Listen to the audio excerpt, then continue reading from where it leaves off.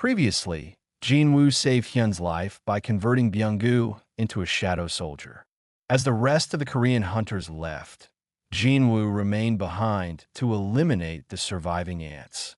Shortly after, he hit level 100 and reanimated the Ant King as his newest shadow soldier, dubbing him Baru. The story introduced new figures, including a Chinese 5-star hunter and 2 possible future foes, while Jinwoo's father watched them from the shadows. Following the Jeju Island raid, Jinwoo paid tribute to the fallen hunters. He subsequently gained approval to launch his own guild before entering another Red Gate on his own. Within the Red Gate, Jinwoo's shadow army battled the local monsters. Upon locating the dungeon boss, the creature questioned if he was the one slaughtering its kind, noting with warped amusement how remarkable it was that Jinwoo had made it so far with such a small, fragile-looking body. However, that amusement rapidly shifts into pure menace. Raising its hand, the creature signals to its forces, having already positioned his minions across the area to spring a lethal ambush. Yet something is off. Nothing happens. The creature looks around in confusion as the air remains dead silent. No allies emerge from the shadows. No attack is launched. There is only an eerie quiet. A frown settles on the creature's face. Meanwhile, Jinwoo stands completely still and calm, his gaze locked firmly onto his opponent without a single trace of panic. Then, Jinwoo finally speaks. "Call me small again." That's funny. He raises his hand, giving a subtle command. Suddenly, movement stirs from the dark edges of the forest as figures emerge one by one. Loyal and fierce, the shadow soldiers march out with unwavering resolve, some dragging the severed heads of the fallen enemies behind them.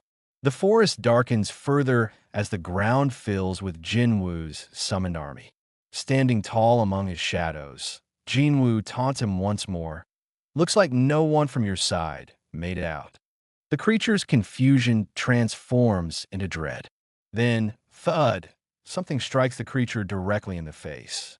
Startled, it reaches up and catches the object. It is another corpse, one of its own. With wide eyes, the creature lifts its head to see Jinwoo once more, now surrounded by a massive army, a sea of darkness ready to consume everything in its path. Pure panic sets in. The creature screams in desperation, commanding any surviving forces to attack and crush Jinwoo's army. But Jinwoo stays cool and composed, calmly issuing his own command: "Wipe them out." Both forces surge forward, and the battlefield explodes into chaos. Yet from the very first strike, the outcome is obvious. Jinwoo's shadow soldiers are swifter, stronger, and far better organized. They hit with lethal precision, overwhelming the enemy with minimal effort. As the intense clash unfolds, Sung Jinwoo begins marching toward the dungeon boss. Leading the charge ahead of him is Tank, the massive shadow bear who effortlessly smashes through enemy lines to clear a path for his master.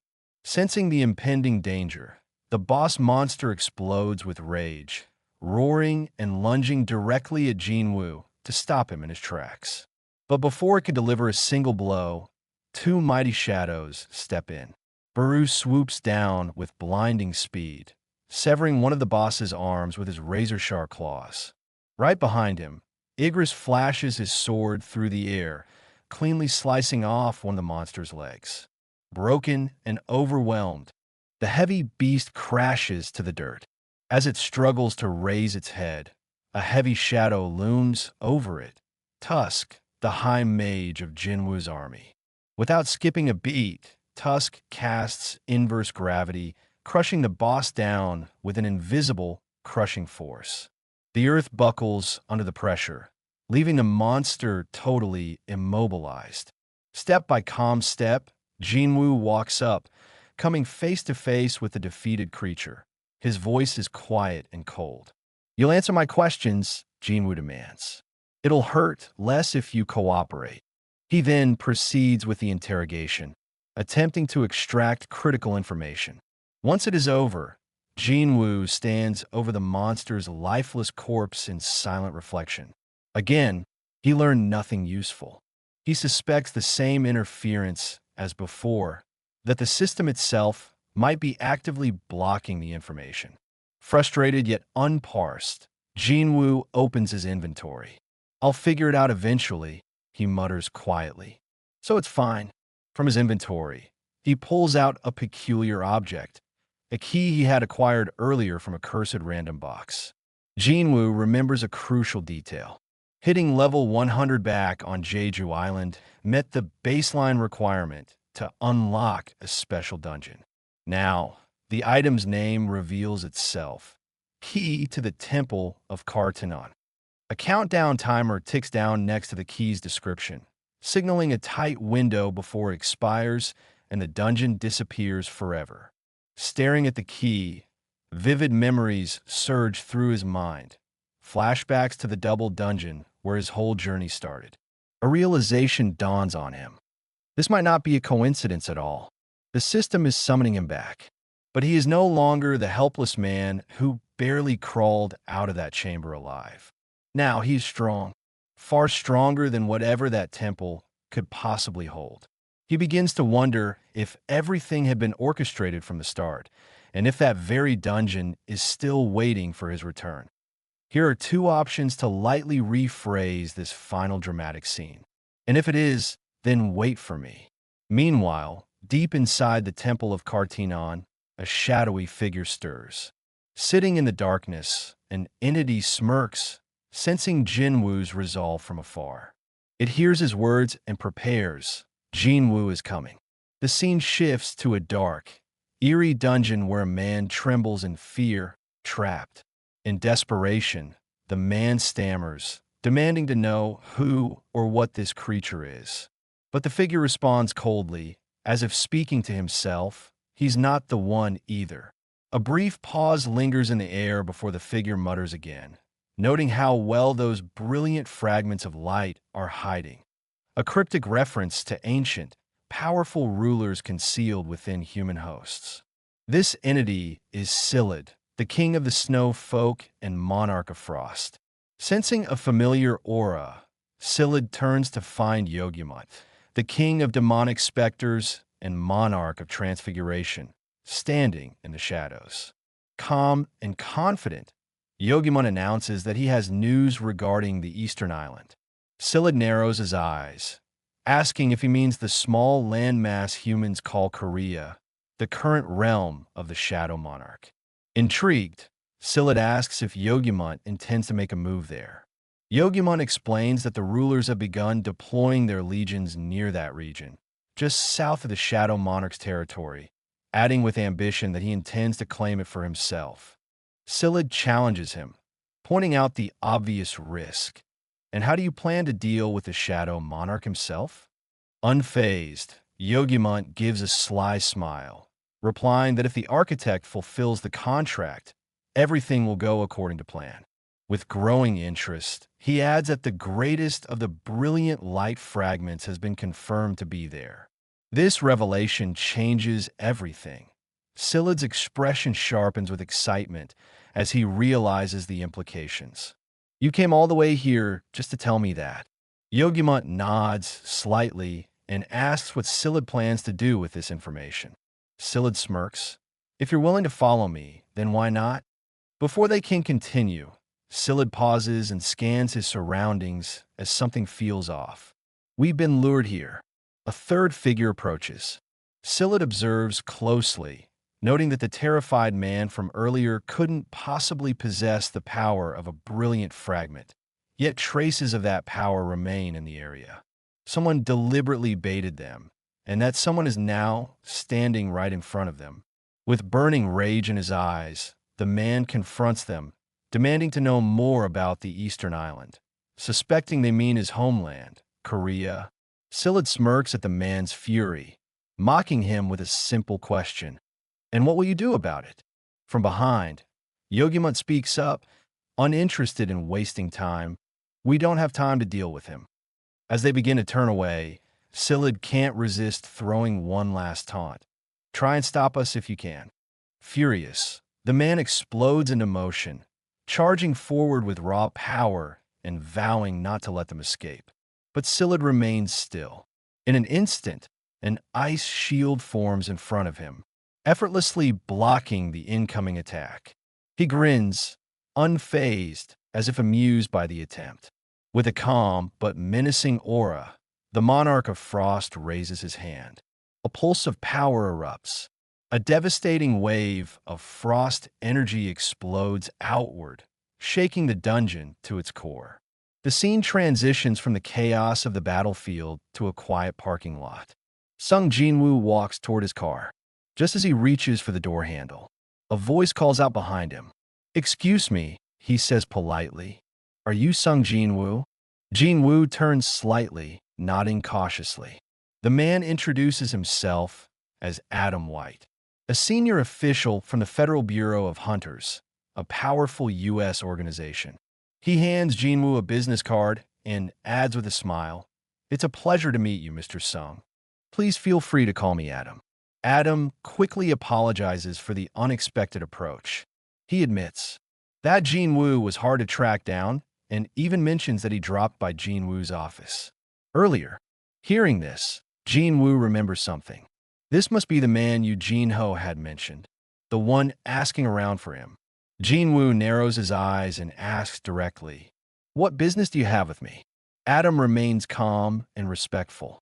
He explains that he's here to share important information. That piques Jinwoo's interest. "What kind of information?" he asks. Adam gives a subtle smile, then answers, "Information that no country or institution in the world could provide, except for us." Jinwoo raises an eyebrow. "And why would you share that kind of information with me?" Adam responds without hesitation. "Because people like you are worth sharing it with.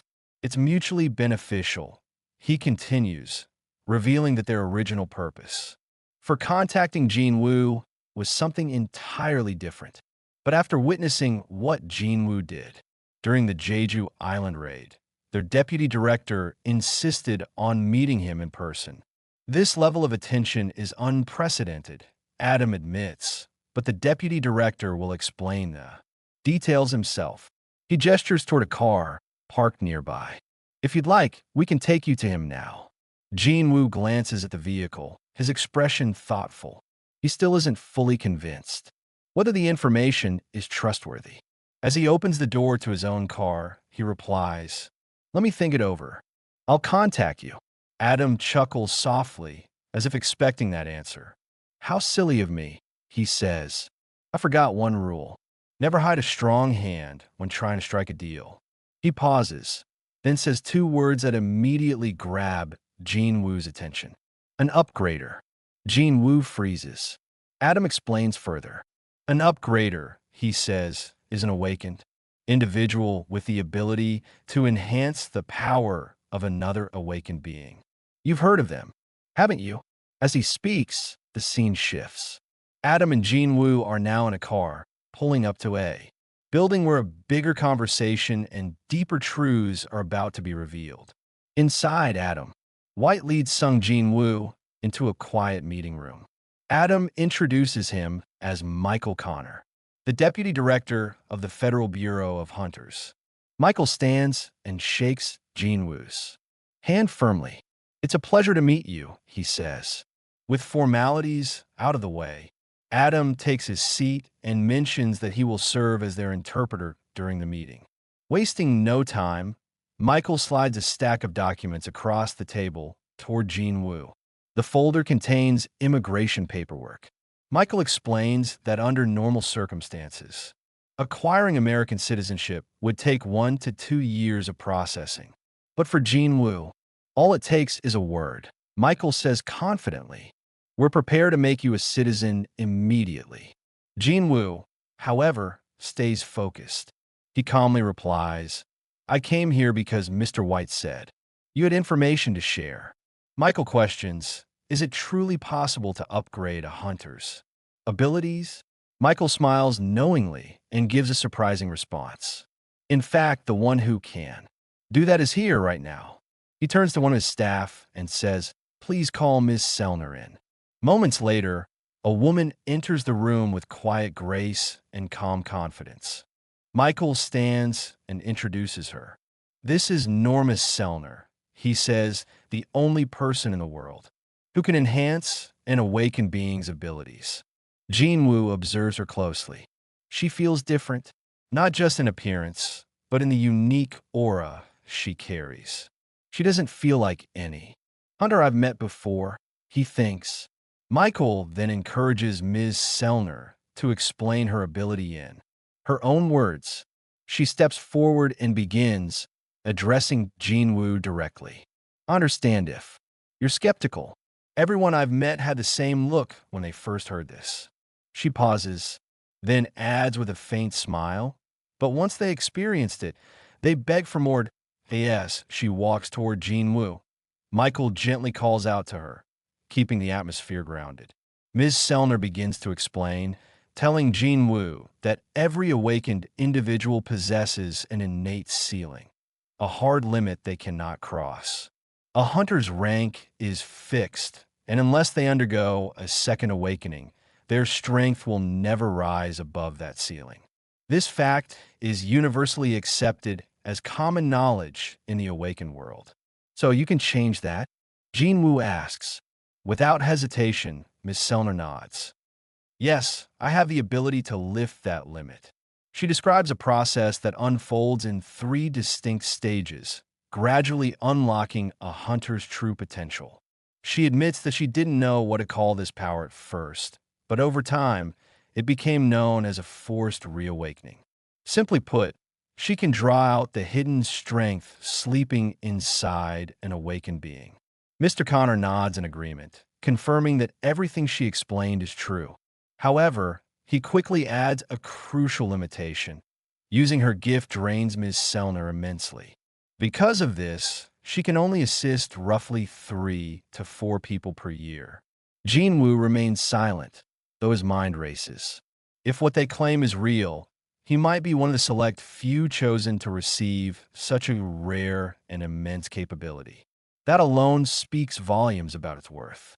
Leaning forward slightly, he asks how effective this enhancement truly is. Ms. Selner answers calmly, explaining that while results vary by individual, those who complete all 3 stages see physical capabilities increase by 20% to 30%. That figure hits Jinwoo like a thunderbolt.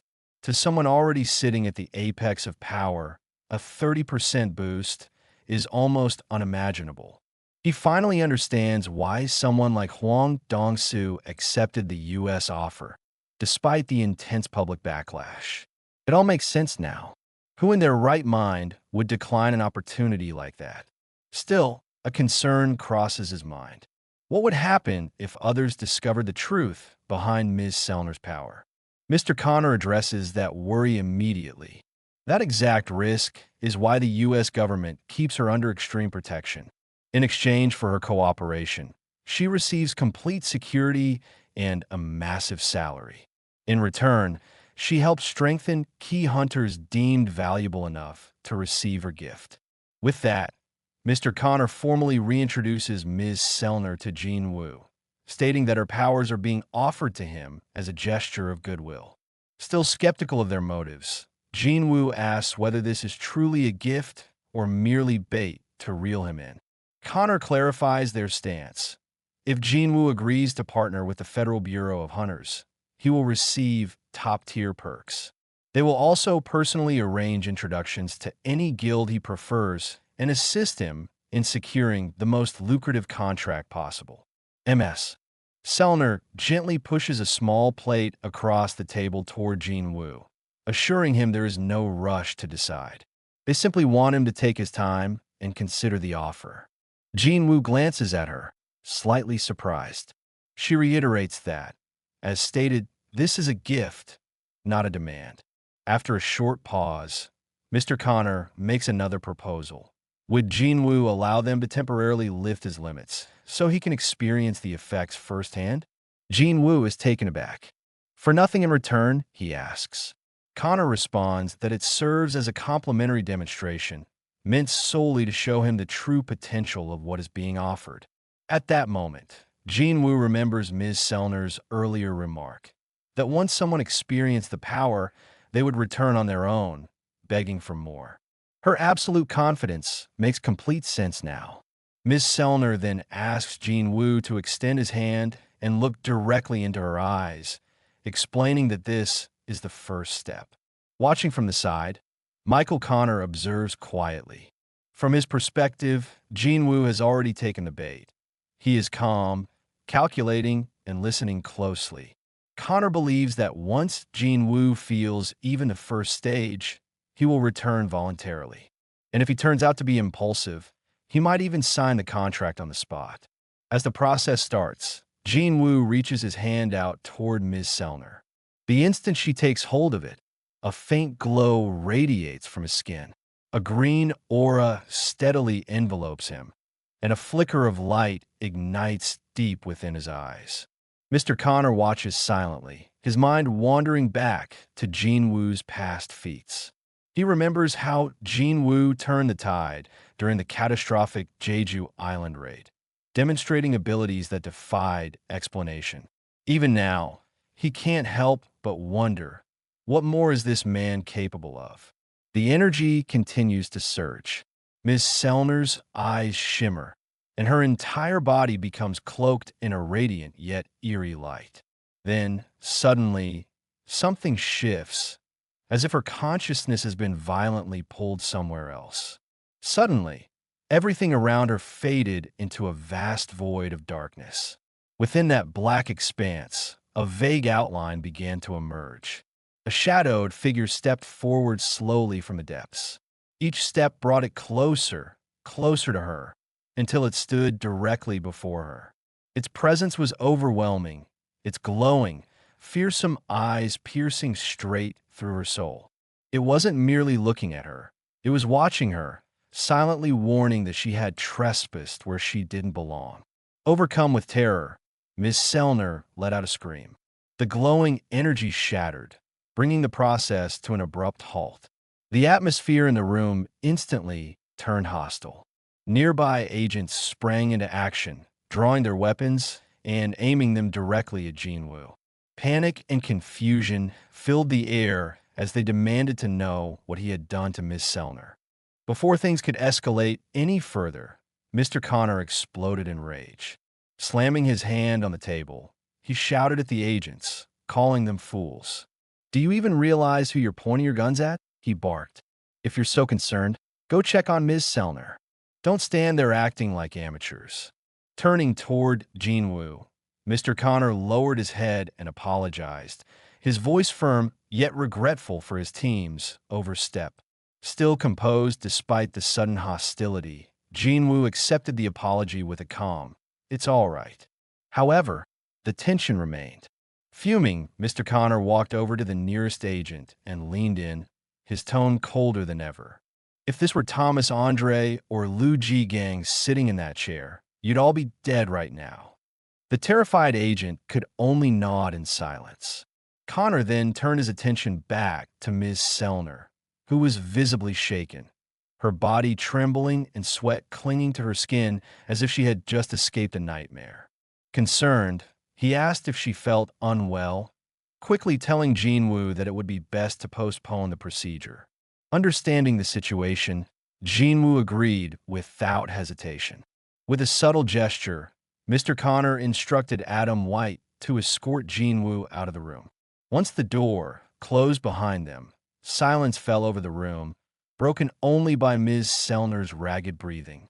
Mr. Connor approached her carefully, asking in a softer tone what had just happened. Still unable to calm herself, Ms. Selner finally whispered in a trembling voice, "He's a king, a powerful one." Connor blinked, startled by the term. "Do you mean like a national-level hunter?" he asked, trying to make sense of her words.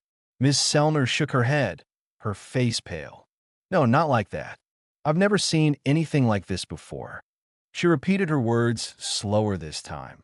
"He's a king, but not just any king." Pausing to gather herself, she added, "When I looked into him, he looked right back at me. Within him, there was nothing but darkness, a depth I couldn't escape from. Her hands continued to tremble as she whispered, "There is no limit to his power." Meanwhile, inside the newly established guild office, Jinho sat at his desk, focused on paperwork. Wrapping up a few reports, he scoffed under his breath. Some people just never learn. Filing complaints after getting sued, whining like kids, that's not how this works. After a moment, Jinho leaned back and nodded in satisfaction, having successfully tracked down all the groups spreading false rumors about Jinwoo. Taking a short break, he suddenly noticed Jinwoo standing silently behind him. Startled, Jinho turned around, while Jinwoo remarked with a smirk, "You're working pretty hard." Jinho could only think to himself, how does he always appear without making a sound? Jinwoo asked if everything was running smoothly, and Jinho reassured him there were no issues. Noticing Jinwoo's outfit, Jinho asked why he was dressed like that. Without answering directly, Jinwoo handed him a bag filled with magic crystals. "You said we needed funds for the guild," Jinwoo explained. Opening the bag, Jinho's eyes widened. The contents were more than enough. "Well, I guess we won't need to worry about paying employee salaries anymore," he joked. Jinwoo tilted his head. "What do you mean?" Jinho reminded him that hiring another guild member meant covering their salary too. Jinwoo nodded in agreement. "Even if we're only filling the required quota, we need someone loyal, someone in it for the long haul, not just a placeholder." Then, with a serious tone, Jinho brought up an essential topic. "There's something we need to settle first. We need a name for the guild." Jinwoo sighed dramatically. "I thought it was something serious, but," Jinho countered, "it is serious." Leaning in, Jinho threw out suggestions. "How about Sunyu Guild, based on your surname? Or Yu Sung, it flows better. Or even Woohoo Guild, using the last syllables of our names. Wait, maybe Jin Guild, using our middle characters." Listening to the creative, slightly ridiculous ideas, Jinwoo finally declared his decision. "We'll name it Solo Play Guild." Jinho blinked, wondering if it was a joke. Before he could respond, a knock sounded at the door. Jinho opened it to find a familiar figure standing outside. Hunter Cha Hae-in. Surprised, he asked, "What are you doing here?" Cha answered directly, "I want to join your guild." Soon after, they sat around the table together. Jinwoo looked at her with curiosity, asking her to clarify why she was there. Cha repeated calmly, "As I said, I'd like to join your guild." Puzzled, Jinwoo asked if Chairman Gogun he had requested her to join, or if Hunter Choi Jong-in had expelled her from the Hunters Guild. Cha firmly denied both. Looking at her more seriously, Jinwoo asked, "Then why would you want to join a guild like mine? Especially with a name like that?" Cha raised an eyebrow.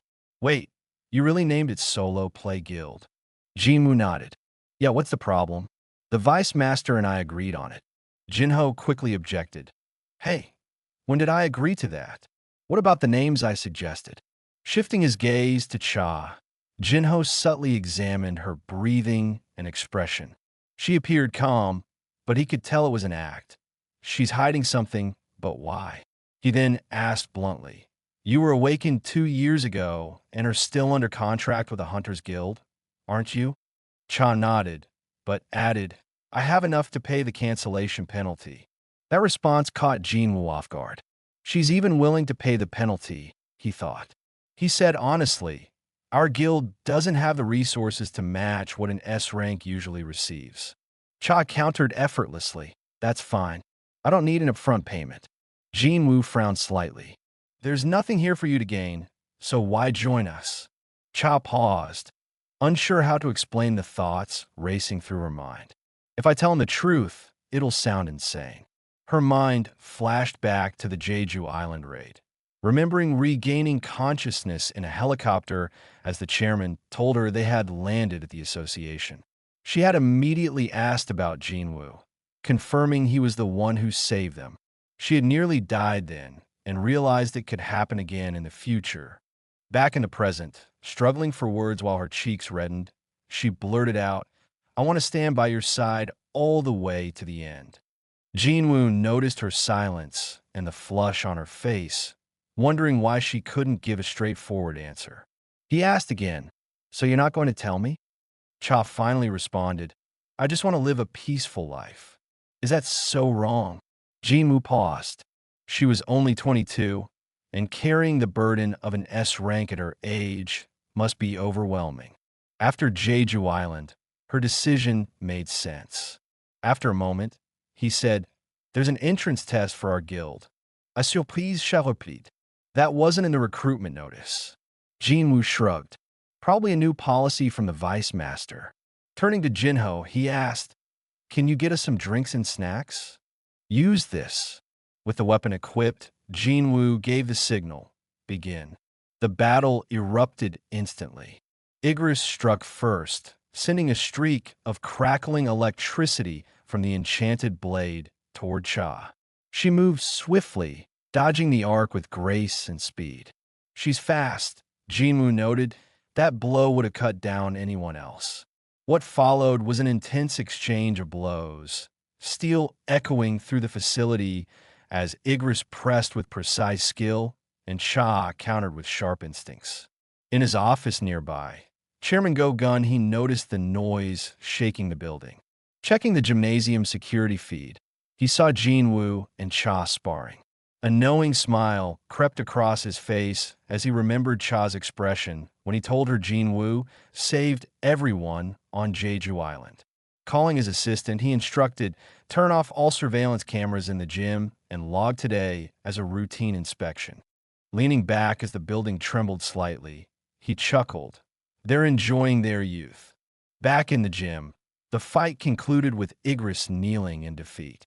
"Chastut Vittorio Boditing Hivili." Looking at Jinwoo, she asked, "Was that Black Knight your strongest summon? You said you'd use your strongest, didn't you? Please summon him now." Jinwoo warned, "You might get hurt," but she insisted. As a dark aura erupted behind him, Jinwoo summoned Baru. Unlike other shadow soldiers who were weaker than their living counterparts, Baru had been created for a single purpose: to slaughter hunters. Ordering Baru to defeat her without causing harm, Baru's aura exploded outward, shattering lights and windows. Staggered by the sheer force, Cha was astonished that Jinwoo had once faced this terrifying creature alone. Baru completed his transformation, but Jinwoo commanded him to sheath his claws to avoid injuring her. Baru retracted his weapons instantly. Spotting an opening, Cha lunged, but Baru moved behind her in the blink of an eye. She countered, but Baru caught her sword effortlessly with one hand.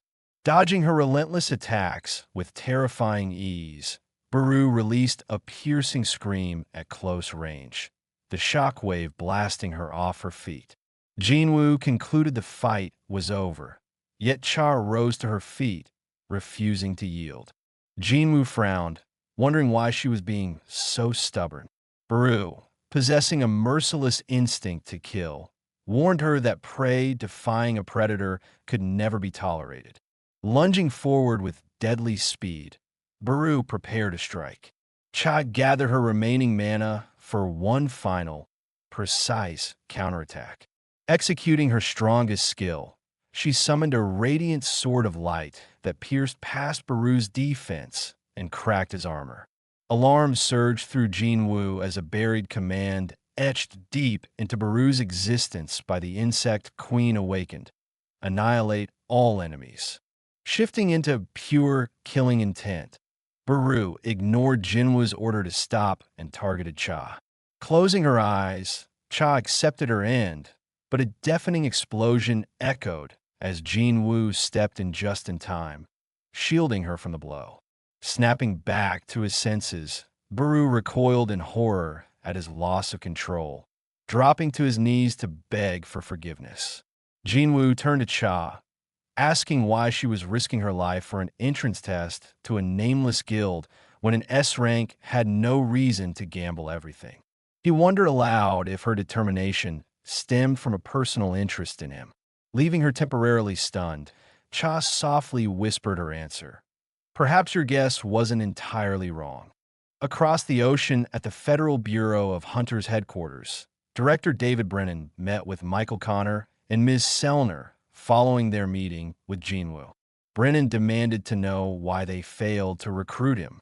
Michael explained that according to Ms. Sellner's vision, Jinwoo was unlike ordinary awakened, describing him as a king, a title reserved for the ultimate elites. Director Brennan asked if that meant he rivaled a national-level hunter. Ms. Sellner explained that while normal hunters draw power from the other side through threads of light, looking into Jinwoo's eyes revealed no such connection. Instead, she saw only a vast, boundless darkness.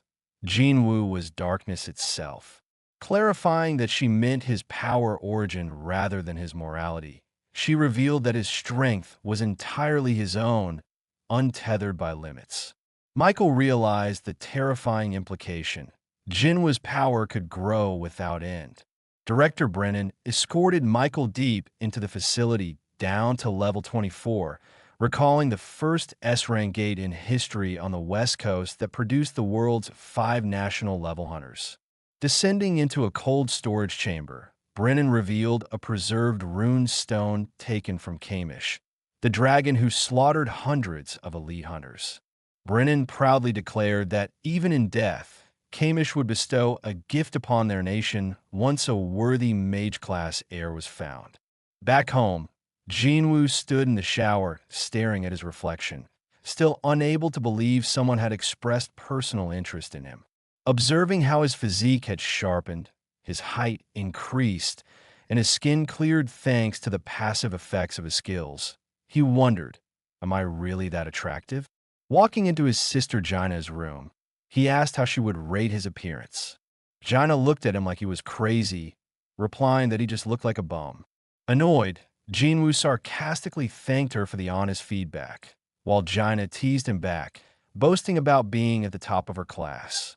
Changing the subject, Jinwoo shared his plan to form a new guild. Jaina shot down his idea of naming it Solo Play Guild, pointing out that commanding an army of shadow soldiers meant he wasn't playing solo.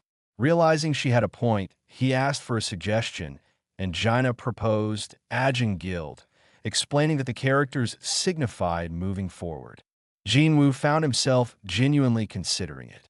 Meanwhile, at home, Cha-haen tossed and turned in bed, cringing as she recalled blurted-out feelings to Jinwoo. Embarrassed, she worried he saw her as crazy, though it felt natural to feel drawn to the person who saved her life. As she reflected, a suppressed memory from her time, unconscious, resurfaced. Drifting in darkness, a hand had pulled her back. The voice belonged to Min Byung-gu, the fallen healer, pleading with her to pass on a warning to Jinwoo that he must be cautious of the dangerous power existing within him. Sitting upright in shock, she realized she had completely forgotten the message until now. The next day at night guild headquarters, Guildmaster Park Jong-soo listened as Vice Guildmaster Yoon Kyung-tae reported a massive gate appearing in their territory. Rated dangerously high, Park Jong-soo noted that a failed raid could wipe out their entire team. Kyung-tae added that while abandoning an S-rank gate would be logical given their limited manpower, as one of Korea's top 5 guilds, public pressure would make ignoring it impossible. On top of that, the famed guild would surely swoop in and seize the opportunity. This infuriates Park Jong-soo, who slams his hand down, asking if they're supposed to simply hand over a gate that appeared right in their backyard. Kyung-tae, intimidated, insists that he was only presenting the situation. At that moment, another guild officer, Yu Jin-hai, speaks up, suggesting they could form an alliance with another guild. Jong-soo hesitates, pointing out that asking for outside help would make it obvious they don't think they can clear the gate alone. Their reputation could take a major hit. But then Jin-hai reminds them of someone, Hunter Sung Jinwoo. After a moment of silence, Jong-soo admits that working with Jinwoo could actually be an advantage. The public might even see it as a bold move if they were to join forces with him. He asks what Jinwoo has been doing lately. Kyung-tae reports that Jinwoo recently cleared a gate that opened in the middle of a highway, but otherwise has been keeping a low profile. He asks if Jong-soo would like him to arrange contact, but Jong-soo shakes his head. Something this important shouldn't be handled over the phone. Instead, he orders that they go meet Jinwoo directly. The story then shifts back to Jinwoo, who is in the middle of another discussion with Jinho. Jinwoo tells him that he's leaning toward naming their guild A-Jin. Jinho nods enthusiastically, thinking that anything is better than solo play guild. With the name decided, Jinwoo remarks that all they need now is one last member to officially form a guild. Curious, Jinho asks what happened with Hunter Cha. Jinwoo replies that she isn't quite the person he's been searching for. Shocked, Jinho protests, pointing out that Cha Hyen is a powerful S-rank hunter with an excellent record and undeniable beauty. From his perspective, she's the perfect candidate. But Jinwoo calmly explains that what he's looking for is someone different, not just strength or fame, but someone trustworthy and uninterested in political guild activities. Jinho thinks for a moment and says that he knows a few people who might fit that description. Before they can continue, there's a knock at the door. Jinwoo rises, half expecting to see Hein again. But when he opens the door, he's surprised to find Park Jong-soo, Yoon Kyung-tae, and Yoo Jin-hee representing the Night Guild. After polite introductions, they sit down and explain why they've come. Jong-soo shows Jinwoo a video recording of the gate in question. The footage reveals a massive structure radiating enormous waves of magic energy. Jinwoo asks if it's an S-rank gate, but Jong-soo clarifies that it's close, one of the largest ever seen in Busan.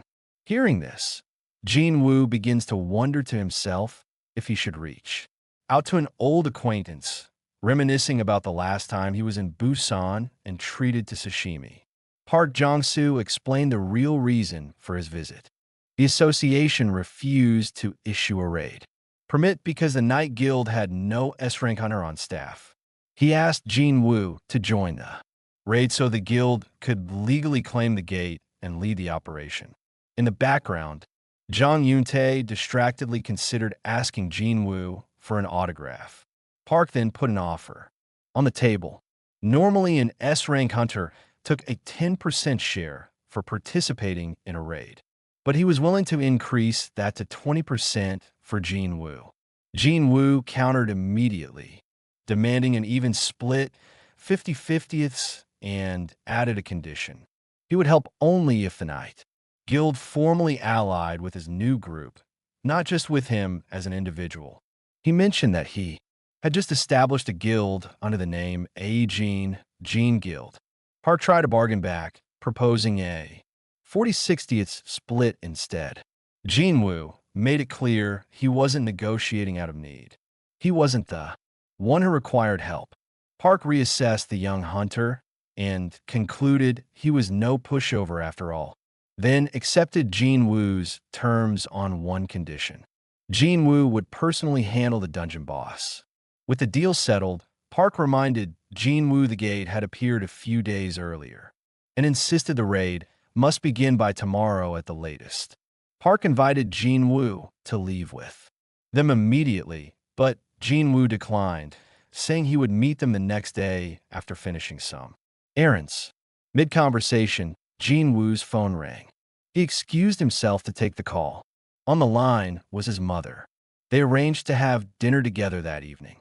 The following day, a huge crowd gathered near the gate in Busan, mainly hunters from the Night Guild preparing for the raid. Park Young-soo, already armored and waiting, checked the time and worried that Jinwoo might be late, noting they would depart in 5 minutes. Meanwhile, Jinwoo prepared at home, glanced at the sky, and wondered if his sister, Gina, had brought an umbrella, then used Shadow Exchange to teleport directly to the site. The scene cut to Gina's school, where students complained about an art teacher who unloaded his duties onto them. Entering a dusty, long-in-use classroom, one student suddenly noticed something unusual. a sealed gate tucked into a corner. He reassured his friends that the gate was safe while sealed, and reminded them only licensed hunters could enter once it opened, estimating it would take about a week to activate. As the students talked, tiny cracks began to spider across the gate seal, a sign they failed to notice. Without warning, a hand burst through the fissure and grabbed the head of the boy standing closest. He fought and screamed for help, but the creature crushed his skull in front of his classmates. The remaining students watched in horror as monsters poured out of the gate. Hunters, acting as nearby scouts, felt the rush of excitement at the scent of blood, but they suppressed their instincts and prioritized the mission.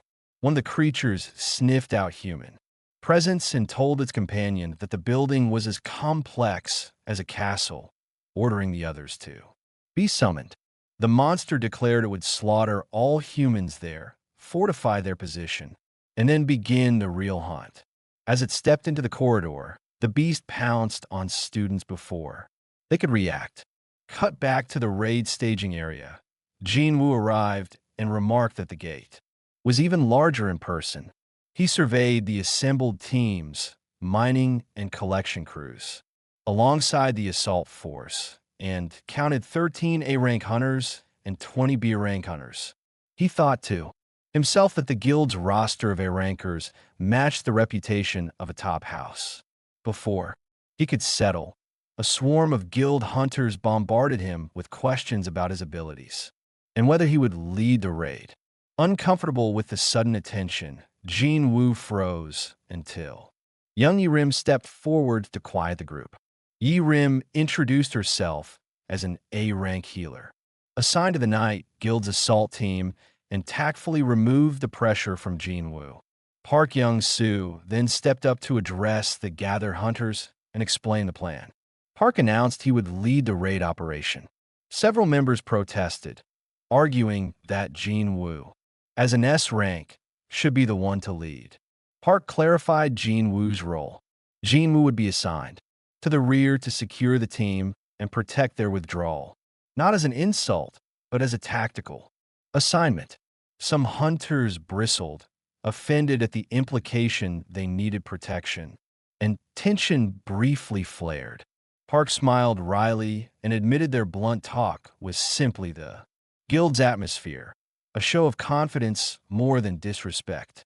Jinwoo accepted that interpretation and remarked that such swagger meant they believed in themselves. With roles defined and grudges kept in check, the raid party closed ranks and proceeded into the dungeon. The scene opens inside the Hunters Association Emergency Call Center, where an operator answers a frantic incoming call. A terrified girl reports a dungeon break at her school and tells the operator she is hiding in a bathroom. She explains that she and her friends were suddenly attacked when monsters poured out of a sealed gate. The operator reassures her that hunters are already on their way and urges her to stay calm. The operator asks for a description of the attackers. The girl says they looked familiar from television, green-skinned creatures. Hearing that detail, the operator's voice tightens. She realizes the monsters are orcs and warns the girl they can track prey by scent. Before the operator can finish, too late, an orc finds the caller, and the frantic screams in the line. Back at the school, students stream out of classrooms as orcs hunt down anyone trapped. Inside, some students manage to escape through the school gate, while others unfortunately became prey to the orcs. Two orcs compare notes. They lament losing half their prey, but shrug it off.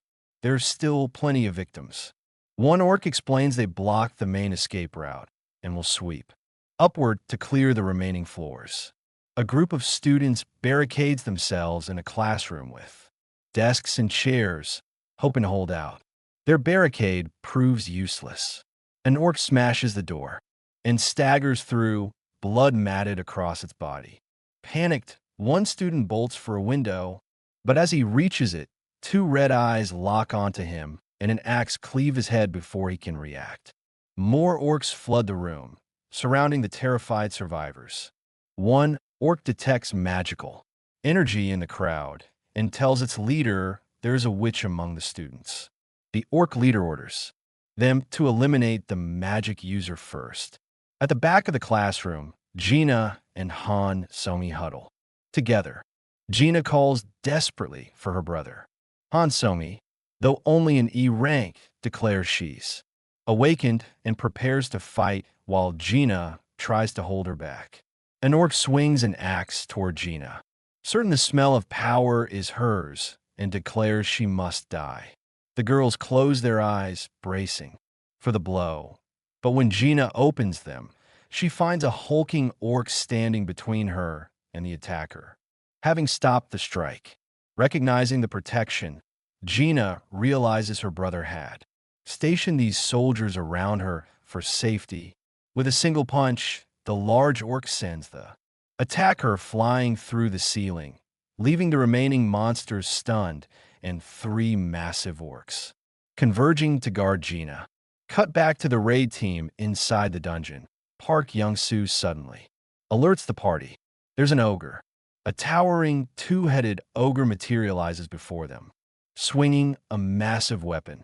Park conjures a protective barrier and absorbs the beasts. Full strike. The shield holds. He orders young Yoon-T to close in on the ogre's face. Yoon-T runs in, manages a risky move that blinds the creature, and shouts for everyone to strike. While it's vulnerable, the assault team charges, hacking at the beast while mages rain magic upon it, until the ogre is torn apart and scorched. After the kill, Park calls for a regroup and admits they are facing more than he expected. Park warns Jinwoo that encountering a twin-headed ogre this early is bad news. He asks if Jinwoo knows the ogre's other name. Jinwoo replies that twin-headed ogres are called gravekeepers. Park grimly confirms the implication. If gravekeepers appear, an army of undead is likely nearby. Young Yoon-T frets that he jinxed them, and the hunters debate whether to keep pushing. But then they notice something strange. The undead do not charge. Instead, they stand perfectly still, staring at the hunters with cold, patient eyes. The team instinctively takes a step back, unsettled by the unusual behavior. Jinwoo, who had expected a brutal fight in this high-tier, A-rank dungeon, senses something off and realizes an urgent matter requires his attention. He tells Park he must leave immediately. Park protests that, without Jinwoo, the raid could become dangerous. Jinwoo answers Park calmly. If they're worried, he will call someone equally reliable to watch over them, then makes his decision to take action. The assembled hunters freeze as a familiar monster appears, and they catch a terrifying recognition. Is the same Ant-type creature from the Jeju Island raid. Jinwoo cuts through the formalities and then orders Baru to protect the humans and handle the monsters as he sees fit. Baru answers with a fierce cry and proceeds to slaughter the surrounding monsters, leaving the hunters stunned at the display. When the slaughter ends, Jinwoo tells the guild that the shadow soldiers he left behind will assist them. 20 of those shadows will be more than enough for this dungeon. He prepares to depart, but the hunters plead. Are you really going to leave after unleashing your shadows? Jinwoo, annoyed, offers to dismiss the shadows before he goes if it will make them feel safer, but says he doubts that would help. His final check shows Shadow Exchange still has 1 hour and 42 minutes remaining, so Jinwoo begins to run for the exit. Park stands in stunned disbelief as Jinwoo rushes away. While sprinting, Jinwoo notes he keeps receiving faint signals from the shadow soldiers he had left with Gina. A nagging, uneasy feeling builds in him. He encounters a line of undead blocking his path. Furious, he orders them out of the way. To his surprise, the undead bow and kneel, clearing a path. Jinwoo wonders briefly whether they recognize him as a necromancer able to command the dead. But he pushes the thought aside and presses onward. Reaching the gate, he summons Kaisel, his wyvern, and mounts it. Hunters watching gasp in recognition. Jinwoo commands Kaisel to fly straight to his sister and boosts the wyvern's speed and strength by 50% so they can reach her as quickly as possible. The scene shifts to the school where Sung Jinwoo's shadow orcs are cutting down the invading orc monsters. They methodically clear the classroom and secure the space, rescuing the remaining students as they go. The students stand frozen in disbelief. They cannot fathom that what looked like monsters have just saved their lives. Sung Jina moves forward and approaches one of the towering shadow orcs, searching desperately for any sign of her older brother. She begins to call for Sung Jinwoo, but the shadow orc raises a hand to stop her and points toward the doorway. Heavy footsteps begin to echo through the corridor. Cut to another location. An orc warlord sits upon a crude throne, while a subordinate kneels and delivers urgent news. The subordinate reports that the final restrictions have been lifted and the path into the human world is now open. The throne-bound warlord, he acknowledged the block, but dismissed their chances of winning. With brutal force, he sliced into the defenders, expecting to break them. Yet the shadow soldiers only fell and reformed, rising again as if nothing had happened. The chieftain froze in confusion. Each cut that should have ended a soldier instead saw them regenerate. He realized this was no ordinary opponent and wondered if some spell protected them. At the same time, a different danger began to trouble him internally. Voices whispered in his mind, urging violence against humans. The compulsion grew stronger and unnerved him. Putting pieces together, the chieftain inferred the soldiers were acting under someone's control. If magic animated the warriors, then destroying the controller would end the interference. He scanned the classroom for the source of power, and his eyes landed on Sung Jin, hiding among the shadows. Convinced she was the key, he ordered his minions to seize her while the high orcs were briefly vulnerable during regeneration. The orc attackers pressed forward and bit by bit overwhelmed the three shadow soldiers guarding the students. Panic spread through the room. The chieftain grabbed Sung Jin by the mouth and lifted her into the air, certain he had found the one responsible for the magic. He declared that he could sense the power and that his suspicion was confirmed. Jin trembled with fear as he prepared to finish her. Then something outside the window cut through his focus.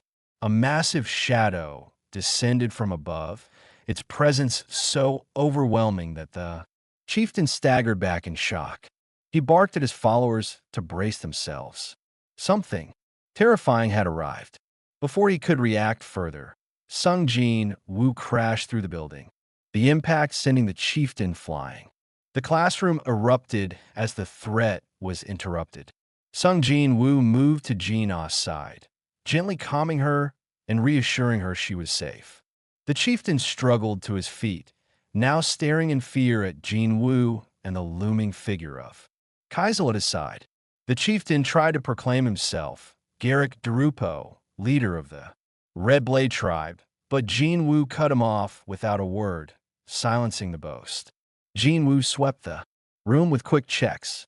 He hugged Jin tightly and whispered an apology for arriving late, then asked Han Song if she was all right. She shook her head weakly, noticing a red mark marring Jin's face. Jinwoo's calm hardened into anger. Without hesitation, he summoned Igris and other shadows to guard the children. He assigned Igris to protect Sung Jin, then ordered his shadow soldiers to escort the students downstairs to safety. An orc tried to flee in the confusion, but Jinwoo snapped at him to stay put. Once the students were evacuated, the orc leader stepped forward to confront Jinwoo.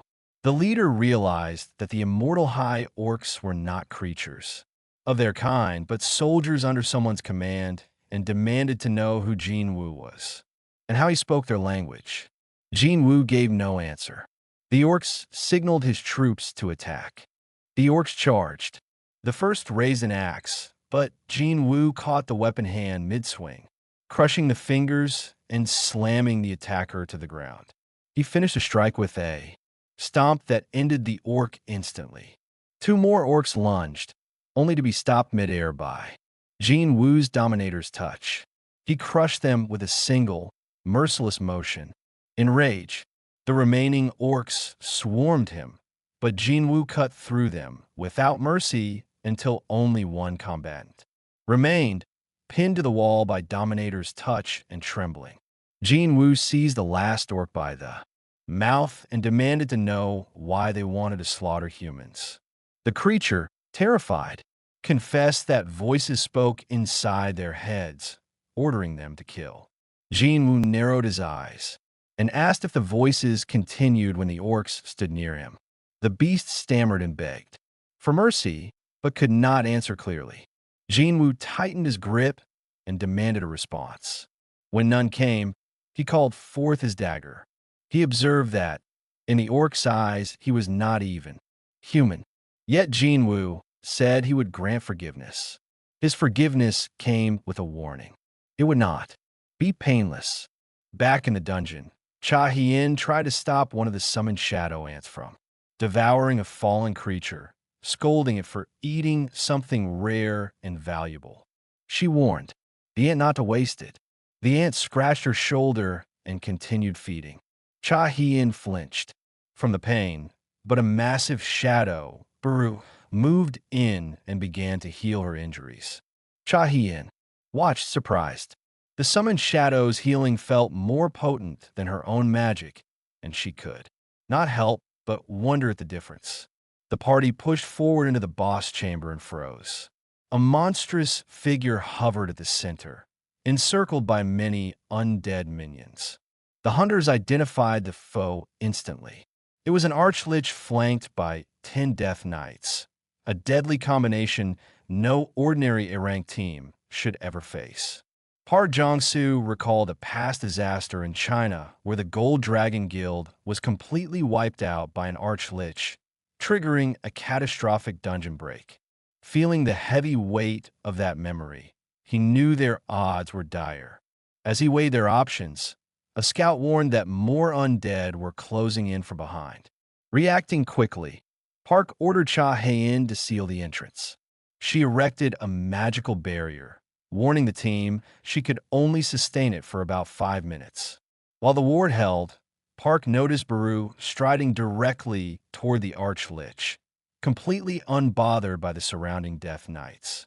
Recognizing the shadow, the archlich demanded to know why the monarch's own army was attacking it, unable to comprehend being targeted by its master's personal forces. Baru's response was curt and mocking. The shadows had been chosen by the monarch, while the lich had not. Refusing to accept this, the archlich declared it would report the affront to the monarch directly. Baru showed no patience for rhetoric. With a single decisive strike, he lunged forward, thrusting his hand into the lich's chest to crush its glowing core. The archlich shrieked as its core shattered. Instantly, the undead army animating the dungeon began to collapse into dust, their binding magic broken. The hunters stood in stunned silence. Baru had slain an archlich in a single blow, a feat far beyond what they imagined possible for a summoned shadow.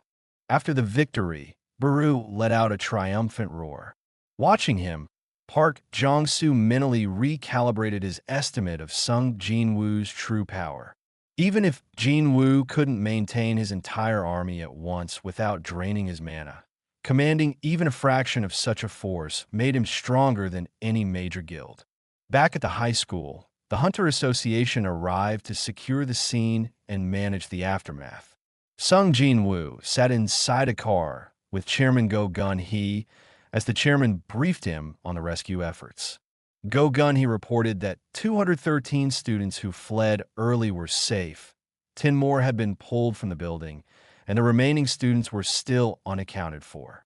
He then showed Jinwoo a graph on his phone charting gate appearances across the region over the past 6 months, explaining that gate incidents were spiking globally while the number of newly awakened hunters was rising alongside them. In short, both gates and hunters were increasing at an unprecedented rate. When Jinwoo asked why the chairman requested a meeting today, Go-Gun handed him a stack of official documents. Requests to meet Jinwoo had arrived from multiple nations, including Japan, the United States, China, Russia, France, the United Kingdom, Germany, and several Middle Eastern countries. The chairman noted that some foreign parties had likely already tried reaching out through unofficial channels. He reminded Jinwoo that while the association would honor his request to protect his personal data, they couldn't legally prevent foreign entities from making contact. Go-Gun urged Jinwoo to remain in Korea, warning that the country would struggle to navigate these rapid global shifts without its strongest hunters. As the vehicle pulled up to a hospital, the chairman mentioned that Jinwoo's younger sister, Jina, had been taken inside for treatment. Preparing to step out, Jinwoo listened as Go-Gun pledged the association's full backing if he chose to stay in Korea, promising whatever resources he required. The chairman emphasized the stakes. The nation had already lost 3 of its 10 S-rank hunters and couldn't afford another departure. Hearing the warning, Jinwoo stated that going forward, he preferred to enter high-rank gates alone and asked if the chairman could arrange it. Surprised, Go-Gun asked if that preference explained why Jinwoo had recently formed a personal guild, essentially establishing a one-man strike team. After a moment's thought, the chairman admitted that while difficult to accommodate, it wasn't impossible. Sometime later, Eugene Ho was on the phone trying to recruit a family member to join their new guild. On the other end was his cousin, Yu Soo-hyun, an A-rank hunter. Skeptical at first, she questioned joining an unestablished guild and teased that Jin-ho might be getting scammed by a shady recruiter, noting she was considering becoming an ambassador for her father's company instead. However, everything changed the moment Jin-ho mentioned who was founding the guild, Sung Jinwoo. The name immediately piqued her interest, making the offer far more enticing. When she arrived at the office, Jin-ho formally introduced her as Yu Soo-hyun, an A-rank hunter and his cousin. Her visible excitement to meet Jinwoo filled the room, prompting Jin-ho to tease that she was the real celebrity in the meeting. Jinwoo observed her quietly, wondering if she was truly as top-ranked as claimed. Sitting down to talk, Jinwoo warned Soo-hyun that joining his guild would bring intense public scrutiny and asked if she was prepared for the fallout. She answered confidently that anything was better than getting mixed up with Eugene Sung. When a puzzled Jinwoo asked who that was, Jin-ho clarified that Jin Sung was his older brother. Jinwoo remarked on the brother's notorious reputation, and the small group laughed off the brief awkwardness. After the banter, Soo-hyun asked if she could take a selfie with Jinwoo to post online.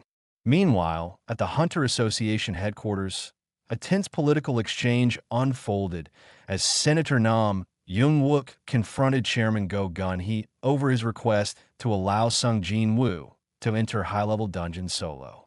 Nam argued that creating a special regulation the moment Jinwoo established a private guild amounted to blatant favoritism. He insisted the association existed to serve all hunters rather than the convenience of one individual, demanding a formal explanation. Chairman Go conceded the basic point that it appeared preferential, but immediately laid out the practical reality behind the compromise. He framed the choice starkly. When a dangerous dungeon breaks, would the nation rather deploy 20 A-rank hunters or authorize a single proven assault force led by Sung Jinwoo? The question forced officials to weigh bureaucratic protocol against sheer efficiency. The chairman warned that foreign powers and major guilds were desperate to recruit Jinwoo. If Korea refused to accommodate him, they risked losing their greatest asset. Invoking past mistakes, he reminded the room of when Hunter Hwang Dong-soo left for America, pressing the senators to consider the real cost. When another S-rank gate opens on Korean soil, who will be left to defend them? Back in the city, Cha Hae-in stared at her phone in disbelief. A photo on her screen showed Sung Jinwoo standing alongside Yoo Soo-hyun. The sight made her tremble with envy before she let out a frustrated scream. Soon after, Sung Jinwoo and Yoo Jin-ho stood before a massive gate, preparing for the Ajin Guild's first official raid. Jin-ho marveled at the sight, having never seen a structure tower above them like this. Reporters swarmed the area immediately, peppering them with questions, flashing cameras, and even asking about Jinwoo's relationship with Yoo Soo-hyun. Jinwoo turned to Chief Woo Jin-chul and asked why his personal details hadn't remained private as promised. Chief Woo explained that while the association could protect official records, it couldn't prevent the public from locating a gate once word spread on social media. Jinwoo recalled the Instagram photo, realizing how easily leaks could happen. As preparations continued, Jinho suggested hiring an extraction and mining team, doubting he could handle the workload alone. Jinwoo reassured him that his shadow soldiers would manage all collection and cleanup. Chief Woo checked the mana signatures of Jinwoo's summons and watched in shock. Every single shadow registered at B rank or higher. He realized a squad of this caliber easily qualified for an A rank raid permit, effectively silencing any complaints about preferential treatment through sheer capability. Chief Woo added that he had orders from Chairman Go to observe the raid in person and confirm if a solo assault squad was safe, asking to accompany them as the inspection representative.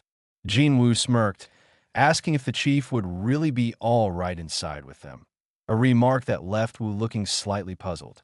A few minutes into the raid, Chief Woo Jin-chul stood sweating as he watched Jinwoo's shadow soldiers dismantle A-rank threats with terrifying ease. Their primary opponents were Nagas, elite, serpentine A-rank monsters that typically gave top hunters severe trouble. Yet, Jinwoo's army overwhelmed them, using relentless regeneration to make the assault look completely effortless. Woo's eyes locked onto the blood-red commander leading the front line, Igris. The knight moved like a war machine, cutting down enemies with lethal precision. Woo thought to himself that Igris was exceptionally powerful, while also noticing flashes of lightning magic among the shadows, a skill usually reserved for high-tier mages. He wondered if some of these summons were even stronger than standard A ranks, doubting whether he could stand a chance against one in a single duel. As the battle raged, Woo spotted a small ant shadow gnawing on a carcass. Jinwoo stepped in, kicked the ant toward the ceiling, and scolded it for eating valuable materials.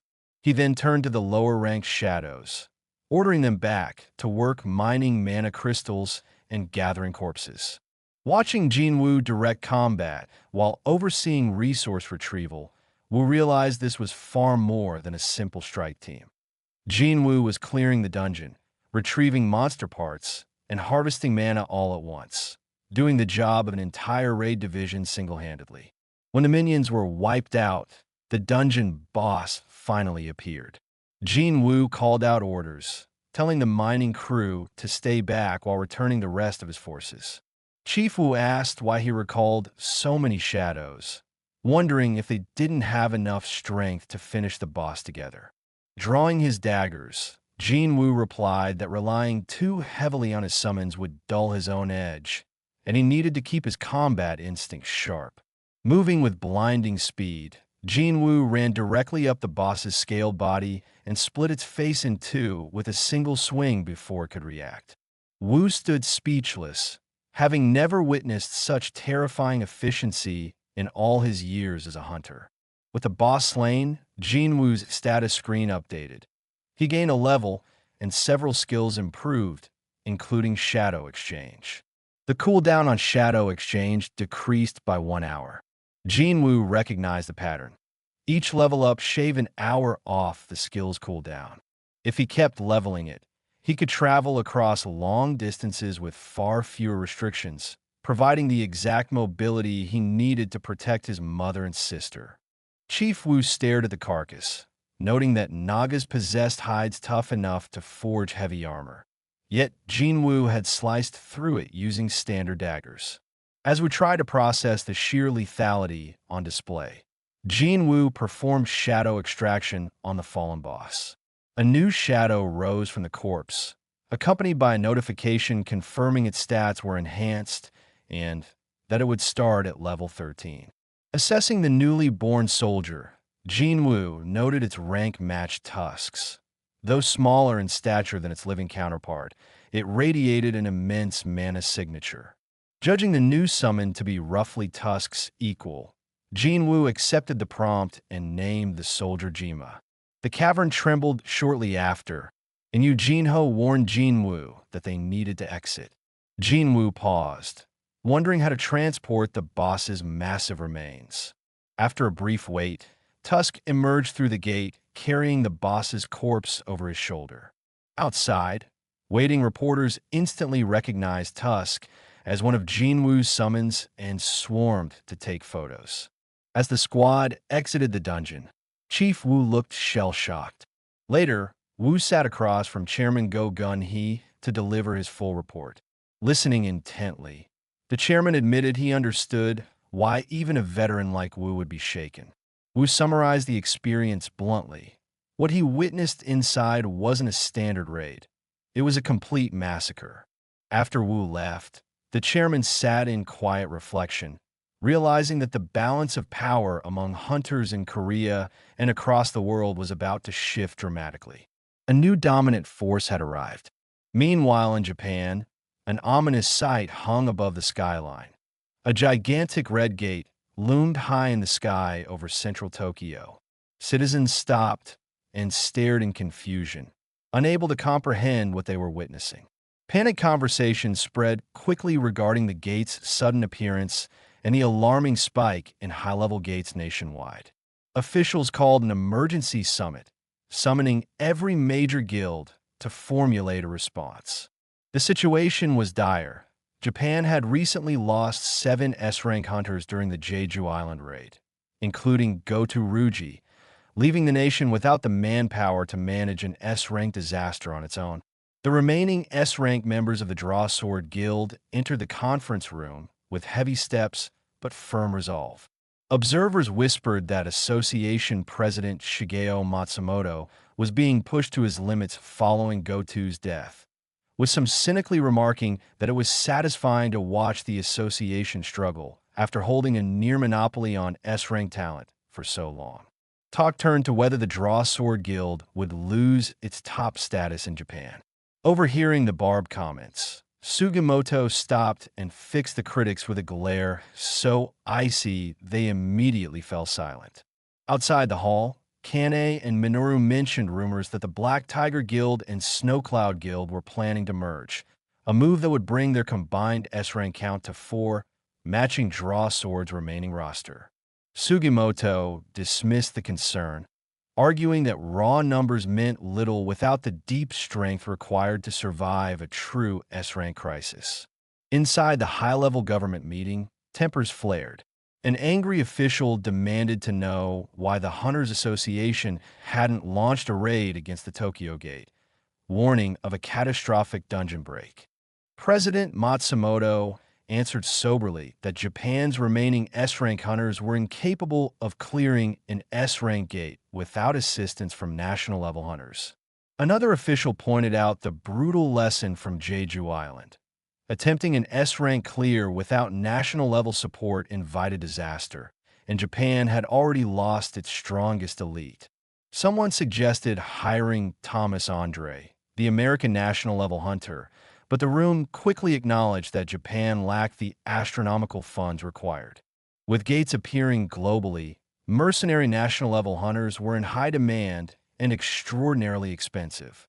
As diplomatic options dwindled, Sugimoto offered an alternative solution, a specialized barrier expert named Yuri Orlov, who might be willing to handle the gate for the right price.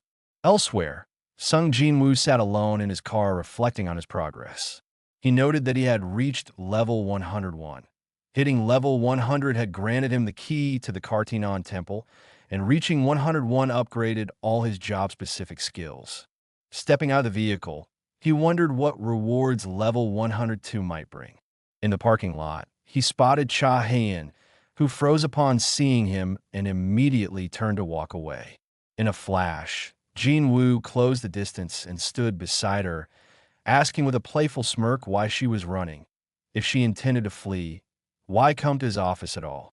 Flustered, Hayan pointed toward a parked car, explaining she had left it behind during their last meeting when they used Shadow Exchange to teleport to the gym. When she asked if he had time to talk, Jinwoo invited her inside for privacy. Glancing around the empty office, Hayan looked nervous until Jinwoo explained that Vice Guildmaster Eugene Ho was still at the dungeon site, leaving the two of them alone, a detail that caused her cheeks to flush. Hayan held back her personal feelings and instead delivered a message from Min Byung-gu. She explained that while unconscious on Jeju Island, she had experienced a vision. Drifting in darkness, a hand reached down to pull her back, and Min Byung-gu's spirit urged her to warn Jinwoo that his power was terrifying and overwhelming. The fallen healer had tried to mention Jinwoo's true army before fading away. Later, Jinwoo sat inside a dungeon room, turning Hayan's warning over in his mind. He told himself that discovering the true origin of his powers was far more important than simple leveling. Beside him, Eugene Ho asked a practical question. If Jinwoo's shadows could operate independently, why did the human team need to accompany them at all?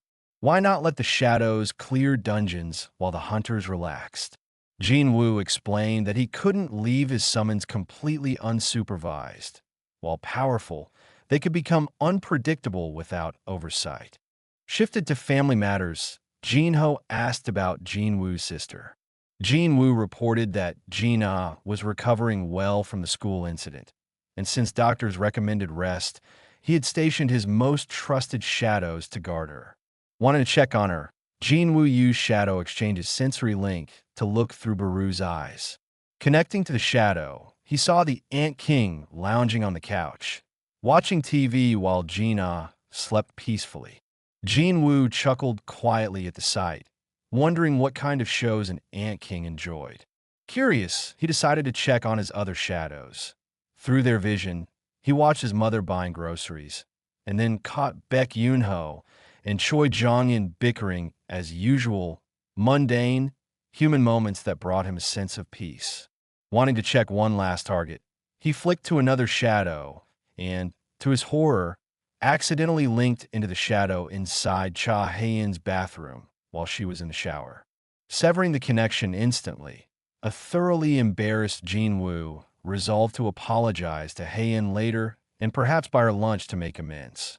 The mood turned serious when Jinho shared new intelligence. An S-rank gate had opened in Shinjuku, Tokyo, with a dungeon break expected in less than 3 days, forcing Japan to urgently summon international hunters. Jinho asked if Japanese officials had contacted him. Jinwoo confirmed they had, but admitted his mind was occupied by the mystery Min Byung-gu had hinted at. Before they could discuss it further, the ground beneath them trembled as the dungeon shook, prompting both to prepare for action. Meanwhile, in Tokyo, the Russian national-level hunter Yuri Orlov introduced himself to Sugimoto as the world's premier support-type hunter. Orlov openly mocked the Draw Sword Guild's evacuation efforts and scoffed at Japan's manpower shortage.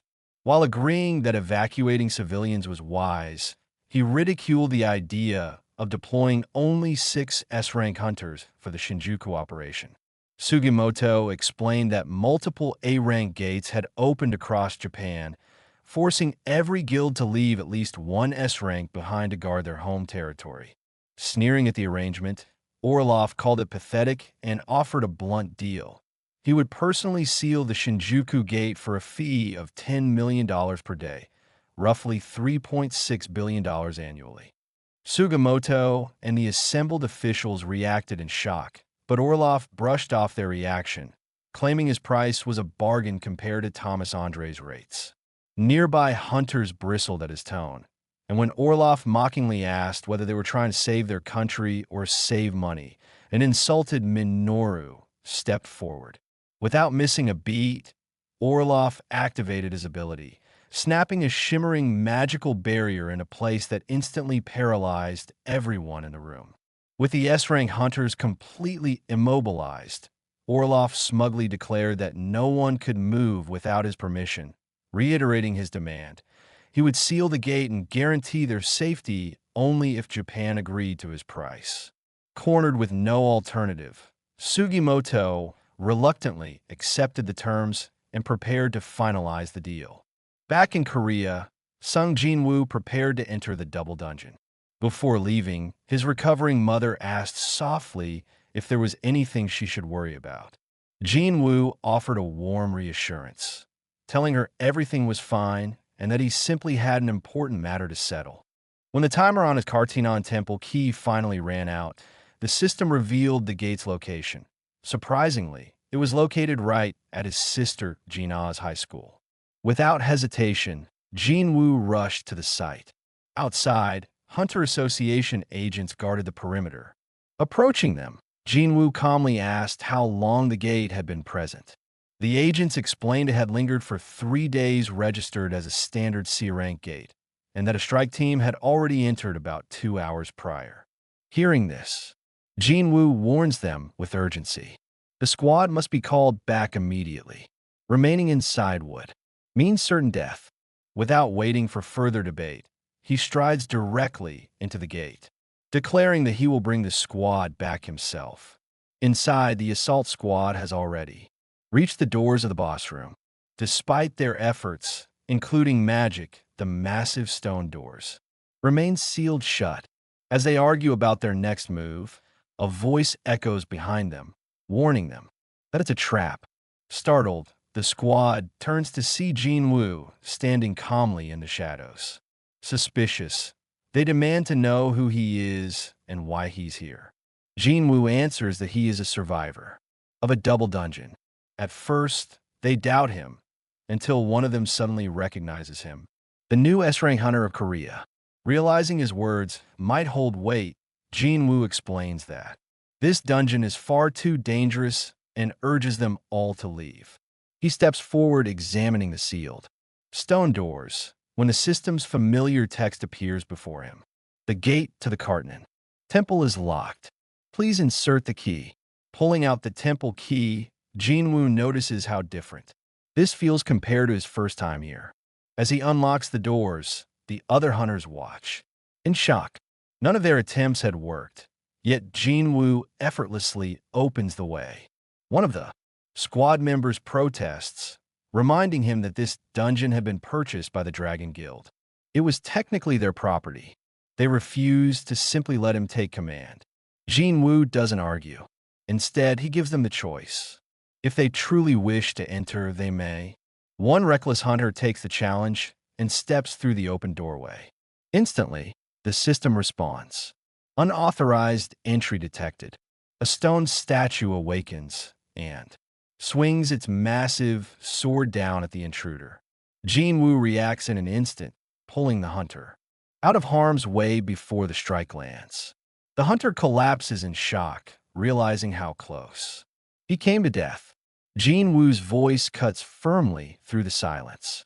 Every monster in this, places like that, are they still willing to risk it?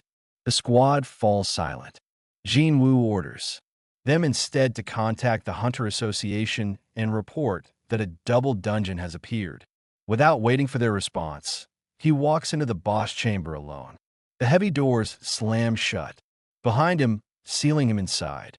As he steps forward, the chamber slowly illuminates. Dozens of massive stone statues stand frozen, their shadows stretching across the walls. Among them, a winged statue cradles a stone slab filled with inscriptions. At the very center, an imposing figure sits, motionless upon a throne, its presence suffocating. Jinwoo studies the room, speaking softly to himself. This was where everything began, the place where his journey as a player started. Yet now it feels different. He can sense it deep in his bones. As his eyes scan the towering statues, he recognized they were neither alive nor monsters, just lifeless puppets controlled by something unseen. Sensing a single source of magic in the chamber, he walked toward it and demanded an answer. Silence followed until at last the winged statue moved and declared that he had finally arrived. Meanwhile, in Japan, a plane touches down at Tokyo International Airport. From its steps, Yuri Orlov, Russia's top-ranked barrier-type hunter. Almost instantly, the press swarms him with cameras and questions. The reporters demand to know how he intends to block off the massive gate threatening the city. Calmly, Orlov explains his method. He will draw a vast magic circle encircling the gate, then pour his own mana into it, forming a barrier strong enough to prevent anything inside from escaping. When pressed further, the reporters ask if he can truly seal an S-rank gate on his own. Orlov admits he cannot maintain such a barrier with only his strength. However, the circle he constructs does not rely solely on him. If a large supply of mana crystals is placed throughout Tokyo, the circle will absorb their energy. Over time, it will continue to gather power until the barrier transforms into an impenetrable wall. Confident before the flashing cameras, Orlov addresses the public directly. He declares that he is the one who will save their lives and insists they remember who stood between them and disaster. Back in Korea, Chairman Go Gun-hee watches the televised interview. He quietly reflects that while Orlov may or may not succeed in sealing an S-rank gate, the outcome of failure is already certain. Tokyo would be destroyed. Turning away from the screen were reports that Jinwoo has been actively clearing gates around Seoul.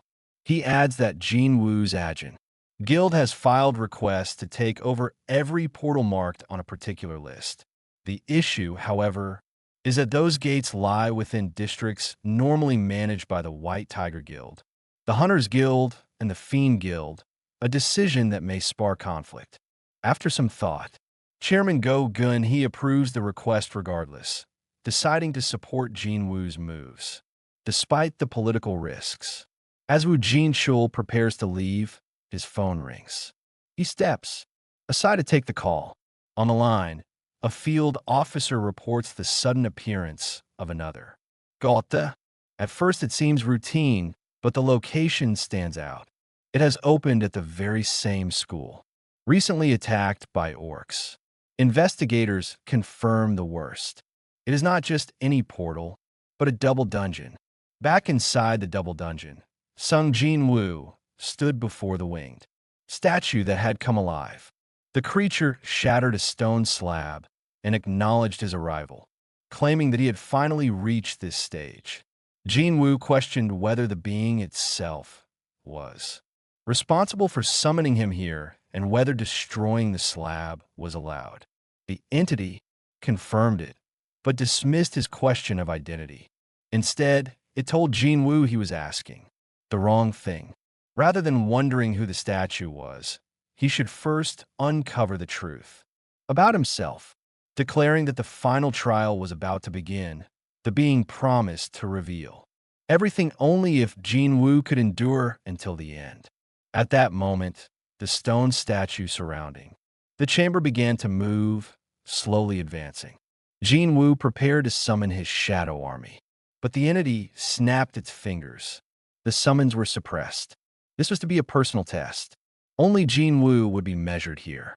His servants were irrelevant. System restrictions followed. Instantly, potions and shop items were locked.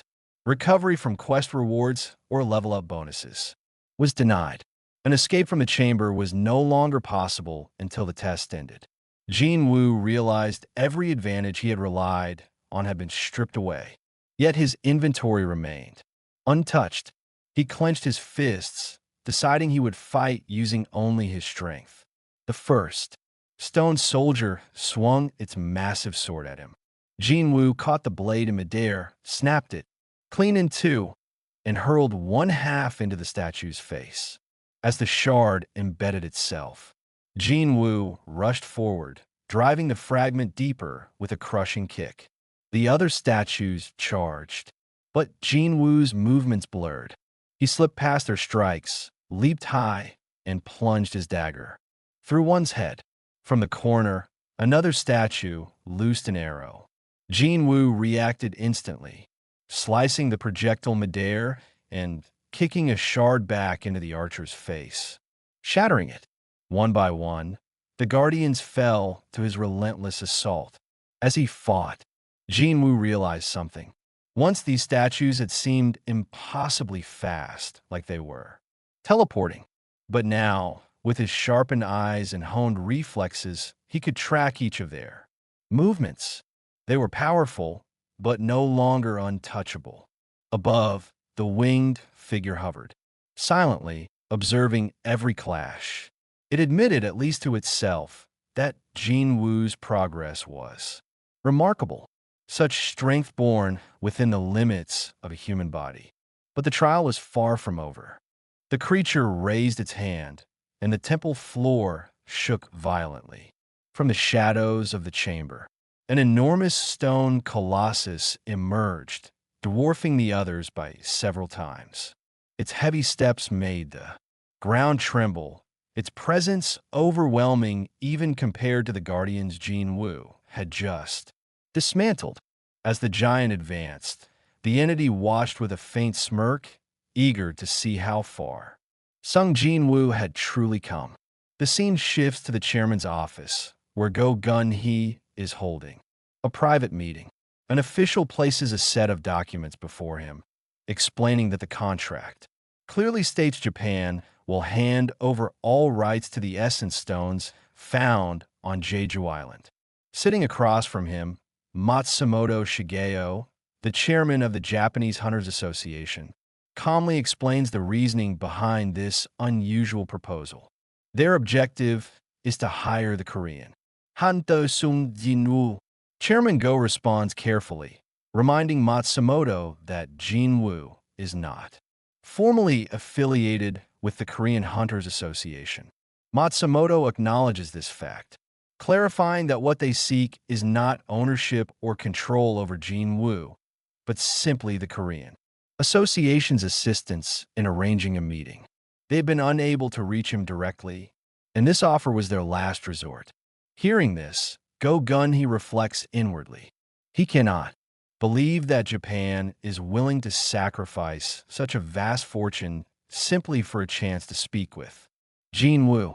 He suspects that their desperation comes from their inability to deal with the looming threat of the massive S-rank gate in Tokyo, especially after the death of their strongest hunter, Go Ruji. After a pause, Chairman Go places the documents back on the table. He then requests to continue the discussion without interpreters present. Speaking in fluent Japanese, he shocks Matsumoto, who stares at him in disbelief. When asked how he knows the language, Go calmly explains that his father had once run a small business in Japan when he was younger. Once the interpreters leave the room, the atmosphere changes. Chairman Go addresses Matsumoto directly, warning him that if this is yet another one of his deceptive schemes, he would do well to end it immediately. Matsumoto looks startled and asks what he means. But Go Gun-hee presses further, revealing that he already knows the Blade Guild has severed ties with Matsumoto. Startled, Matsumoto rises to his feet, demanding to know how the Korean chairman came by this information. Go explains that it was obvious. He had observed how the Blade Guild rejected financial support from the Japanese Hunters Association, choosing instead to rely solely on government subsidies. Once the Blade Guild had been the backbone of the association, under the leadership of Goto Ruji. But with Goto's death, the balance of power in Japan had crumbled, leaving the association weakened and struggling to maintain control. He warns Matsumoto that if the gate in Tokyo is not sealed properly, the entire burden of failure will fall upon him. At that moment, Go Gun-hee produces a recording device. He explains that it once belonged to Goto's team.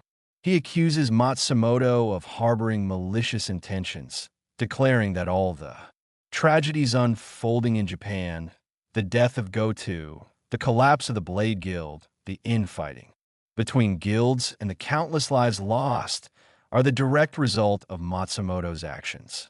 When Matsumoto nervously asks about the device, Chairman Go reveals that it is directly connected to Matsumoto's personal receiver. Without hesitation, he clenches his fist, shattering the device with such overwhelming strength that the table beneath it cracks apart. Go Gunhee then speaks with unwavering resolve. He states that he is not so heartless as to allow an entire nation, and by extension the whole of Asia, to fall into ruin because of the selfish scheming of a single Mun. He ends the meeting by saying that, in the end, Matsumoto will have no choice but to be grateful to Hunter Sung Jinwoo for this one. Meanwhile, back inside the double dungeon, Sung Jinwoo continued his desperate battle against the endless wave of stone creatures. He cut down many of them, yet no matter how many fell, more kept advancing. His attention shifted toward the colossal statue at the back of the chamber, its glowing eyes locked on him. The giant began preparing an attack. Realizing that he couldn't dodge in time, Jinwoo quickly used Commander's Touch, lifting several of the smaller statues and forming a makeshift shield. But the massive beam tore through them with ease, disintegrating the summoned soldiers and shattering the barrier. Jinwoo barely escaped with his life, thinking to himself that a direct hit would kill him instantly, even with his current strength, knowing that the smaller enemies would keep coming unless he dealt with their source. Jinwoo decided to target the larger statue first. The giant lifted its foot and brought it down with devastating force. Jinwoo dashed forward at the last second, avoiding the stomp that left a deep crater in the ground. The statue smirked as if it believed it had crushed him, but Jinwoo reappeared, rushing toward it once more. The statue prepared another deadly attack, but Jinwoo activated Monarch's domain, enhancing his speed, and moved behind a massive figure. Using ruler's authority, he realized the gravitational force he now commanded was stronger than ever. Even with just a small amount of mana, he was able to effect such a massive target. Seizing the opening, he unleashed mutilation, slashing the statue's face with his Demon King's daggers. To his shock, the blades barely scratched its surface. Frustrated but determined, Jinwoo switched tactics. Using brute strength, he targeted a small crevice in the statue's head, grabbed hold, and unleashed a devastating strike. For the first time, a massive creature reacted with panic. From above, the winged entity observed with surprise. The being remarked that Jinwoo had chosen a brutal approach against its carefully crafted creation. But Jinwoo did not stop. He relentlessly hammered his fists into the giant stone creature, pouring every ounce of his strength into a final blow. He declared that he would show what it truly meant to stand at level 103. With a thunderous strike, the massive statue toppled, crashing violently into the ground. Not wasting a moment, Jinwoo leapt down into the horde of smaller stone monsters. They surged toward him, but he spread his hand and used Dominator's Touch, slamming them all into the ground at once. The chamber fell silent as the last of the creatures were wiped out effortlessly.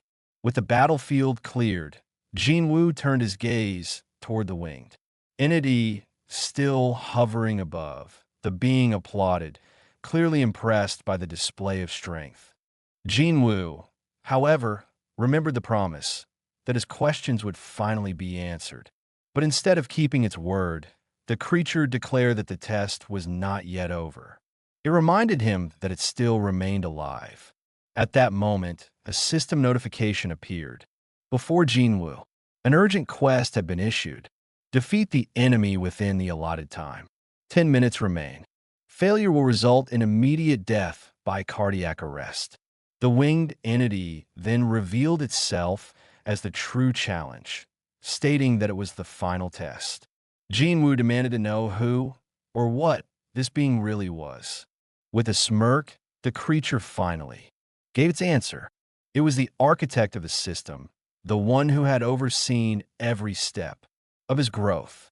It then asked if Jinwoo was satisfied with that explanation. Outside the dungeon, Association Director Woo Jinshul arrived with 7 elite hunters from the Korean Hunters Association.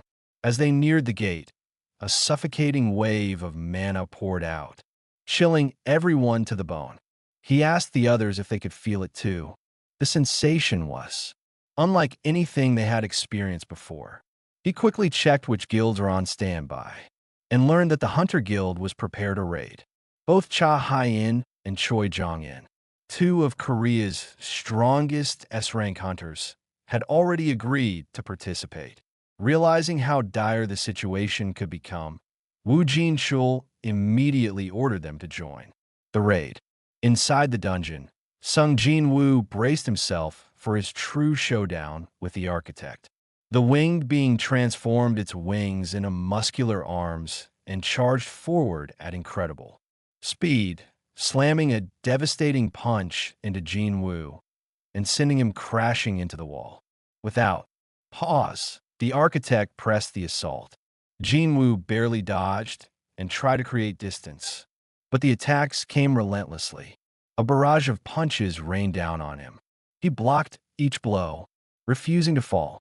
The architect admitted that Jinwoo's defense was impressive, claiming he was exceeding expectations. Then, with a heavy strike to Jinwoo's face, the being thought the fight was finished, only to be stunned when Jinwoo retaliated. The hunter surged forward and delivered a brutal punch that knocked the architect back several feet. A grin spread across the architect's face. For the first time, it admitted it was enjoying a battle against a human opponent. Jinwoo quickly analyzed the situation. The being had invited him here the moment he surpassed level 100, expecting him to be powerless before it. But Jinwoo refused to accept defeat.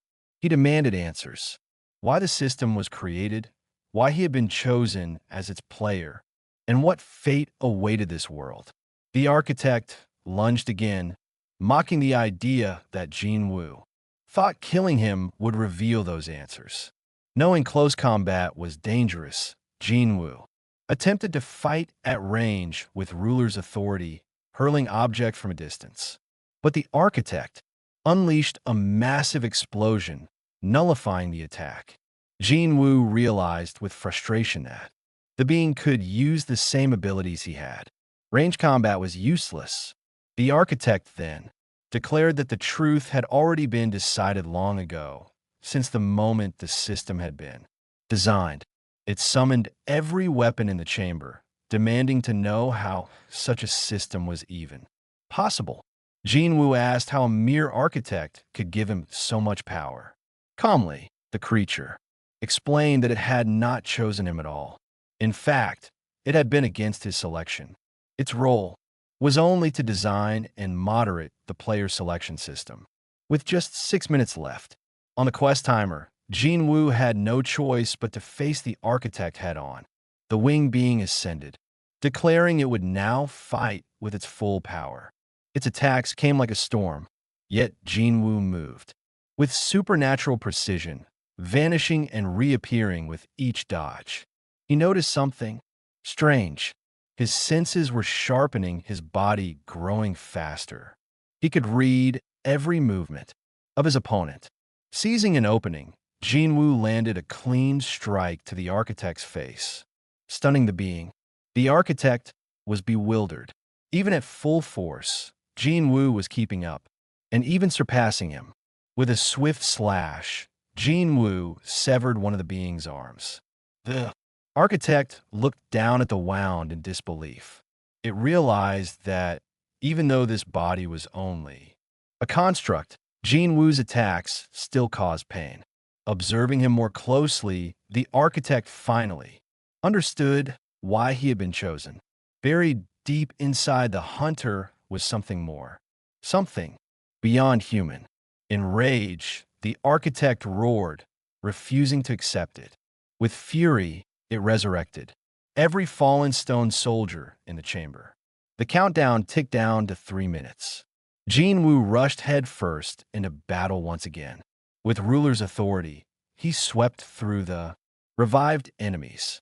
A massive statue swung at him, but he dodged effortlessly and closed the gap toward the architect, striking with overwhelming speed and severing another arm.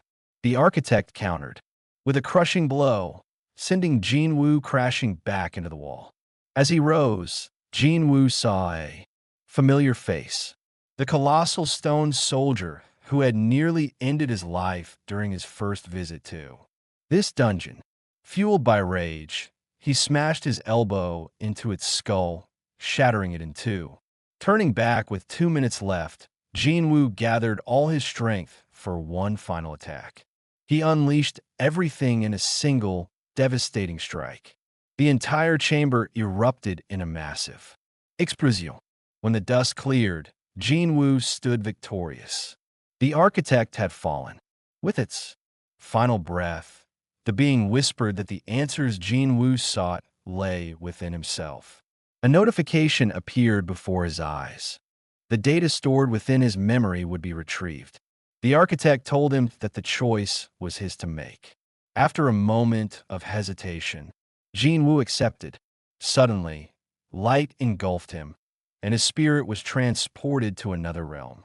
Below him stretched a sight both terrifying and awe-inspiring, an endless army of monsters. The sight left Jinwoo frozen. Every creature in that army was gazing upward, and when Jinwoo followed their gaze, he saw it. A massive gate hanging in the sky, set against a purple backdrop. From ice elves and high orcs to goblins, giants, and countless other monsters, the army stretched endlessly across the battlefield. Jinwoo realized that if such an army ever crossed into Earth, humanity would be utterly destroyed. Then the sky split open. Soldiers clad in radiant armor, with wings like angels, descended from above. These were the Silver Soldiers, the army of heaven. An epic battle erupted between the Silver Soldiers and the endless horde of monsters. The ground shook with each clash. Weapons shattered, armor crumbled, and screams of agony filled the air. At first, the Silver Soldiers held the upper hand, overwhelming the monsters with divine strength. But then the tide shifted. One by one, the Silver Soldiers froze in their advance as a new presence entered the battlefield. Jinwoo felt it. Immediately, the overwhelming aura of a monarch. A shadowy figure stepped forward and raised its hand. Instantly, the fallen monsters began to rise again. Using shadow extraction, the being resurrected the dead into its own army. Jinwoo's eyes widened in shock. This was the Shadow Monarch. An immortal army was born from death itself. The slain monsters returned with blackened blood, their bodies reforged in shadow. Jinwoo trembled as he realized the truth. The monarch's ability to summon was beyond comprehension, an endless tide of shadow soldiers, each more fearsome than the last. The Silver Soldiers, once so dominant, began to falter. The battlefield descended into chaos as shadow and silver clashed violently. The ground split, and the skies thundered with the weight of their war. The Silver Army should have claimed victory, yet with the arrival of a single being, everything changed. Wherever the Shadow Monarch walked, destruction followed.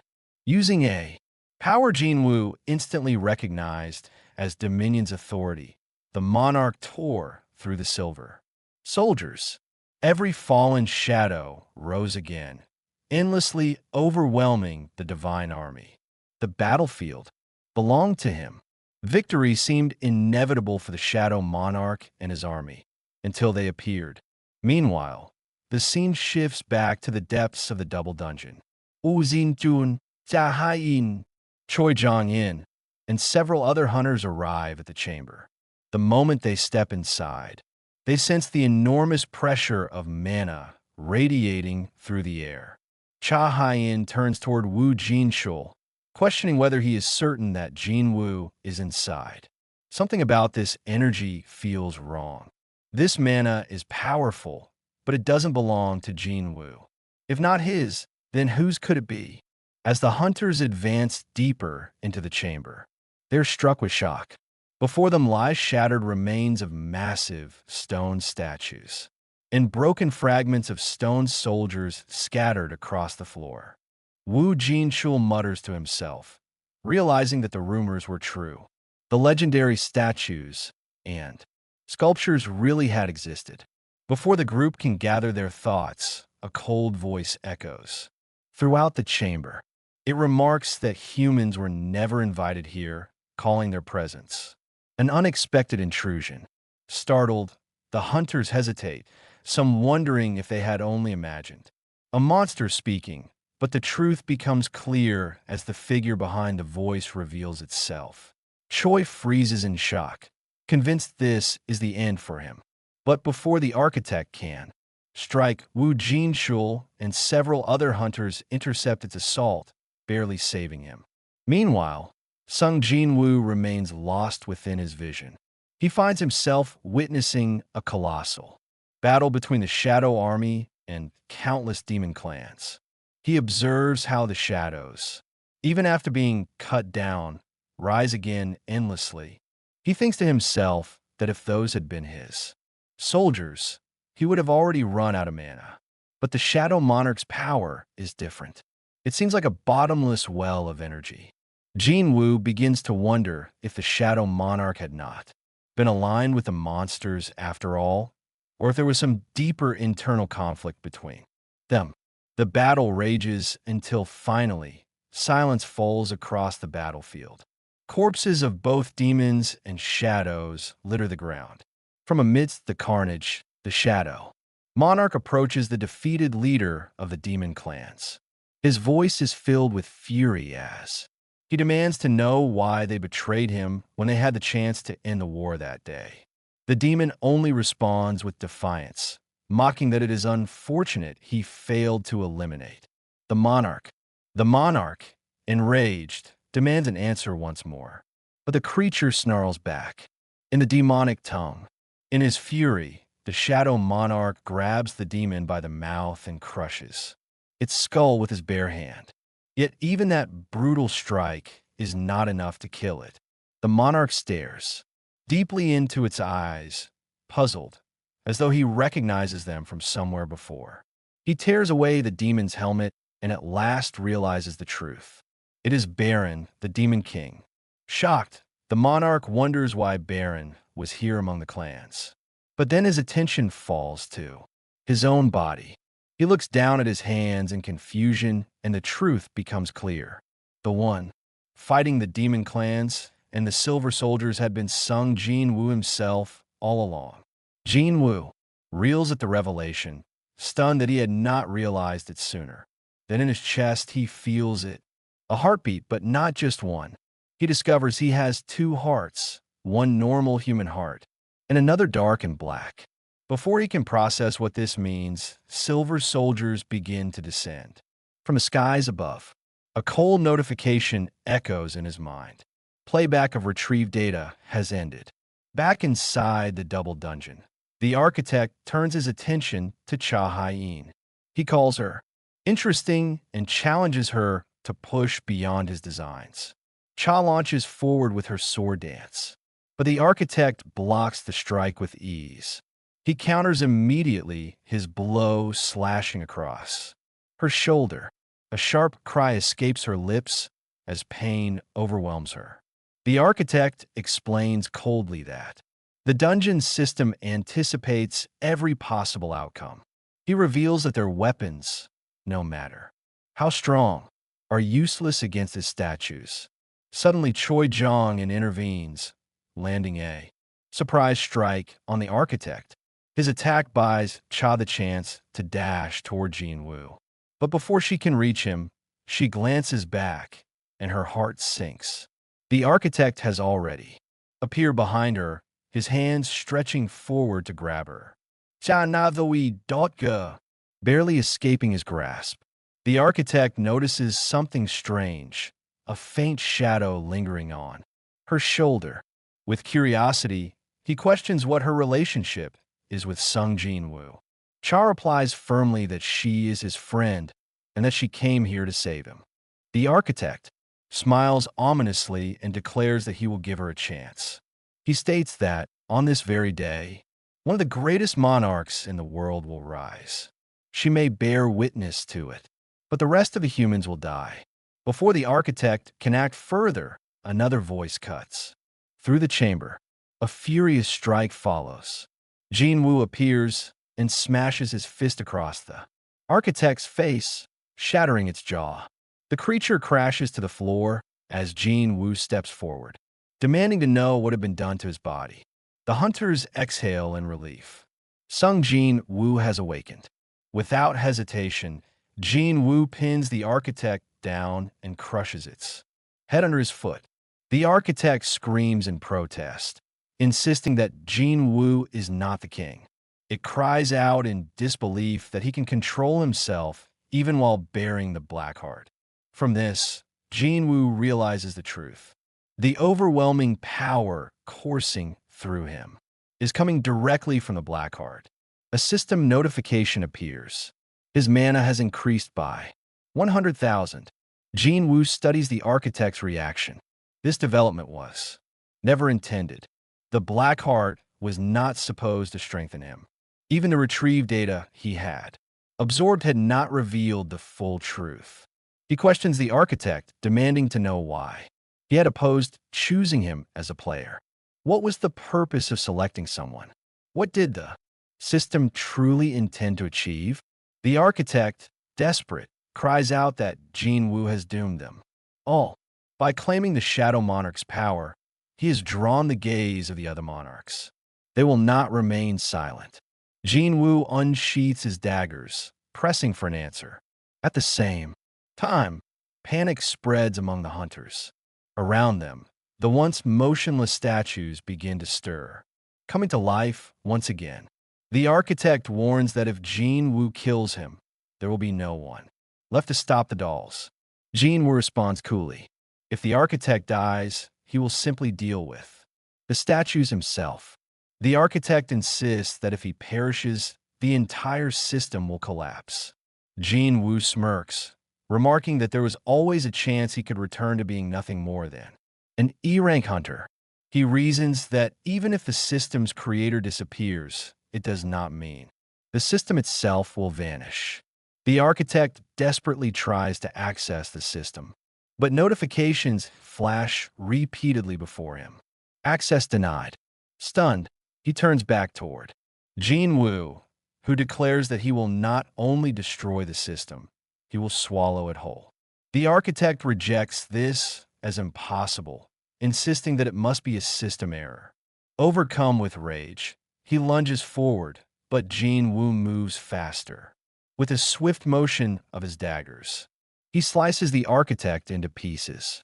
As the fragments of its body collapse to the ground, the architect utters one last prophecy. It warns that when the pillars of fire that hold the heavens are raised, an inevitable death will approach your way.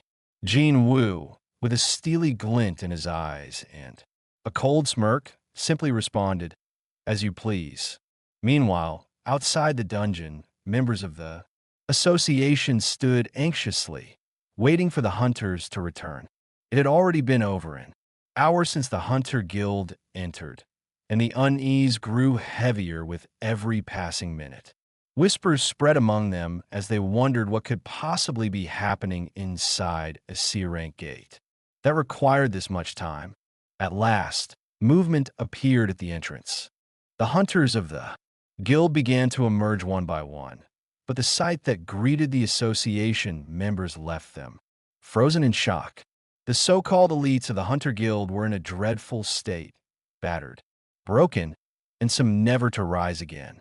Confusion and disbelief filled the air. The question that no one could answer lingered silently among them. What had actually happened inside a C-rank dungeon that could leave S-rank hunters in such a condition? Hunter Wu Jin Cho quickly stepped forward, his expression grim. He turned toward the Bravery Guild members who were present and requested their assistance in moving the bodies of the fallen. Still stunned by the sight, the guild members could only nod in silence before rushing to help. Amidst the chaos, another figure emerged from the gate. Sung Jinwoo walked out quietly, his thoughts heavy. The battle with the system's architect was over, but many questions still lingered in his mind. Even with the architect gone, the mysteries of the system had not yet been unraveled. Once everyone had exited, Wu Jincho approached Jinwoo. His tone was heavy as he reported that nearly 20 of the nation's top elite hunters had lost their lives inside. If the incident had turned into a full-scale dungeon break, the devastation would have been beyond imagination. Unable to contain his curiosity, Wu asked Jinwoo how he had known about the presence of a double dungeon hidden within that particular gate. In response, Jinwoo explained that the dungeon had summoned him there. A message had appeared before him, instructing him to come. Wu asked if they could see this message for themselves, but Jinwoo shook his head. It had been something only he could perceive. The sincerity in his voice and his expression convinced Wu Jincho that this was no joke. He knew Sung Jinwoo was not a man who fabricated stories. At that moment, Cha Haiyan rushed over. Her eyes scanned Jinwoo with concern as she asked how he was holding up. Jinwoo reassured her that he was fine, yet the words had barely left his lips before his body faltered. Suddenly, he collapsed to the ground. The scene erupted into panic as the association members and hunters around him rushed forward, calling out an alarm. The story shifts to Japan, where massive trucks loaded with mana crystals rumbled toward the site of an S-rank gate. The crystals had been gathered in staggering quantities, prepared for a dangerous ritual. Watching the delivery, Hunter Yuri Orlov observed with satisfaction. In his estimation, nearly 200,000 tons of mana crystals were being transported, more than enough to fuel the enormous magic circle he had designed. With a wave of his hand, he activated the formation, weaving a vast barrier around the gate. The structure began to draw in magic power on its own, stabilizing the area. But then Orlov's expression hardened. He sensed something. When one of the men near him asked if something was wrong, Orlov dismissed the concern, claiming the barrier was flawless. Yet he could still feel a presence nearby. Turning sharply, he called out, demanding that the unseen watcher reveal themselves. No response came. A soldier standing beside him wondered aloud what sort of person would be foolish enough to linger near a gate that could break at any moment. To this, Orlov quietly replied that he had never said it was a person. High above on the rooftop of a nearby building, a figure stood in silence, watching. His name was Song Il-hwan. With narrowed eyes, he noted how events were progressing exactly as if they were part of a predetermined tragedy. Meanwhile, Japanese military forces began to surround the gate. Kana, one of the officials present, turned to Sugimoto with unease, asking why troops were being deployed when modern weapons were known to be useless against monsters. Sugimoto explained calmly that if Orlov's barrier failed, the soldiers would be used to stall for time until the first wave of hunters could arrive. Kana's face darkened as she realized the soldiers were nothing more than sacrificial pawns. Sugimoto, however, remained composed. He admitted that those in the association were no different, for in the end, they too stood on the front lines against calamities far greater than themselves. His gaze lingered on the gate as he muttered that humanity was about to witness just how powerless it truly was in the face of such disasters. Back at the gate, Yuri Orlov appeared confident. He believed that if things unfolded smoothly, he alone could handle the S-rank gate. He even entertained the thought of being remembered as the man who cleared an S-rank gate by himself. Yet he admitted begrudgingly there was already someone far more fitting for such a title. With a grin, he uncorked a bottle, preparing to drink in. Celebration. A subordinate behind him warned that it might not be the best time. But Orloff only chuckled, declaring that he would soon put on the greatest show the man had ever seen. He downed the alcohol in one go, calming his nerves. He then turned and asked how many S-rank hunters were on standby for the operation. The answer came quickly, 15. His next question was why the United States had not sent reinforcements. The man reported grim news. An S-rank gate had appeared on the eastern coast of Maryland, while other gates had also emerged in England and India. As the two spoke, the situation worsened. The barrier trembled, and the massive gate before them began to crack, signaling the start of a break. At the same time, far away in Korea, Sung Jinwoo slowly opened his eyes. He awoke in a hospital bed, disoriented, and sat upright. By his side sat Eugene Ho, who had been faithfully waiting for him to wake. Jinwoo asked what had happened. At the sound of his voice, Jinho broke into tears, telling him that he had been unconscious for 3 long days. Without wasting a moment, Jinwoo's thoughts turned immediately to Japan. He asked about the situation at the S-rank gate. The scene shifts to the day of the dungeon break. From the massive gate, colossal figures began to emerge. Giants, monsters so powerful that under normal circumstances, a single one of them would serve as the final boss of an A-rank dungeon. But here, there were many. Confident in his preparations, Hunter Yuri Orlov activated his barrier, drawing upon the massive supply of mana crystals. The giants crashed against the shimmering wall of magic, but the barrier held firm. Orlov grinned, convinced that creatures from mere A-rank gates stood no chance against his magic. But his confidence quickly turned to horror. From within the gate, a giant far larger than the others stepped forward, its weapon gleaming in the light. With a single swing, the monster cleaved through the supposedly unbreakable barrier as though it were nothing but glass. The story then returns to the present. Eugene Ho sat beside Sung Jinwoo's hospital bed, explaining the chain of disasters that had occurred while his Hyang had been unconscious. Elsewhere, Chairman Yu Myung-han stirred awake in his office after a long rest. He turned to his secretary and asked how long he had been asleep. The man replied that it had been 23 hours. They had been prepared to send him to the hospital if he remained unconscious. Beyond 24, just as he had ordered. The secretary then handed over a stack of documents.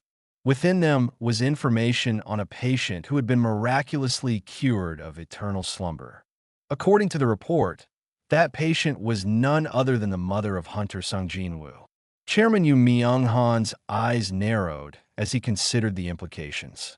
He began to suspect that Jinwoo himself might hold the ability to cure the incurable. Before he could dwell on it further, his secretary announced that someone had arrived to meet with him. A woman entered the office, her eyes immediately focusing on his weakened condition. She asked how long he had been like this. Back in Japan, the devastation of the dungeon break unfolded. Yuri Orlov, the man who had boasted of holding the gate alone, was devoured whole by one of the towering giants. His barrier shattered, his body vanished without a trace. The Japanese military responded swiftly, unleashing every weapon at their disposal. But modern firepower was useless against the creatures of an S-rank gate. Bullets and shells bounced harmlessly off their enormous bodies. Realizing the scale of the disaster, Japan's Hunter Association Chairman Matsumoto Shigeo gave a desperate order. He commanded the remaining S-rank hunters to intercept the giants and halt their advance. Without hesitation, every available S-rank charged toward the battlefield. They targeted the giants' eyes, hoping to blind them, but the monsters proved unervingly fast. Despite their immense size, they moved with shocking agility, dodging attacks that should have struck true. Hunter Kanai, Takeda, watching in disbelief, could hardly comprehend what she was seeing. She wondered how such massive creatures could possibly move with such speed. Meanwhile, back in Korea, Sung Jinwoo sat in his room, watching footage of the battle in Japan. The images of the giants rampaging filled the screen. He reflected grimly that at this rate, just like during the Jeju Island raid, the entire Asian continent could soon be in danger. His thoughts turned to action. He began to consider leaving for Japan to personally deal with the dungeon break. But before he could make a decision, a familiar voice called out from behind him, urging him not to go. It was his younger sister, Sung Jina. Startled, Jinwoo asked what she meant. She explained that she knew he was planning to leave. Jinwoo softened his voice and reassured her. He told her he wasn't going anywhere. Claiming he had been working too hard lately, he insisted that he only planned to rest for a while. He told her not to worry. Later that day, Jinwoo sat outside in a quiet park, lost in thought. He summoned Beru, the Ant King, and asked about the condition of his sister. Beru responded that there was nothing abnormal about her behavior. But Jinwoo wasn't convinced. He suspected she might be suffering from trauma. In the past, Jina had never tried to stop him from entering a raid, except for his very first one, for years ago. The memory weighed heavily on him as he wondered what he should do. As he walked through the park, a sleek car stopped in front of him. Time fast-forwarded, and the scene shifted to an office within the Eugene Construction Guild. Inside, the CEO, Yumi Young-han, rose from his seat to greet Jinwoo. He introduced himself formally and gestured for him to sit. With deliberate care, Yumi Young-han placed a blank check on the desk between them. He explained that he was not arrogant enough to believe money could not buy anything, especially when dealing with an S-rank hunter. He asked Jinwoo to consider it a token of sincerity. Jinwoo studied the check silently. The gesture made him suspicious. Whatever he was about to hear would not be something as simple as a guild invitation. It was confidential. Finally, Jinwoo spoke, asking what exactly Yu Myung-han wanted to buy from him. The CEO's expression hardened as he revealed the truth. He was suffering from eternal slumber, the exact same illness that had once afflicted Jinwoo's mother. Jinwoo asked whether Yu Jinho knew about his condition. Yu Myung-han shook his head, explaining that aside from his personal physician, only 3 people in the world were aware. He had searched everywhere for a cure, finding nothing, until his investigation led him to the only person who had ever recovered, Jinwoo's mother. He did not believe it was a coincidence. With desperation in his voice, the CEO asked Jinwoo for help, vowing never to forget the kindness if his life was spared. As Jinwoo listened, his mind drifted to his sister, Jina. He wondered if perhaps she too might one day need a cure, not for a physical disease, but for the trauma lingering in her heart.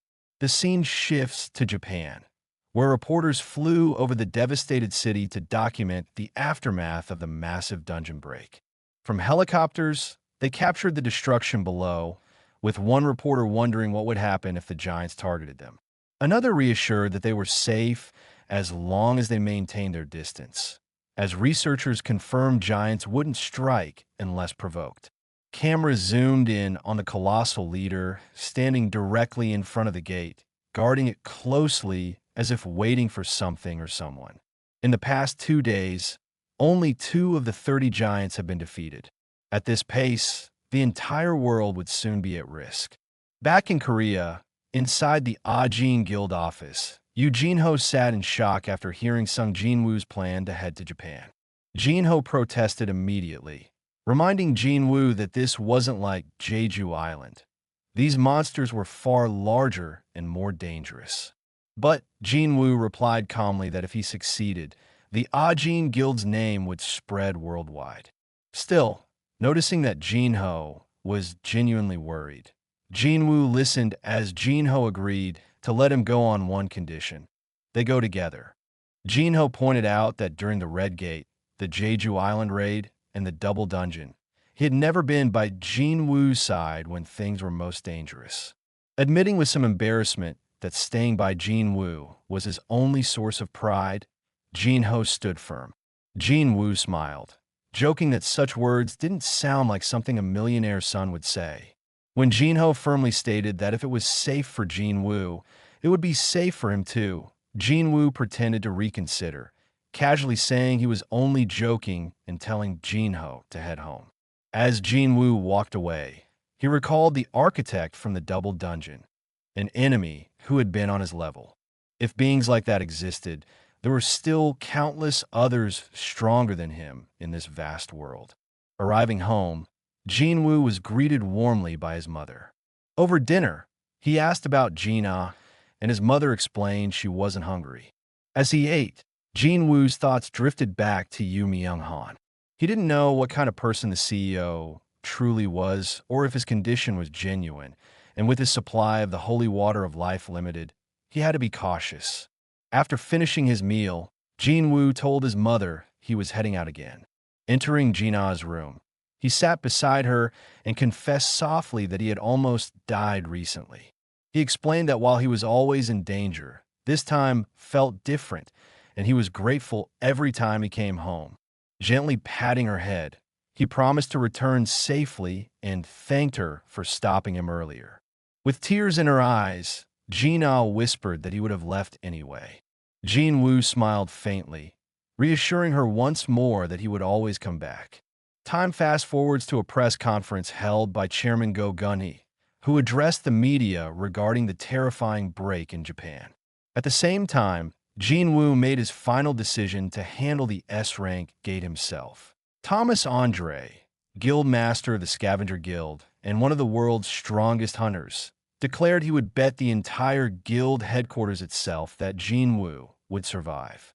Silencing the room, he warned them to worry about their own lives instead, as an American S-rank dungeon break was only a day away. Looking out the window with a grin, Thomas muttered that tomorrow's event in their own land would bring a completely different spectacle. Back in Japan, live broadcasts showed the chaotic battlefield where Ant King Baru's minions swarmed and devoured a giant alive.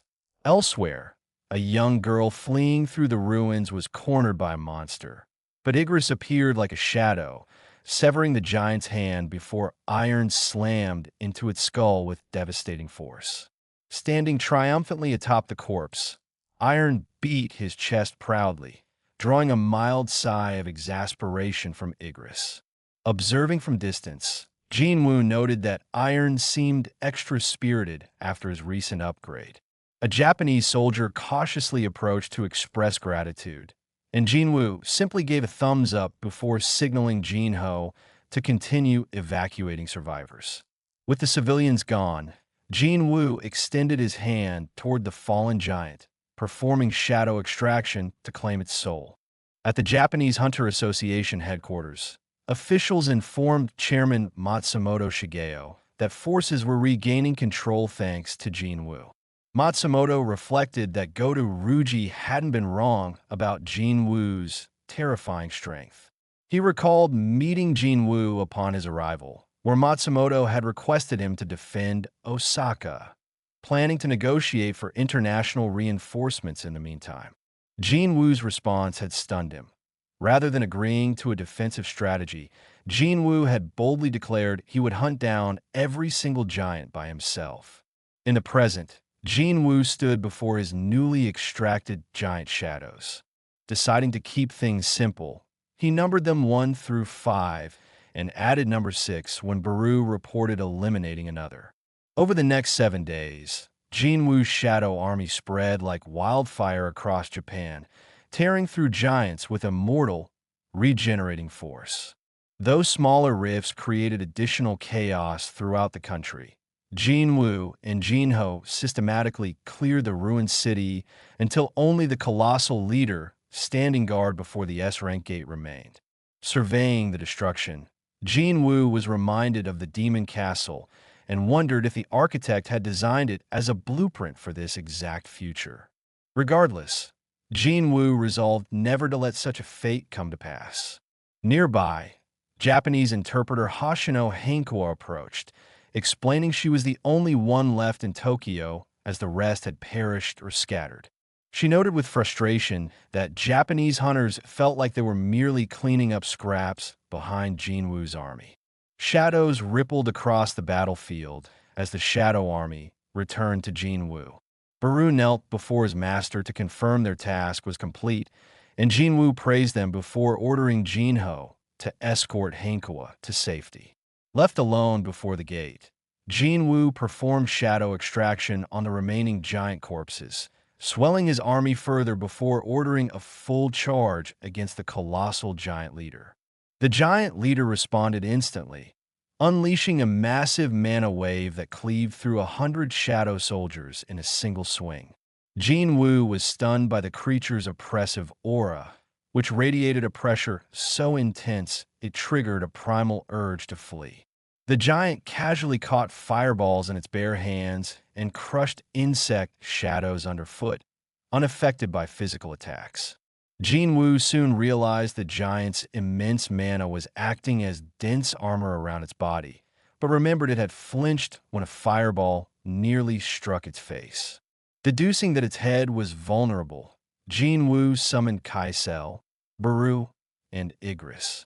Baru sped toward the giant's eyes while Igris, mounted on Kaisel, unleashed lightning magic. Though the giant swatted Kaisel out of the sky, the distraction allowed Jinwoo to close the distance and land a devastating strike across its face. Using ruler's authority, Jinwoo levitated every dagger in his arsenal and rained them down on the giant's head. As Hankoa and Jinho watched in awe from a distance, Jinwoo slashed through the giant's eye, allowing Baru to slip directly into its skull to tear it apart from within. With one final shudder, the colossal giant collapsed, and a system notification appeared. You have defeated the enemy. However, Jinwoo's sharp instincts warned him something was wrong. There was no message declaring the dungeon cleared, nor was there any black smoke rising from the corpse to allow shadow extraction.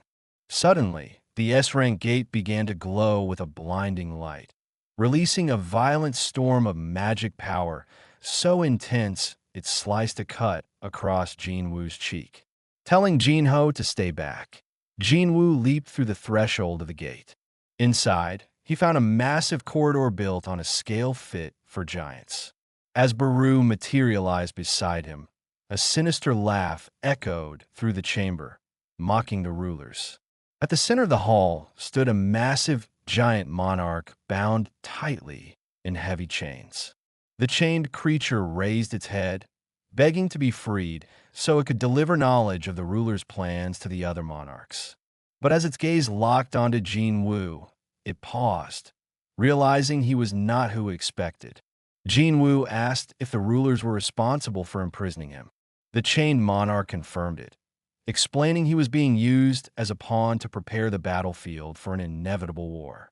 Realizing this intelligent creature possessed unique knowledge, Jinwoo pressed the chained monarch to reveal everything he knew about the rulers. The giant replied that they were the ancient enemies of the monarchs. Jinwoo's mind raced. If the rulers were enemies of the monarchs, did that make them his enemies as well? He pressed further, asking if the heavy chains binding the giant were proof of his identity as a monarch. The giant nodded, revealing his true name, Ligia, the monarch of the beginning and king of giants. He warned Jinwoo that both rulers and monarchs sought his life, and with his current strength, Jinwoo was not yet ready to stand against either side. To survive, he would need allies and power. When Jinwoo demanded proof of his words, Ligia began chanting in an ancient tongue. A system notification flashed before Jinwoo. The monarch of the beginning has activated the skill Oath of Trust. Accepting the pact, Jinwoo felt the weight of the contract bind them. Neither he nor Ligia could speak a single lie until the oath was annulled. Ligia asked for freedom once more, promising to aid Jinwoo against his enemies. Jinwoo attempted to respond with false assurance, but found himself unable to speak the lie under the contract's power. Ligia explained this was the nature of the binding oath. Curious, Jinwoo asked why Ligia could speak with such clarity, unlike the mindless monsters pouring out of dungeons. Ligia realized Jinwoo was referring to the creatures of chaos, prisoners of the rulers whose minds had decayed into savagery after endless imprisonment. He, however, was a king who had retained his sanity through countless years in chains, waiting for this moment of release. Jinwoo then asked if the silver-winged soldiers were also part of the ruler's forces. Ligia confirmed it, adding that the rulers were already preparing for a war against the monarchs.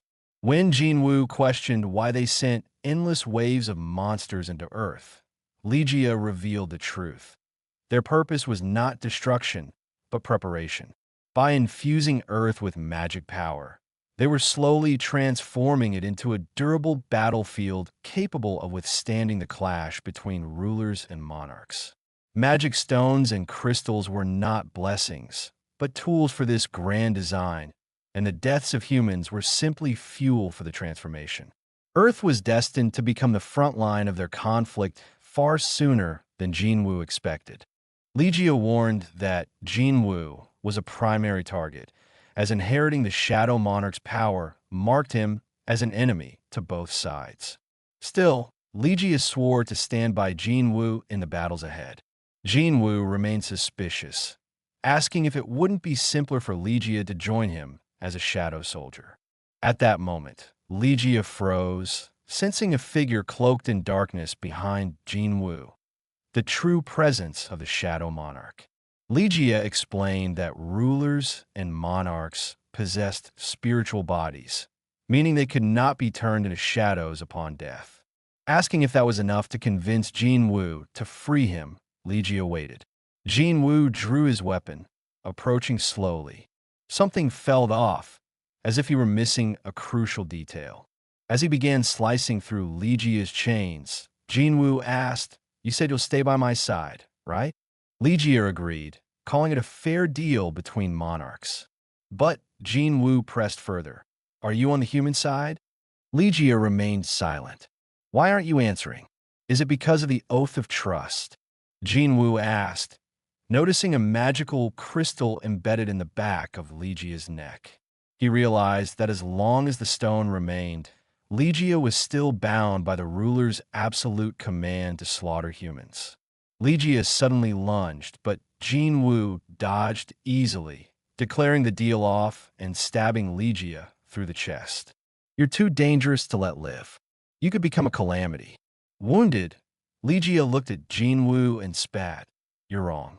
The true calamity is you." He tried to strike again, but Jinwoo was faster, landing a lethal counterblow. Using his final breath, Ligia cursed him. "As the battles between Earth and chaos grow frequent, this world will become a war zone. I pray everything you hold dear turns to ash." Jinwoo delivered the final strike, replying, "It won't go as you hope." A system notification appeared. "You have defeated the monarch of the beginning, Ligia. A massive amount of experience has been earned, which may take time to process." Picking up a piece of broken metal from the chains, Jinwoo muttered, "Too bad I couldn't get a shadow soldier, but I'll take this as a souvenir." As he stepped out of the dungeon, another message flashed. "You have reached level 122. The scene shifts to America, where a helicopter descended onto a private estate. Director David Brennan of the Hunter Bureau stepped out alongside Madame Selner, the mysterious prophet. They were greeted by Christopher Reed, one of the world's 5 national-level hunters. Surprised by the unannounced visit, Christopher noted he hadn't expected guests. Director Brennan requested privacy, and Christopher instructed his staff to ensure no one approached his office. Once seated, Christopher made it clear he had no intention of joining the S-rank gate raid on the East Coast. Madame Selner calmly assured him their visit wasn't about the gate, her expression turning grave as she delivered a chilling warning. Christopher's life was in grave danger. Christopher froze in disbelief before anger flashed across his face. Though he respected Selner's past gifts, he insisted they weren't close enough for such a tasteless joke, demanding to know who could possibly target him. Selner remained steadfast, explaining she had a vision of him surrounded by powerful figures, his life fading. Christopher dismissed it as nonsense, unable to believe she came all this way over a dream, reminding her that as a national-level hunter, no one on Earth could kill him. He eventually paused, asking hypothetically who he should turn to if her vision were true. Selner answered without hesitation. Sung Jinwoo was the only person who might be capable of protecting him. Back in Japan, Jinwoo emerged from the dungeon, reflecting that killing Legio was necessary to prevent a disaster. News rapidly spread globally that all the giants in Japan had been eliminated, sparking international speculation about Jinwoo becoming a new national-level hunter. Unlike the Jeju Island raid, the entire world was now watching him. Meanwhile, in China, the last surviving giant that had crossed the sea was slain by Liu Jigang, China's top national-level hunter. In Japan, scandal followed victory as Matsumoto Shigeo, head of the Japanese Hunter Association, turned himself into authorities to take responsibility for his betrayal during the Jeju Island raid. In the United States, hunters gathered for a lavish celebration after clearing an S-rank gate. Scavenger Guild members chatted among themselves until America's strongest hunter, Thomas Andre, arrived. Towering and confident, Thomas playfully teased his members about a wager regarding Jinwoo's survival. When his assistant Laura provided an update on the upcoming International Guild Conference, one name caught Thomas's attention: the Ajin Guild, represented by Sung Jinwoo. Thomas's playful demeanor instantly shifted into intense focus, realizing Jinwoo would soon be arriving in America. In Korea, Jinwoo cleared the remaining gates across the city, adding several giants to his growing shadow army. Yu Jinho watched in satisfaction as onlookers stood in awe of Jinwoo's power. Hankawa approached, handing Jinho a phone. It was a call from Jinho's mother, who sounded deeply shaken over a family emergency. Jinwoo urged Jinho to return home immediately. Upon landing in Korea, Jinho was met by his father's assistant, who drove him directly to the hospital. The assistant grimly explained the situation before bringing Jinho to his father's room. Chairman Yu Myung-han lay unconscious in a hospital bed, afflicted with eternal slumber. When Jinho tried to rush inside, the assistant stopped him, warning that an awakened hunter's unrefined mana could worsen the chairman's fragile condition. Instead, the assistant handed Jinho a notebook, a document Chairman Yu Myung-han had been meticulously working on right up until the moment he collapsed. At first, the assistant had kept the notebook aside in hopes the chairman would wake up to ask for it, but now it seemed more fitting for Jinho to have it. Opening the notebook, Jinho's eyes blurred with tears. The pages were filled with clippings of newspaper articles, every single one about him and Sung Jinwoo. Jinho managed a faint smile through his tears, realizing his father still had the same old habit of collecting clippings of everything that mattered to him. The assistant added gently that the book contained more than just articles about Jinwoo. Inside were newspaper features of Jinho's own achievements as well, his competitions, exhibitions, and even his recent business ventures. His father had kept all of them. The assistant explained softly that it wasn't a lack of love. The chairman's expectations had simply been as immense as the love he felt for his son. Wiping his eyes, Jinho listened silently as the assistant suggested returning to the residence. As they began to leave, Jinho paused, suddenly feeling as though someone was nearby, watching him. Turning around, he saw nothing. The assistant asked if something was wrong, but Jinho shook his head and replied it was nothing before continuing on. Unbeknownst to him, Jinwoo had been there all along, hidden under the cloak of stealth. Standing silently in the hospital room, he gazed at Jinho's unconscious father, whispering softly that the scene was making him emotional. Then, he produced a bottle of the holy water of life and carefully opened it. Outside the hospital, Jinho's sister, had just arrived. As she entered the building, she briefly crossed paths with Jinwoo, who slipped past her quietly. Not recognizing him, she continued on her way to see her father. When she entered the room, she froze in shock. Her father was sitting upright in bed, awake and looking at her. Overcome with emotion, tears streamed down her face as she rushed to his side.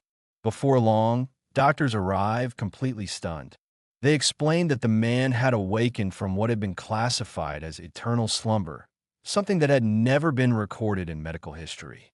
One doctor muttered in disbelief, unable to imagine how the media would react once the news broke. Outside, Jinwoo walked calmly down the street, murmuring to himself that it was a little early, but wishing Jinho a happy birthday nonetheless. Checking his shadow exchange ability to return to Japan, he saw the cooldown showed 1 hour and 54 minutes remaining. With time to spare, he wondered how to pass the next 2 hours. For a brief moment, the thought of Cha Han crossed his mind, but he quickly brushed it aside and decided instead to search for a dungeon to raid while he waited. Meanwhile, across the ocean in the United States, Christopher Reed, one of the world's national-level hunters, was asleep in his home. Suddenly, he stirred awake, his instincts warning him something was wrong. Rising to his feet, he moved through the silent halls of his residence. The stillness was unsettling. He picked up a wine glass and hurled it to the ground. The glass shattered, but not a sound followed. His expression hardened as he realized something unnatural was at play. Muttering to himself that the glass had broken without sound, he knew someone was interfering. Christopher remembered Lady Selner's warning and thought back to the business card Michael Connor had once given him, containing Chairman Go Gunny's contact information, telling him to reach out if he ever sensed anything strange. Now Christopher began to wonder if Michael had already foreseen this very moment. His thoughts were interrupted as a figure appeared before him, a mysterious man flanked by several others lurking in the shadows. Christopher demanded to know who they were. The man answered cryptically, saying Christopher would never be able to protect anything so long as he continued siding with humanity, referring to him as a fragment of brilliant light. Hearing them speak in the language of monsters, Christopher's fury grew as he demanded answers.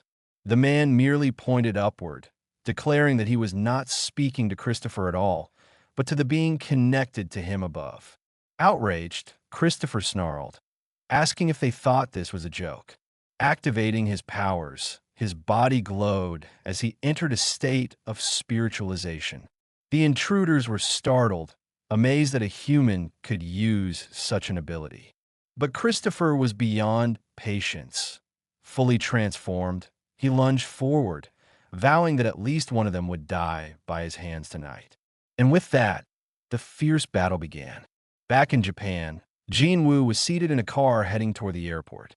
Outside, enormous crowds of more than 100,000 people had gathered, cheering and expressing their gratitude to honor the man who had saved their country from complete annihilation. Later, once the plane took off, Jinwoo sat quietly, reflecting on the strange odds of coincidence as he looked at the man seated beside him, Agent Adam White. Jinwoo asked if this meeting was really just chance. Adam admitted it would be nice if Jinwoo thought so, though it was hard to believe, reminding him they had only met once before. Baru's voice echoed from the shadows, reminding Jinwoo not to forget the man's name this time. Jinwoo then questioned why Adam was here when negotiations had already been halted. Adam admitted it was improper to bypass official channels, but explained he had something important to share. Jinwoo asked if the United States had failed to stop the S-rank gate, but Adam reassured him the situation had already been resolved. To explain further, Adam showed Jinwoo a video of a house engulfed in flames while firefighters desperately tried to extinguish it, a fire so abnormal that no method could suppress it. When Jinwoo asked what he was being shown, Adam urged him to keep watching. It was then revealed that Christopher Reed, one of America's national-level hunters, had caused the fire, requiring 1,800 firefighters and 14 elite hunters to contain the flames. Realizing a massive battle must have taken place, Jinwoo asked if Christopher had been defeated. Adam confirmed the shocking truth. Christopher Reed had been killed. The agent then produced a photograph, stating this was the person the Hunter Bureau believed to be the primary suspect. Suddenly, Adam was lifted into the air by an invisible force as Jinwoo's fury surged. Jinwoo demanded to know if this was some kind of joke, warning that Adam wouldn't walk out of the plane alive if it was. The other agents prepared to intervene, but Adam quickly stopped them, gasping for breath as he clarified that the person in the photograph had emerged from a dungeon and might not be who they thought he was. Jinwoo ordered him to explain. Adam revealed that the suspect's magic power was identical to that of monsters, and during an interrogation, he had attacked an S-rank hunter. Reminding Jinwoo of the explosion at the Hunter Bureau headquarters several months earlier, Adam asked if Jinwoo realized this had something to do with his father. Jinwoo let Adam go. Gasping for air, Adam continued, explaining that the suspect had knocked out Bureau hunters during that incident and vanished without a trace. Adam admitted he understood how difficult this was, but insisted the suspect matched every requirement to be considered responsible. When Jinwoo demanded to know why he was being shown the picture, Adam explained that at the upcoming International Guild Conference in New Bern, the Hunter Bureau planned to distribute wanted posters of this man publicly. Adam had come in person to warn Jinwoo, so he wouldn't be shocked to see his father's face displayed on a screen at the event. Jinwoo sat in silence, shaken by the revelation. His father, Sung Il Hwan, missing for 10 years, had returned, but the Bureau now considered him a monster. One of the accompanying agents asked Adam about his condition after being lifted by Jinwoo's power. Adam assured them he was fine, but couldn't hide his astonishment. Telekinesis was usually limited to moving small objects, but Jinwoo had demonstrated ruler's authority on a level only national-level hunters possessed. To Adam White, the truth was undeniable. Sung Jinwoo was indeed the 6th national-level hunter, a fact he knew he had to report to the vice director immediately. A few days later, the official list of guilds invited to the International Guild Conference was released, with the newly formed Ajin Guild included among them. During a press event, reporters turned to Choi Jong-in, master of the Hunters Guild, for his thoughts. Choi explained that the American Hunter Bureau had made the obvious choice, noting that having fought alongside Jinwoo during incidents like the Jeju Island raid, he knew the Ajin Guild's strength could rival any guild in the world. When asked about his own disappointment since the Hunters Guild had always represented Korea in the past, Choi admitted it was unfortunate not to travel, but felt pride rather than resentment. He pointed out that in moments of despair, Sung Jinwoo was the one hunter in Korea everyone could trust without hesitation. After concluding the interview, Choi headed toward his car, where a guild member stopped him with an update. They had successfully reserved an A-rank gate that appeared in Suseodong. Curious, Choi asked whether the Ajin Guild had also requested this raid. His subordinate shook his head, explaining that the Ajin Guild had been unusually quiet lately. At the Korean Hunters Association, Woo Jinchul delivered a report to Chairman Go Gun-hee. China had submitted an official request for information on Sung Jinwoo. When the chairman asked if they were seeking private records, Woo clarified that the inquiry was limited to public data, raid logs, and news articles. Chairman Go found the timing odd. Jinwoo had already rejected scouting offers from major foreign powers, so why the sudden interest from China? Woo explained that the request hadn't come from the Chinese government, but directly from Liu Jigang, the nation's strongest hunter. Go considered this carefully. China didn't follow the international ranking system. While 5-star hunters were typically their highest classification, Liu Jigang was treated as a 7-star hunter in practice. Wu elaborated that Liu had single-handedly slain a giant that crossed into Chinese waters. And after learning that Jinwoo had eradicated the giant crisis in Japan, Liu wanted to gauge his capabilities. Chairman Go's decision was firm. The request would be denied, or at most, answered with only superficial details. In the United States, Laura informed Thomas Andre that Sung Jinwoo would be arriving the following day. At that moment, Huang Dongsu entered the room. Before Huang could speak, Thomas cut him off, laying down an absolute rule. Under no circumstances was Huang to touch Sung Jinwoo once he arrived. Huang tried to protest, but Thomas's overwhelming presence crushed his voice, sternly reminding Huang that he hadn't been given permission to speak. Laura watched silently, noting how few hunters could command such authority over Huang. Thomas repeated the order and instructed Huang to take a mandatory vacation at the guild's resort for the duration of the conference. As Huang left, Laura asked if it was wise to let him go, doubting he had truly abandoned his grudge. Thomas replied without hesitation that Huang would choose being uncomfortable over being dead, but ordered Laura to keep a close eye on him until Jinwoo returned home. At the venue for the International Guild Conference, the world's elite guilds gathered. Among the arriving guests were Leonard Nierman, representative of Germany's Richter Guild, and his vice master. Spotting a massive crowd of reporters, Leonard wondered why the press turnout was so unusually large. His vice master explained that everyone was waiting for the famous Korean hunter expected to arrive today. Looking across the entrance, they spotted Sung Jinwoo, accompanied by Eugene Ho and Woo Jinchul. Leonard considered approaching to introduce himself, but as he drew closer, his expression stiffened in terror. To Leonard's perception, Jinwoo was no ordinary summoner. His shadow army was already present, standing around him in silent, overwhelming numbers. To bring such power into the country, Leonard thought, made it look as though Jinwoo had come to declare war.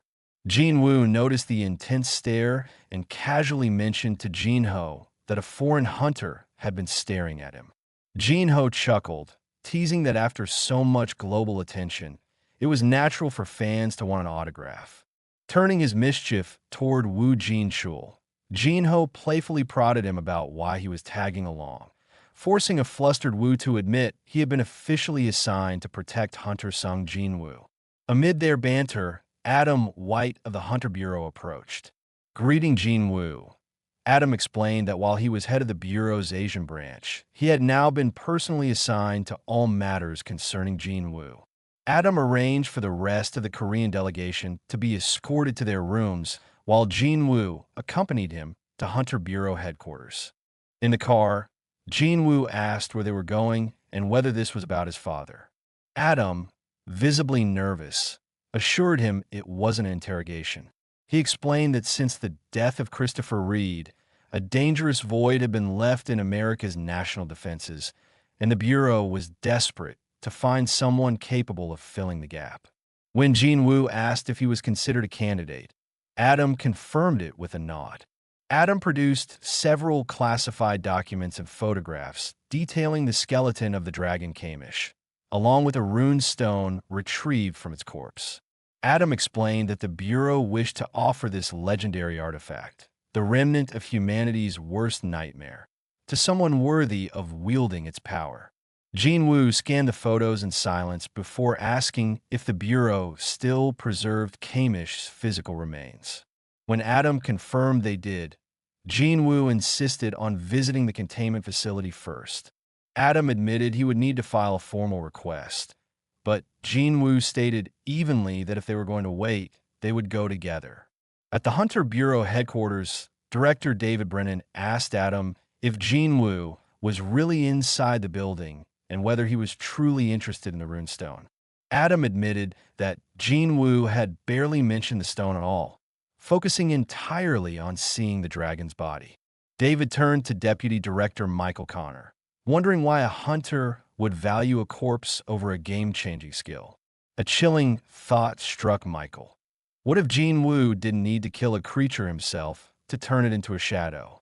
The two men exchanged panicked looks, realizing that if Jinwoo could reanimate Kamish, his power would surpass human comprehension.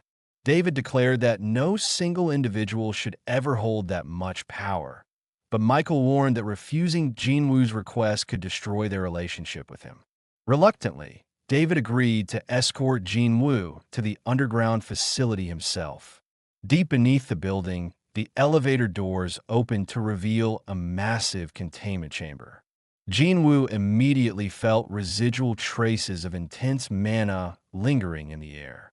Standing before the colossal remains, David explained that Kamish had been preserved exactly as it fell after being defeated by the 5 national-level hunters. Stepping forward, Jinwoo instructed everyone to stand back and activated his skill, Shadow Extraction. Shadow Extraction has failed. He tried a second time. Black mist surged into the chamber as the dragon's massive bones rattled and quaked. A towering spectral shadow emerged, its sheer power causing the facility's structures to buckle. The resurrected dragon opened its eyes, its voice echoing through the vault. "Are you the one who has summoned me? King of the dead, Shadow Monarch." Panicking, the dragon misidentified the surrounding humans and roared in rage. "Humans? I will kill them all."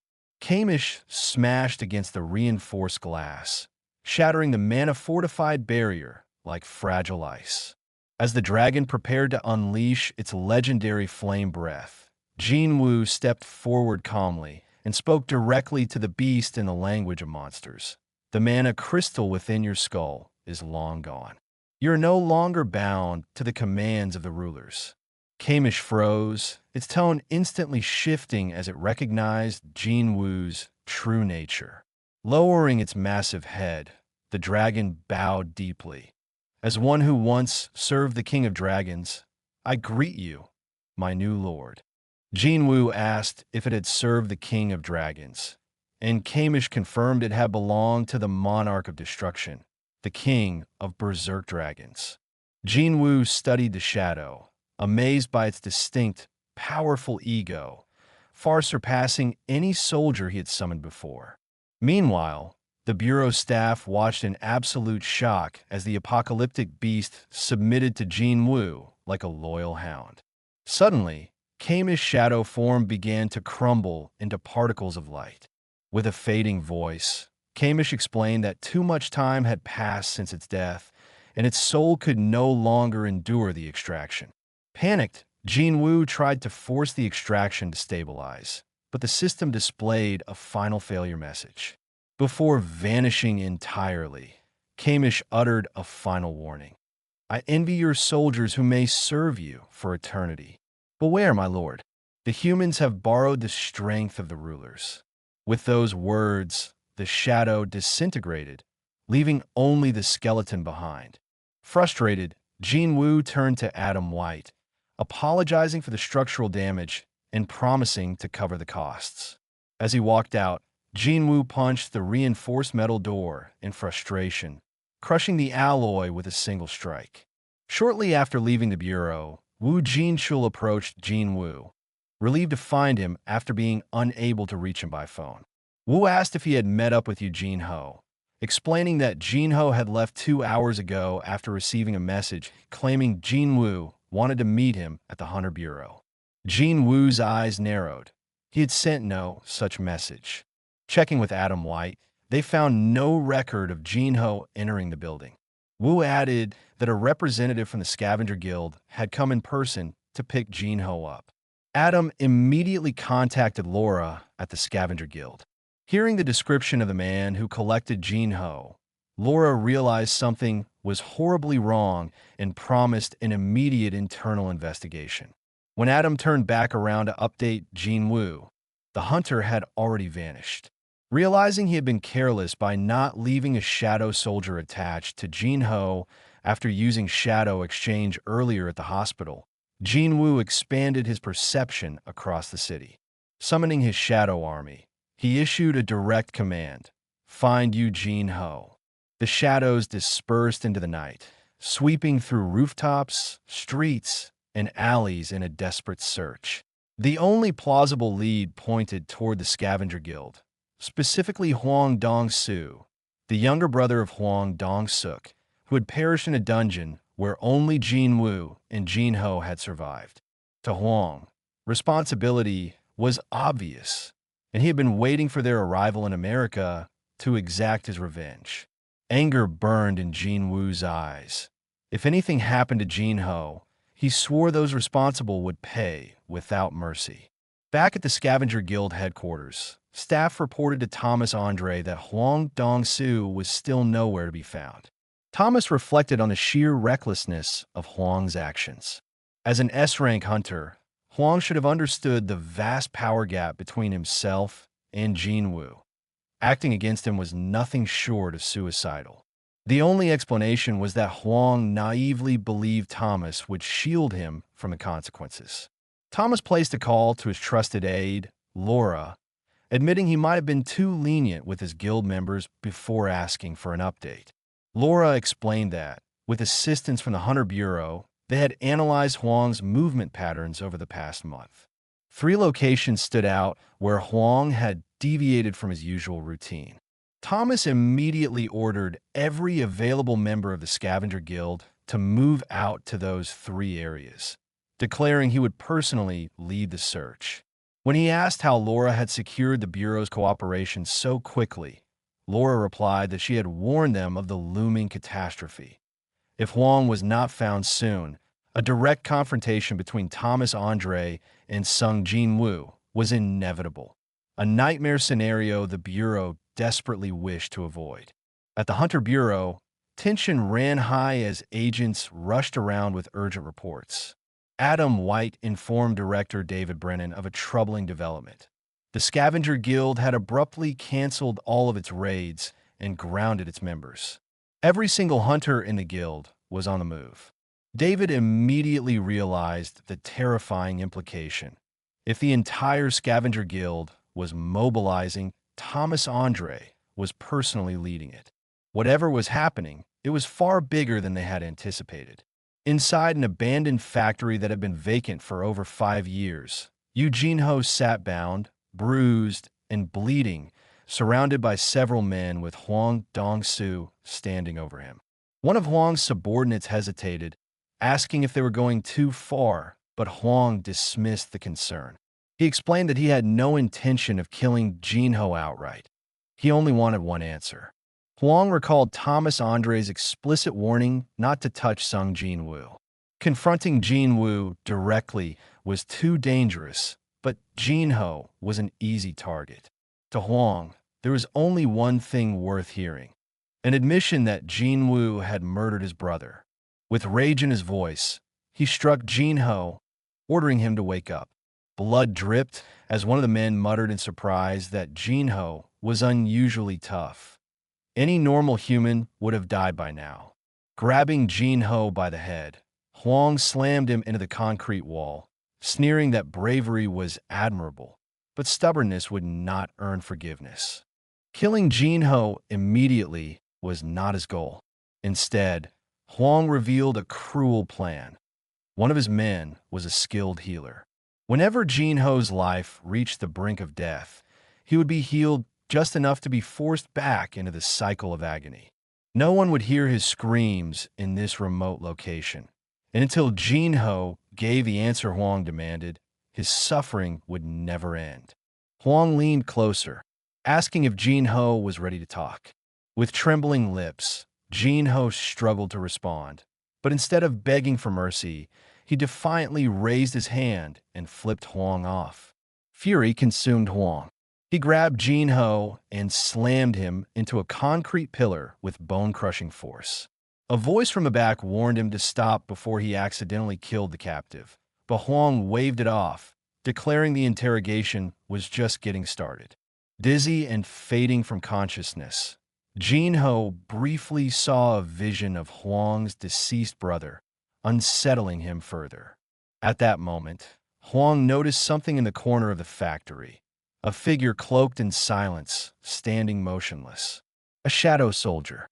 Confused, Huang ripped off his jacket and narrowed his eyes, wondering if a dungeon break had occurred. Snarling that he didn't have time to waste on a random monster, Huang charged straight toward the shadow. Back in Korea, Sung Jinwoo's mother and sister sat glued to the television. His mother, visibly worried, wondered aloud whether Jinwoo was safe. From the doorway, the shadow soldier Baru listened, thinking to himself that if there were anything his liege could not endure, then no one on earth would ever be safe. The family watched in silence as the news feed announced Jinwoo's arrival in the United States. Suddenly, Baru's expression tightened as a familiar, dangerous aura flared across the distance. He recognized it immediately. His king was furious. On the streets of the United States, a fleet of vehicles tore through traffic as members of the Scavenger Guild raced toward their targets. In the lead vehicle, Thomas Andre suddenly ordered the driver to stop, knowing the situation had already escalated beyond a simple search. Kicking his door open, Thomas strode out, telling his men to move quickly while he headed straight to the site on foot. As he vanished into the distance, one subordinate muttered that the guild would be buried in compensation claims for traffic damages the next day. At the abandoned factory, Huang Dongsu took a brutal, sudden blow to the stomach that sent him sprawling across the floor. Jinho watched, for a moment allowing himself to believe he was saved. The real rescuer was Sung Jinwoo, who had tracked the location through a shadow soldier and executed shadow exchange with an orc shadow to intercept Huang's attack. After throwing Huang clear of the building, Jinwoo rushed to Jinho's side and attempted to administer the holy water of life, but a system notification interrupted him. Healing items cannot be used on a target whose HP has fallen below 10%. Frustrated, Jinwoo scanned the area and turned sharply to the two men standing nearby, demanding to know if either of them was a healer and ordering them to treat Jinho immediately. One of the men, shaking uncontrollably, stammered that he couldn't understand Jinwoo's language. Huang, having recovered, stumbled back into the room and sneered to his subordinate. "He's asking you to heal the guy." Huang pushed forward, tried to needle Jinwoo by suggesting this was their first face-to-face meeting. Ignoring him completely, Jinwoo repeated his command for a healer. When one henchman protested that they needed to consult their boss first, Jinwoo seized him by the face and slammed him against a steel pillar. Turning to the second man, Jinwoo asked directly whether he possessed healing magic. The man panicked, crying out that he hadn't signed up to deal with Sung Jinwoo. When he admitted he couldn't perform healing, Jinwoo knocked him unconscious to the floor. Seeing Jinwoo's overwhelming power, Huang stepped forward and accused him directly of killing his brother. Weak and fading, Jinho tried to warn Jinwoo to be careful, but Jinwoo told him to remain quiet and save his strength. Huang demanded to know whether Jinwoo had killed his brother and the rest of their strike team. Jinwoo replied coldly, "Go ask your brother yourself." Enraged, Huang lunged with a full power strike, but Jinwoo easily dodged and countered, sending Huang crashing through the wall and out of the building. Before Huang could even stand, Jinwoo was already standing over him, calm and immovable. Huang attempted another strike, but Jinwoo pinned him to the ground and began repeatedly slamming Huang's head into the concrete. At that moment, Thomas Andre arrived on the scene and shouted for them to stop. He scolded Huang for disobeying his explicit warning, then turned his attention to Jinwoo, demanding to know if Huang was still alive. Jinwoo replied without hesitation that he wasn't finished yet. Seeking to de-escalate, Thomas offered a bargain. If Jinwoo released Huang, Thomas would overlook the incident and let the matter slide. Jinwoo asked what would happen if he refused. Thomas's temper flared as he made it clear that refusal would turn the offer into an order, and an order backed by force.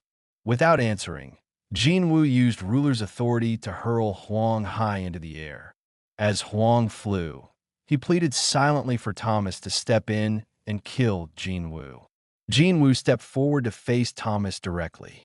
Thomas warned him that perhaps he didn't realize who he was standing against, but Jinwoo dismissed the threat, stating that Thomas's identity changed nothing about what had to happen. Thomas was taken aback, realizing Jinwoo knew exactly who he was and yet showed not a trace of fear. A flash of Thomas's past crossed his mind.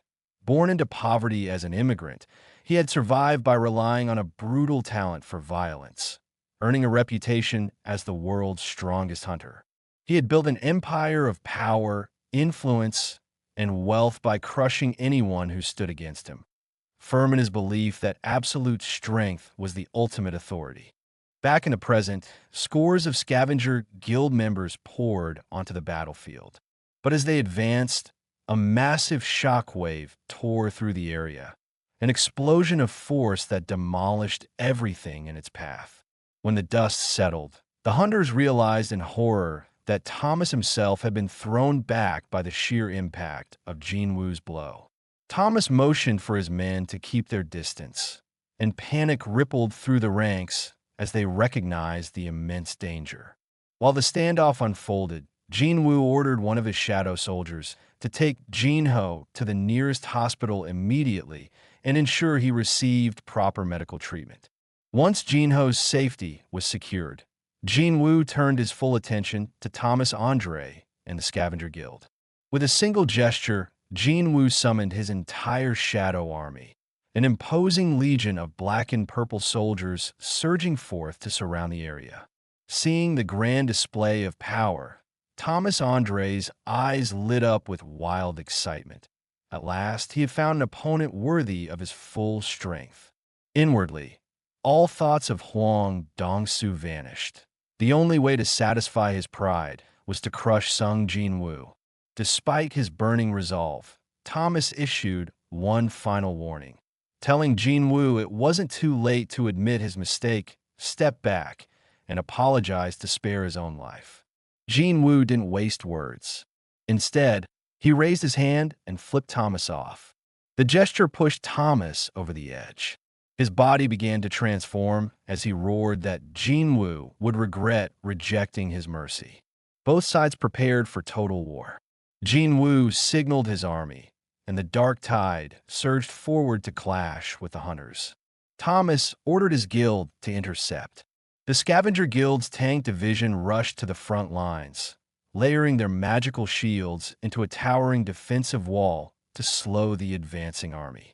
But the raw pressure of the Shadow Army was overwhelming. The barrier cracked and shattered. The moment the defense fell, Thomas Andre stepped into the fray personally, obliterating dozens of shadow soldiers in a single instant with his bare hands. Scanning the battlefield, Thomas locked his eyes onto the giant High Orc spellcaster, Tusk. The Orc High Mage had cast him of protection, summoning a glowing barrier to block his advance. Without hesitation, Thomas tore through the shield, leaping forward and smashing his fist directly into Tusk's face. Even as the blow landed, Thomas realized the truth. His guild members stood no chance against these monsters. Leaving them behind, he charged deeper into the building where Jinwoo was waiting. Inside, the sight was grim. Most of the Scavenger Guild hunters were already lying defeated on the floor, shadows looming over them. Amid the chaos, Jinwoo himself stood engaged in battle, cutting through the hunters with deadly precision. Thomas roared and launched himself at him, but before he could reach his target, Iron stepped forward, blocking his path. With a single furious punch, Thomas demanded the knight move aside. The impact shattered Iron's shield and armor, sending him crashing to the ground in one blow. When Thomas looked again, Jinwoo was gone. Confused, he scanned the battlefield, only to sense him appear at his side. Before Thomas could react, Jinwoo's dagger struck, but to the Shadow Monarch's shock, the attack had no effect against Thomas's dense defense. Thomas countered immediately.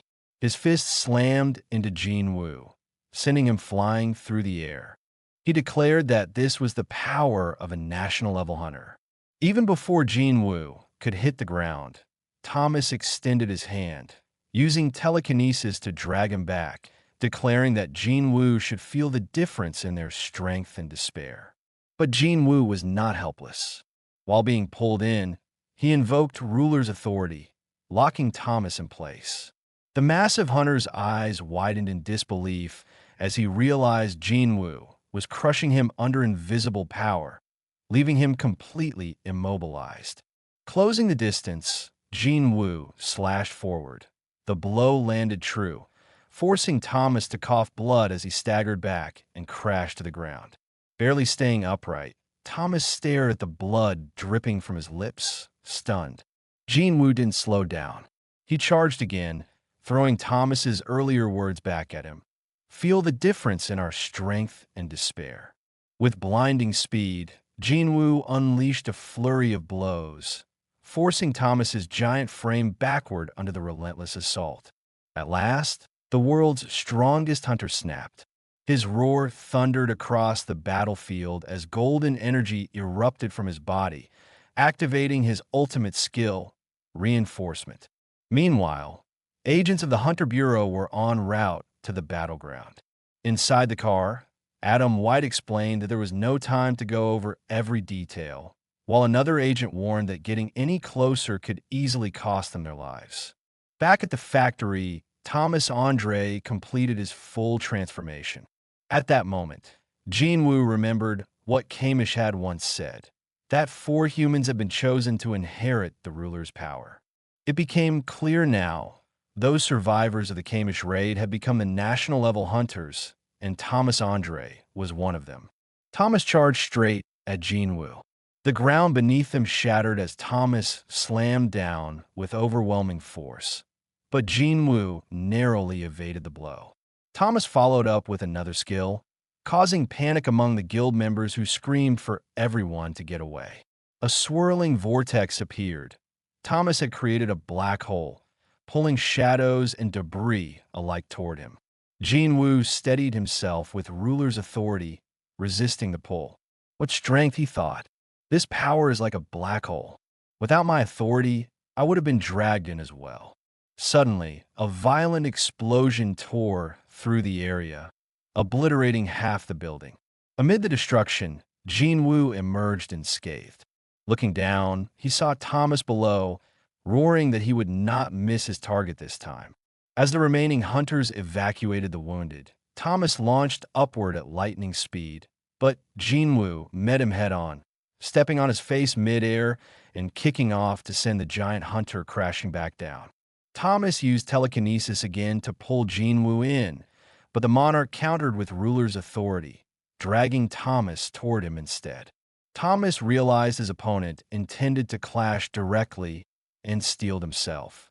Their fists collided with explosive force, shock waves ripping through the area. To Thomas's disbelief, Jinwoo's strike broke through his reinforced armor. The monarch's cold, disappointed glare cut deeper than the blow itself as Thomas was driven into the ground. Rising with a scream of rage, Thomas threw another massive punch, but Jinwoo slipped past with ease, driving his knee into Thomas's face and shattering more of his golden armor. By now, Bureau agents had arrived on site, frozen in shock at the sheer destruction. One man warned Adam White to stay back, pointing to a body that had just been hurled across the field. When White asked who it was, he was given the terrifying truth. It was Thomas Andre himself. There, lying on the ground, the strongest hunter in America was being beaten mercilessly by Jinwoo. Thomas's thoughts reeled. How could a mage-type hunter display such overwhelming physical power and speed? Summoning what strength remained, he attempted a counterattack, but Jinwoo's speed was overwhelming. Deflecting the strike with ease, Jinwoo tore away the rest of Thomas's armor. Furious, Thomas forced himself back up, roaring his name and asking if Jinwoo truly thought this was enough to bring him down. But Jinwoo was relentless. Appearing behind Thomas, he struck again, reminding him that it didn't matter who he was. Jinwoo continued the beating, driving his fists into Thomas again and again until both his armor and his bones were shattered. Agent White pleaded for the assault to stop, but Jinwoo's wrath did not ease until Thomas finally surrendered, admitting defeat. Only then did Jinwoo halt his assault. Adam White looked on in disbelief. To see the world's strongest hunter reduced to such a state was unthinkable. He immediately ordered on-site hunters to treat Thomas, but they reported grimly that every bone in Thomas's body was broken and his blood loss was severe. It would take their combined strength to keep him alive. Yet amid the devastation, White noted with relief that despite the scale of the fight, no one had died. Then, an agent called his attention to a lifeless body lying in the rubble. It was Hwang Dong-soo, and Sung Jinwoo was nowhere to be found. Back in Korea, Sung Jinwoo sat quietly atop a tall building. Through Shadow Exchange, he had returned instantly from America, switching places with Baru immediately after his battle with Thomas Andre. Another presence lingered beside him, and Jinwoo remarked that it had been a long time since it had set foot in Korea. Elsewhere, Baru appeared in a hospital room, using his healing abilities to treat Jinho's injuries. Not long after, a new shadow knelt before Jinwoo and asked to be given a name. This was the shadow born from Hwang Dong-soo. Jinwoo considered him for a moment and decided, since he had lost his life to greed, his name would be Greed. After naming him, Jinwoo ordered him to bow his head to the ground, establishing absolute loyalty. The following day in the United States, Jinwoo made his way to the International Guild Conference. Outside the venue, large crowds of reporters gathered. Adam White explained that the media had likely caught word of his clash with Thomas Andre. As Jinwoo entered, he thought to himself that he no longer wished to dwell on Hwang Dong-soo. His purpose in America was singular, and once his questions were answered, he had no reason to remain. Inside the hall, the atmosphere shifted the moment Jinwoo stepped into the room. All eyes turned toward him, whispers spreading through the crowd about the man who had stood against Thomas Andre and nearly killed him, as well as his decisive role in Tokyo. Soon after, the presentation began. A scientist named Dr. Belzer took the stage, reminding the assembly that gates were appearing with increasing frequency, but adding that magical energy in the atmosphere was growing thicker and denser than ever before. He introduced a new term, the Magisphere, and displayed a map with 9 specific locations where it had formed. The highest concentration was recorded directly above Seoul, South Korea. The revelation caused the entire hall to stare at Jinwoo with clear suspicion. Dr. Belzer quickly reassured them that there was no reason to believe Sung Jinwoo was controlling the Magisphere, noting that if he held such power, he would be something far beyond a hunter. Silently, Jinwoo considered the phenomenon, wondering if the 9 locations were connected to the rulers and monarchs. Dr. Belzer concluded his report, warning that while the cause remained unknown, the world might soon face another great upheaval. When the doctor stepped aside, director David Brennan walked to the center of the stage to deliver tragic news. Christopher Reed, one of the world's national-level hunters, had been assassinated 2 weeks ago. Shock rippled through the assembly as hunters whispered in disbelief. David continued, announcing that the Bureau had identified a suspect known as Suspect S. A photo flashed onto the screen, and the room erupted into confusion. The man looked exactly like Jinwoo's father, Sung Il-hwan. Jinwoo's mana flared slightly as rage and conflict surged inside him. In his mind, he questioned why the rulers had allowed a dungeon to produce a creature bearing his father's appearance, recalling Kamish's final words. David explained that Suspect S had been found inside a gate in the United States, and because he spoke fluent Korean, Hwang Dong-soo had been brought in to conduct an interrogation. During questioning, the man became violent, overpowered Hwang, destroyed part of the Bureau's headquarters, and vanished. Based on his strength, the Bureau concluded Suspect S was likely a humanoid monster and the assassin responsible for Christopher Reed's death. Footage of the interrogation appeared on screen. Jinwoo watched as his father warned Hwang never to set foot in Korea again. Greed, standing in the shadows, confirmed it aloud. The man was indeed Sung Il-hwan. David announced that the Bureau was requesting international cooperation to capture Suspect S. When pressed on why the suspect's identity had initially been withheld, David admitted the suspect was connected to someone present in the room. Liu Jigang, China's seven-star hunter, raised his voice, arguing that revealing the identity was necessary and demanding to know what connection the monster had to Jinwoo. Reluctantly, director David admitted the truth. During interrogation, the man had claimed to be Sung Jinwoo's father. The room fell into stunned silence. Liu Jigang turned to Jinwoo and asked what he would do if Suspect S truly was his missing father, and if other hunters attempted to hunt him down. Jinwoo's response was firm. He declared that hunters existed to hunt monsters. If Suspect S truly was a monster, then Jinwoo himself would deal with him. But if the man was not a monster and truly his father, then Jinwoo would stand against anyone who tried to harm him. His voice hardened as he swore to protect his family, even if it meant making an enemy of every hunter in the world. Later outside the hall, Adam White approached Jinwoo. Curious, he asked if Jinwoo had truly meant those words. Jinwoo answered without hesitation. He did. Adam remarked that there were perhaps only 2 hunters in the entire world bold enough to speak in such a way before hundreds of the strongest hunters from over 120 nations. When Jinwoo asked who the other was, Adam replied that it was Thomas Andre, currently recovering in the hospital. Adam then invited Jinwoo to attend the feast the Bureau had prepared for the hunters. But before Jinwoo could answer, Liu Jigang and several Chinese hunters approached.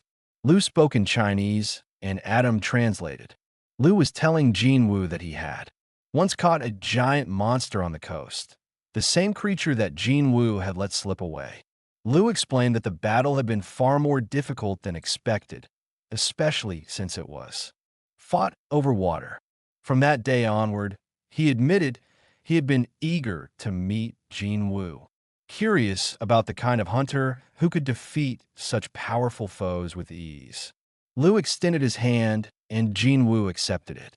As he watched Liu walk away, Jinwoo thought to himself that his first impression of the man had been wrong.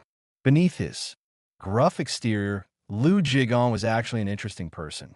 Adam then explained that Liu had also expressed hope that Suspect S was not truly part of Jinwoo's family. Jinwoo replied calmly that it was all right. He understood. Soon after, director David approached Jinwoo and asked if he had a moment to talk. The scene shifted, showing Jinwoo seated across from Miss Sellner. She greeted him politely, remarking that it had been some time since they last met. Jinwoo studied her carefully, wondering what the upgrader wanted with him now. He replied that he had never expected her to come find him again. Sellner's expression turned serious. She confessed that she had been haunted by the same recurring dream every night. In that dream, the world's top-ranked hunters were hunted down one after another by a mysterious figure. A few days later, the dreams that Miss Sellner spoke of began to come true. Jinwoo questioned her carefully, wondering if she had meant Christopher Reed. Director David Brennan answered in her place. He explained that the Bureau had indeed warned Christopher, but the man had refused to listen, and the result was already known. Sellner continued her explanation. She trembled as she described how the world's strongest hunters, the very people who had been supporting humanity, were destined to be hunted one after another. She insisted that the pursuers would not stop until all had fallen. Jinwoo wanted to know if her reason for visiting was to warn him personally. Sellner shook her head. Instead, she explained that she had come to ask him to protect the hunters themselves. She admitted that she had tried countless times to recall the faces of those being killed in her dreams, but failed each time. in an attempt to uncover their identities. She had used her unique ability within the dream itself. But when she came into direct contact with the endless power that surrounded them, she was forced awake. Even so, she remembered something vividly. The voice she had heard when her eyes met that overwhelming force. Jinwoo asked what that voice had said. Selner recounted how it had ordered her to go back and prepare for war.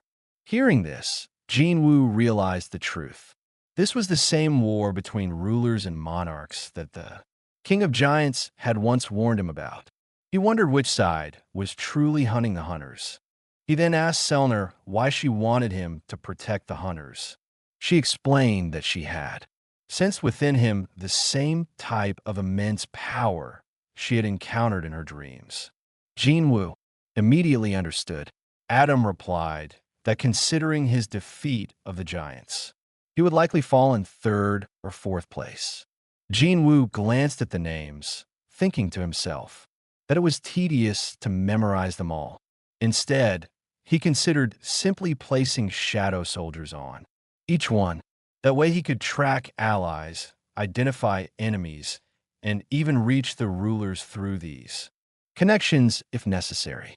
While he was deep in thought, he sensed a presence approaching. Hunter Wu urged him to be cautious. Jinwoo reassured him that there was no need to worry. The presence turned out to be Thomas Andre. The massive hunter stopped in front of Jinwoo and explained why he had come. Lifting his arm, Thomas revealed that the magical damage he had suffered during their battle was too severe. Even with the combined efforts of healers and doctors, the injury had only partially recovered, healing slowly but incompletely. Thomas admitted that after their fight, Jinwoo had been in a position to annihilate his entire guild.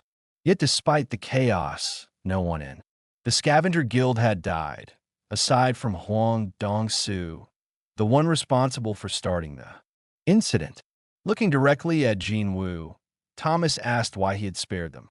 Jinwoo answered plainly, because they had not committed any crime deserving death. Thomas accepted the reply with a nod. As he began to walk away, he mentioned his intention to give Huang a proper funeral.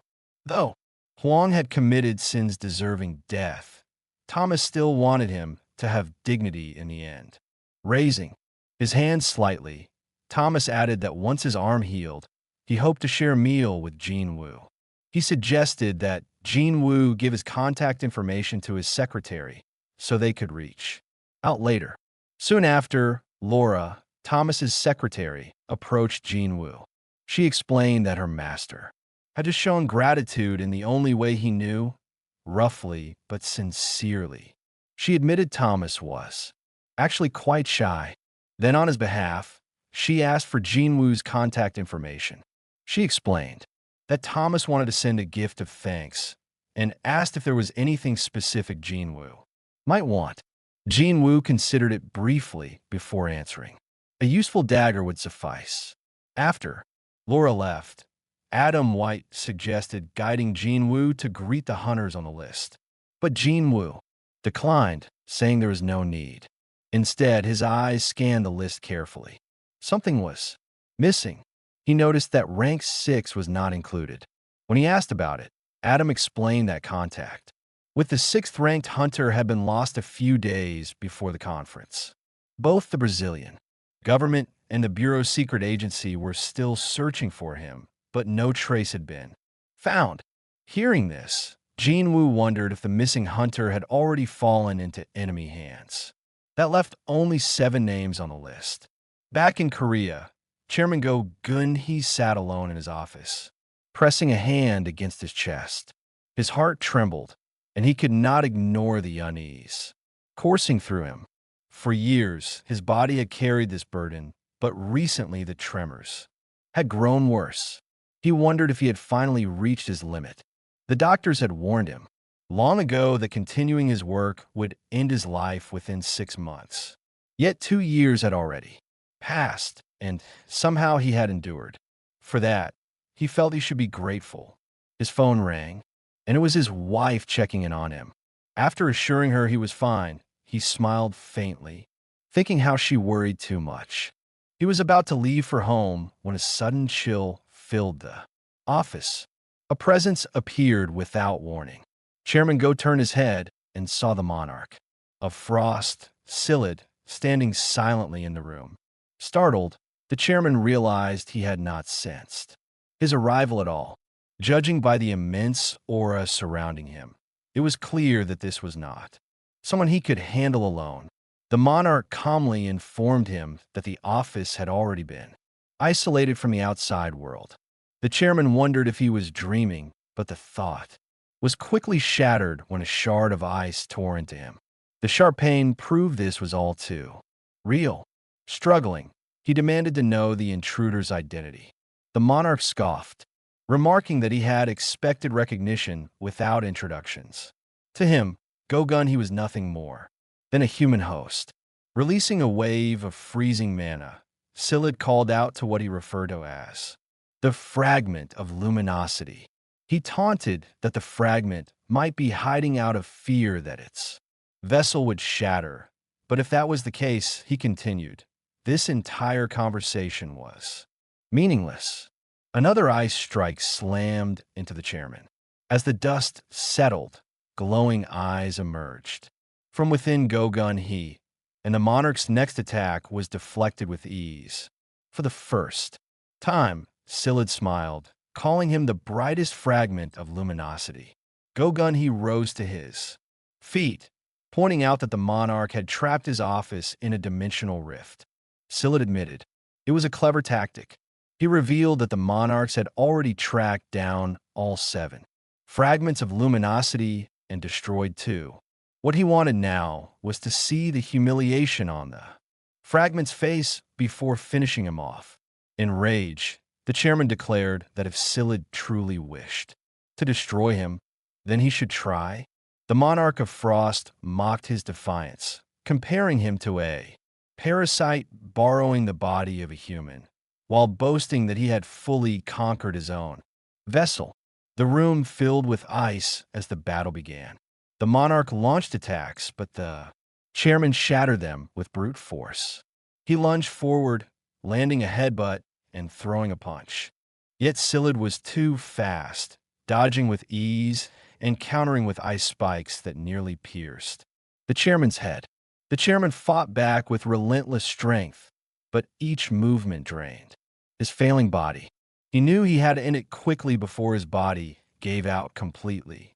Gathering his remaining energy, he launched a devastating punch.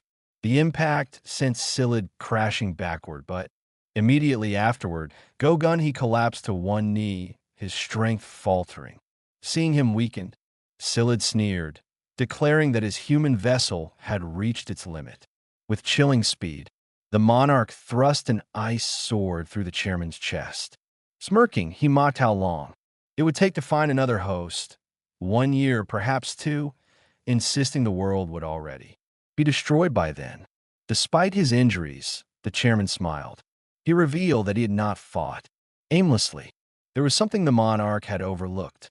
With the last of his strength, he hurled a fireball. Though it missed its target, it struck the wall, cracking the dimensional barrier that trapped the room. From the breach, one of Jinwoo's shadow soldiers emerged, the ant soldier he had left behind to guard the chairman. Scyllid scoffed, dismissing it as insignificant, but his expression shifted the moment he sensed something dangerous about it. Before he could stop it, the soldier slipped into the real world. In rage, the monarch prepared to cut it down, but his attack was halted, blocked by Jinwoo, who had suddenly arrived. Jinwoo stood firm, catching the icy blade. With his bare hand, he grabbed Scyllid by the throat, demanding to know who he was. Recognizing Jinwoo as the Shadow Monarch, the monarch of frost mocked him, sensing the countless soldiers hidden within his shadows. He commented that Jinwoo must be the one he had heard about, the missing piece. Ice began creeping up Jinwoo's arm, but he simply summoned his dagger and shattered it without effort. The monarch smirked and admitted that he had no intention of dying here. Pointing toward the wounded chairman, he offered a cruel choice. Fight him or save the dying man. An ice blade shot toward Go Gun-hee. Jinwoo tried to stop it with his ruler's authority, but a system message appeared. The monarch's magic resisted the skill. Desperate, Jinwoo hurled a dagger, but the sword twisted in midair, avoiding it and continuing toward the chairman. With no other option, Jinwoo focused on deflecting the blade away from the chairman. He succeeded, but in that moment, Scylla had already opened a portal to retreat. Before disappearing, Jinwoo unleashed Dagger Rush, sending countless blades after him. One struck the monarch's shoulder, drawing blood. Furious, Scylla declared that he would retreat for now, but promised to return. Before vanishing, he mocked that the half-dead chairman could serve as a gift for Jinwoo's shadow army. When the monarch was gone, Jinwoo rushed to the chairman's side. The wounds were far too severe. He summoned Baru, ordering him to heal the man at all costs. The ant general tried desperately, but his magic had no effect. Refusing to give up, Jinwoo produced the holy water of life, intending to save him. But the chairman stopped him with a weak hand. He thanked Jinwoo for coming, telling him not to waste such a precious item. He explained that no treatment could reverse wounds inflicted by the monarchs. With calm acceptance, Go Jian-hee expressed his gratitude that Jinwoo possessed such strength. He warned that one day, Jinwoo would have to choose between sides, and he begged him to stand with humanity. The chairman smiled faintly, proud that he had lived long enough to fight alongside young hunters like Jinwoo. He confessed that his only regret was leaving the future unfinished. But he also found relief knowing it was in capable hands. As his final moments came, he revealed that the reason his heart had never stopped beating until now was so he could meet Jinwoo. With a peaceful smile, his life quietly faded. His last words were filled with gratitude, whispering that it was a relief to have met him. The following day, devastating news shook the world. Brazil's strongest hunter, Jonas, was discovered dead in a nearby river. At the same time, reports confirmed that Korea's Hunter Association chairman, Go Jian-hee, had been brutally murdered, his heart pierced in the attack. The shocking announcement spread like wildfire across global media. Headlines blared the deaths of high-ranking hunters, sending the entire world into panic. News outlets everywhere focused on this unprecedented tragedy. Even the United States Hunter Bureau released a joint statement.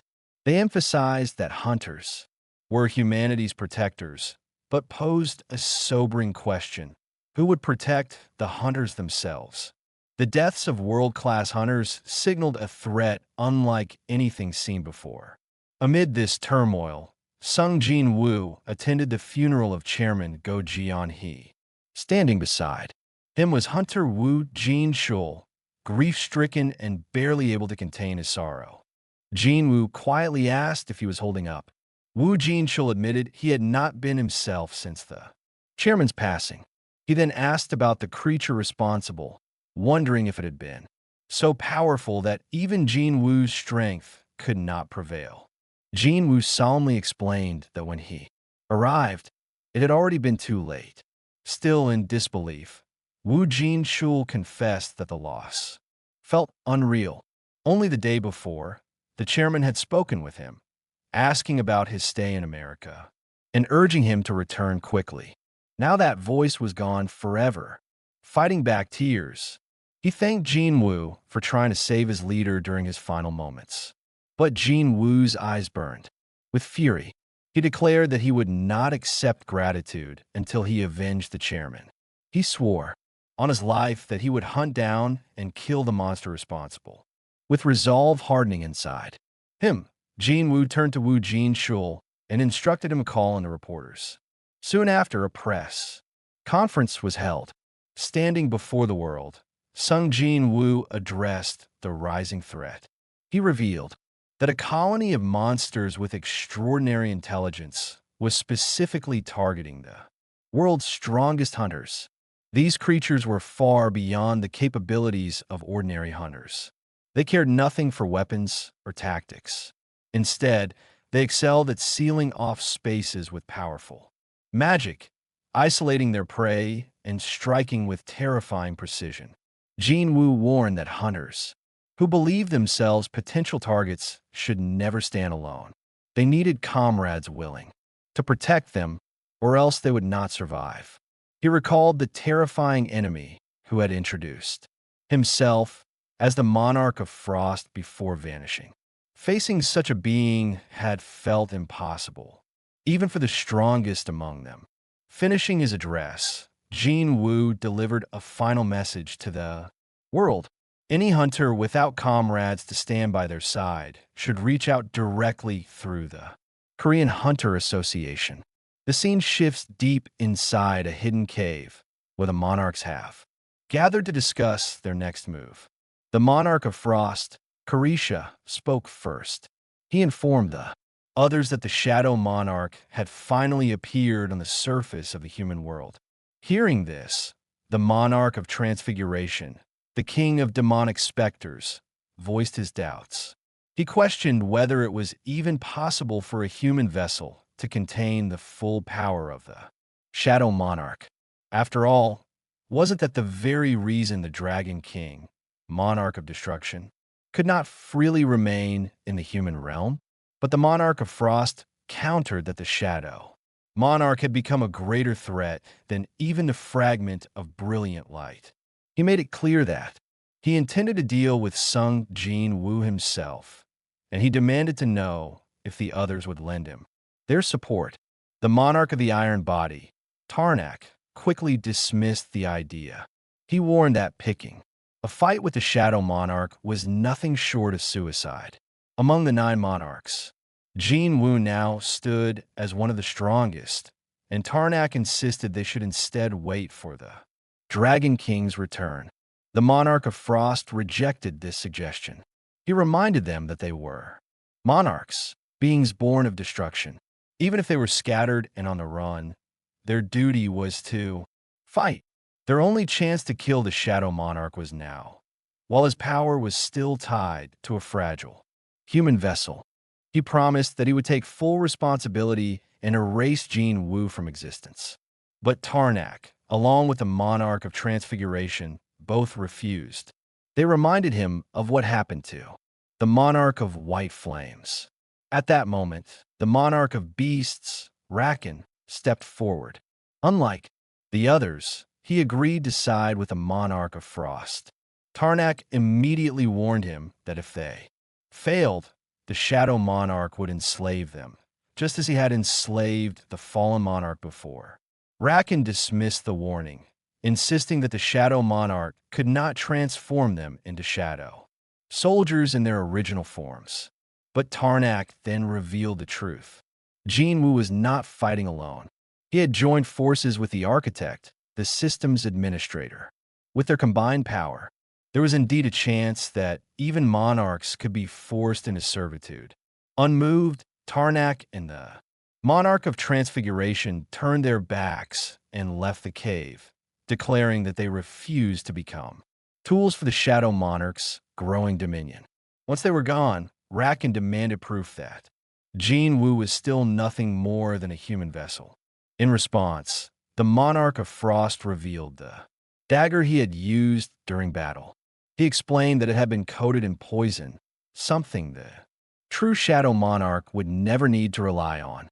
This revelation caught the attention of Koratia, the monarch of plagues and queen of insects. She pointed out that if Jinwoo had full control over his powers, he would never have needed to use poison as a weapon. When asked if she would lend her support, the queen of insects agreed.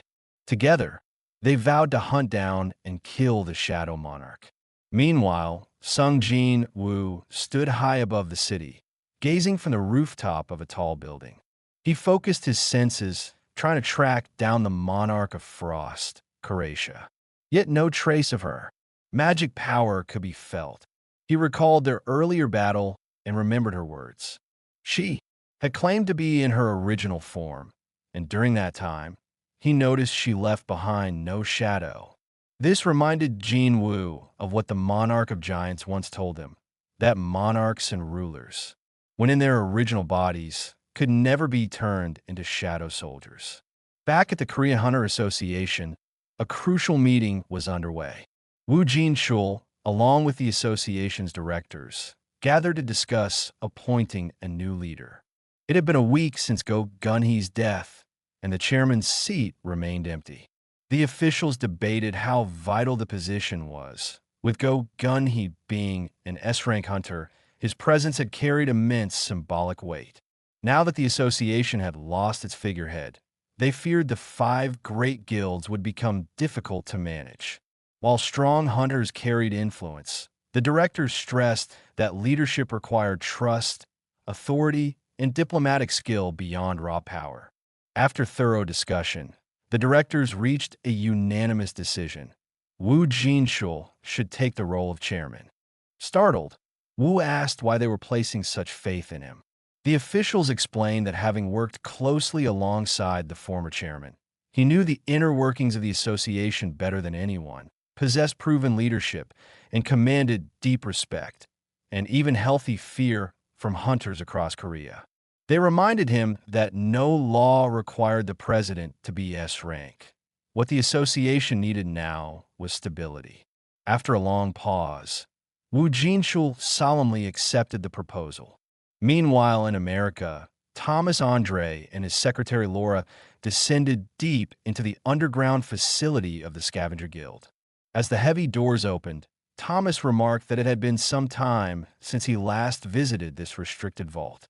Laura asked if he truly intended to give the item away as a gift, to which Thomas countered by asking if the item wasn't worth far less than his life and the lives of his guild members. Laura noted that only 2 such weapons existed in the entire world, with no chance of any more ever being created. Thomas agreed, but stood firm. A weapon of such terrifying power deserved to be wielded in battle, not left to collect dust underground. Back in Korea, Jinwoo's younger sister, Jina, watched the television news report on Woo Jin-chul's appointment as the new Hunter Association chairman. Sighing at how unstable the world had become, she turned to her mother, who was quietly washing dishes. Trying to avoid her mother's request to take out the trash, Jina playfully suggested they move to a new apartment. Her mother firmly replied that she liked their current home. Curious, Jina asked what made this specific apartment so special, but her mother simply asked her to gather the laundry from outside instead. With a shrug, Jina opened the front door to head out, only to freeze in place. A wave of suffocating, instinctual terror washed over her, and without thinking, she sprinted back inside, screaming for her mother. Outside the Ajin Guild headquarters, crowds of reporters gathered after learning that Thomas Andre was inside. Inside the office, Eugene Ho was doing his best to keep his composure. Sitting in the same room were Thomas Andre and Leonard Nierman, the strongest hunter in Germany. The pressure was overwhelming, and Jinho kept anxiously checking his phone, frustrated that Sung Jinwoo hadn't answered a single call in over 2 hours. Leonard sat quietly, knowing Thomas had come to meet Jinwoo, wondering if today would be the day he finally saw the legendary Korean hunter in person. Breaking the silence, Thomas asked if Jinwoo was currently in a raid. Jinho nervously explained that Jinwoo rarely stayed in the office due to constant gate activity. Just then, the office door swung open, and Sung Jinwoo stepped inside. Jinho nearly burst into tears of relief, asking where he had been. Seeing the dust on Jinwoo's clothes, he realized Jinwoo had been personally clearing gate outbreaks all morning without pause. Thomas rose to greet him, reminding Jinwoo of his promise to share a meal once his arm healed, and mentioning he had brought a special gift, one too dangerous to unveil in a standard office building. When Jinwoo turned to Leonard, guessing he was here to request a protection commission, Thomas cut in, insisting they head to a private location immediately. Leonard tried to join, pointing out he had waited over 2 hours, but Thomas shut him down sharply, stating their discussion was top secret. The cold dismissal left Leonard bitterly stunned. The scene shifted to a private restaurant, where Jinwoo and Thomas sat across from each other. Signaling his men, Thomas leaned forward with a serious look, placing a heavy case on the table. Jinwoo's eyes narrowed instantly as he felt the overwhelming magic power radiating from within. Thomas explained it was a gift of gratitude for sparing his guild members. When the lid opened, Jinwoo was left speechless. Inside rested a pair of daggers forged from Kamish's fawn. Thomas explained that during the legendary raid years ago, after Kamish bit him, Thomas had managed to extract one of the dragon's massive canines as a personal keepsake. The Fong had been crafted into twin daggers, and now he was presenting them to Jinwoo. Jinwoo inspected the blades, stunned to find their attack power far surpassed the Demon King's daggers. As he gripped them, the daggers resonated with his mana, reacting almost like living creatures greeting their true master. The overwhelming pressure pouring from the weapons caused everyone in the room to break into a sweat. Seeing this, Thomas asked Laura if she still thought giving them away was a mistake, turning to Jinwoo to ask if he liked them. Jinwoo, still in disbelief, asked if he was really receiving such priceless weapons for free, to which Thomas replied without hesitation that the lives of his men were worth far more. Suddenly, their conversation was cut short as both men sensed a massive, unnatural distortion in energy. Rushing outside, they looked up at the sky in shock. Even if no one knew what tomorrow would bring, he would continue forward and prepare for what was coming. The next day, inside the Hunter Association's training hall, Sung Jinwoo sparred with Baru. The Ant King launched a flurry of lightning-fast strikes, but Jinwoo evaded and blocked every single move with ease, having grown significantly stronger since their last battle. Catching one of Baru's claw attacks with a single hand, Jinwoo asked if his shadow soldier was truly giving it his all. Baru immediately bowed his head, declaring he would never dare use his full power against his king. Jinwoo smiled at the soldier's loyalty, reassuring him that it was fine to push harder, as he simply wanted to test his limits, and Baru was the only one strong enough to keep up. At his command, the intense sparring session resumed. Baru lunged forward once more, but Jinwoo effortlessly evaded his claws. Countering with ease, Jinwoo noted that his soldier had grown significantly stronger since his promotion to commander rank. However, he pointed out an important reality. In an army, there could only be one commander. He warned that once Igris and Greed advanced to general rank, it wouldn't be long before they earned the right to challenge for that top position. If Baru wanted to keep his title, he needed to keep working hard. Motivated by his king's words, Baru pushed himself to his absolute limit, striking with everything he had. Yet, Jinwoo knew it was still not enough. Even as the strongest of his shadow soldiers, Baru was not yet powerful enough to face the enemies coming their way. Catching Baru's arm mid-strike, Jinwoo slammed him into the ground and followed up with a heavy punch to his ribs, sending the Ant King crashing into the wall. As Baru staggered back to his feet, humbly praising his master's overwhelming power, Jinwoo half-jokingly thought to himself that he should block historical drama channel from the Shadow Realm to stop Baru's dramatic speech. With the spar finished, Jinwoo asked Chairman Wu Jinshul not to worry about the destroyed gem, noting he had 300 ants perfectly capable of handling the repairs and manual labor. Elsewhere, Thomas Andre stood looking up at the colossal gate hanging over Korea alongside his secretary, Laura.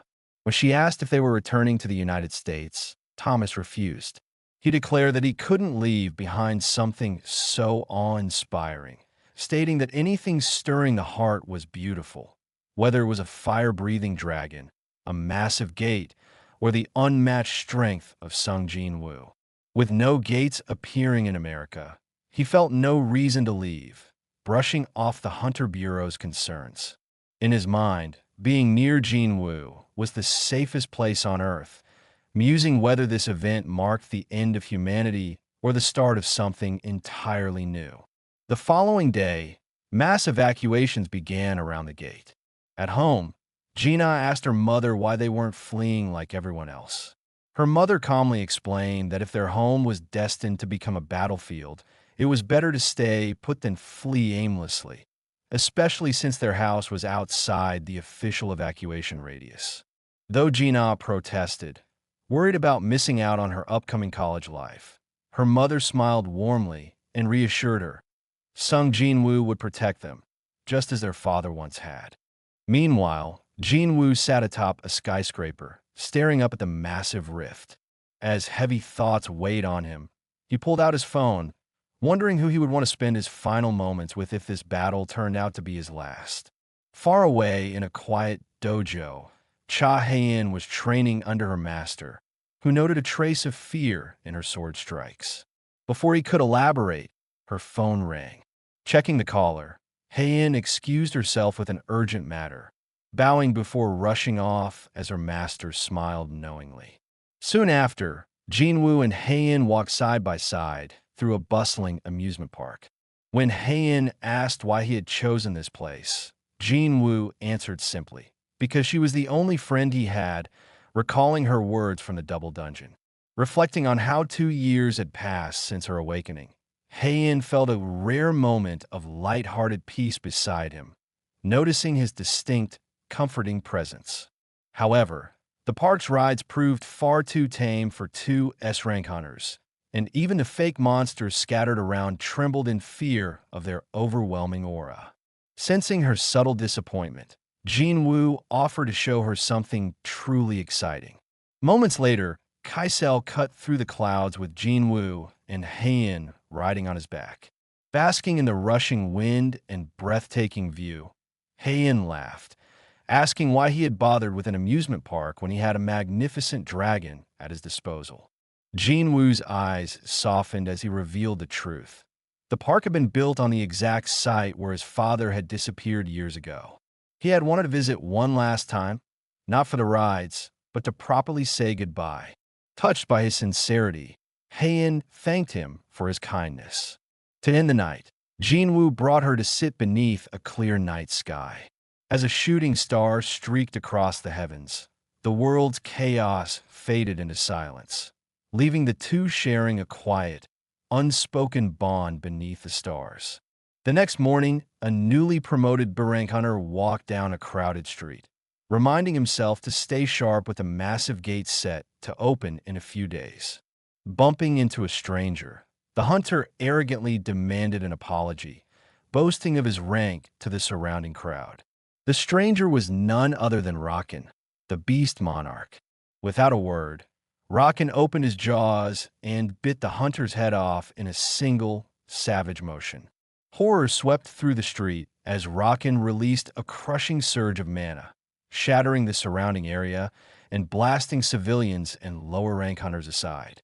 Boasting his title as the king of beasts, he declared all humans his prey and dared anyone to challenge him.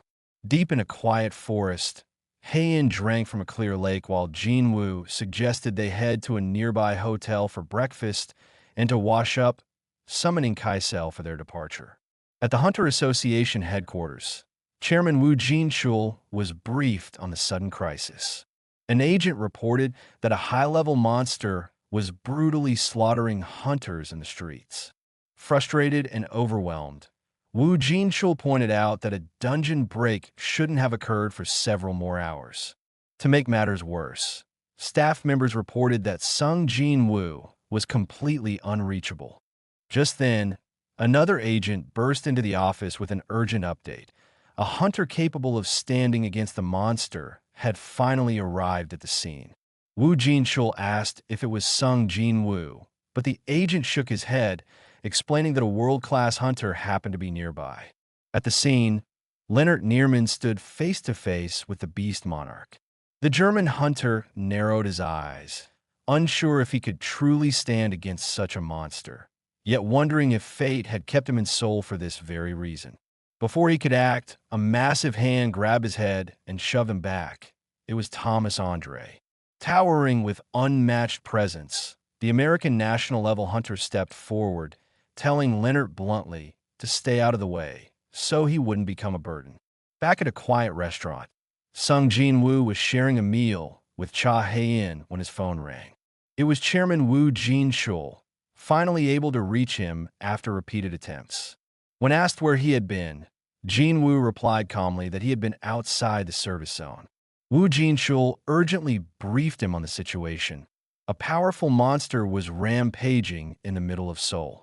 When Jinwoo asked how many enemies there were, the chairman answered, "Only one." That answer deeply unsettled Jinwoo.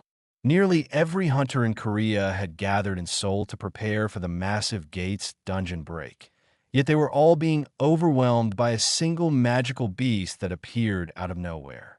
Jin-chul added that an entire guild had already been wiped out in an instant, and Thomas Andre was currently facing it head-on. Jinwoo's eyes widened. He had stationed shadow soldiers inside the shadows of Thomas Andre and other top hunters to report any danger immediately. Try to connect to them. He found the signal faint and suppressed. Turning to Cha Hae-in, he explained that a severe crisis was unfolding. She asked if the dungeon break had begun, but Jinwoo shook his head. This was something else entirely. He quickly asked Chairman Woo to confirm if the creature possessed a shadow, stressing that if it didn't, it meant a colossal beast hidden within invisible shadows, something far worse than a standard monster. At the battlefield, Leonard Neerman called out nervously to Thomas Andre, while surrounding hunters cheered for the Goliath's arrival. Irritated, Thomas snapped at the hunters to stop watching and focus on evacuating civilians.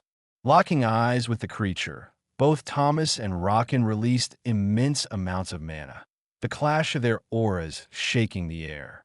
Rockin lunged at Thomas, but his attack failed to break through Thomas's defense. The Goliath retaliated with a devastating punch that sent the Beast Monarch flying back. Following up with another heavy strike, Thomas slammed Rockin brutally into the ground when the monster tried to dodge. Elsewhere, Hunter Choi Jong-in arrived on the scene and requested a status update. An agent explained that evacuation efforts were underway with the Hunters Guild and White Tiger Guild dispatched to assist. Sensing the battle nearby, Choi's expression grew tense. The suffocating aura radiating from the creature was far heavier than the mana he had felt during the Jeju Island raid, leaving him wondering what kind of nightmare the Goliath was fighting. Rockin crashed violently into a building, but the blow wasn't enough to put him down.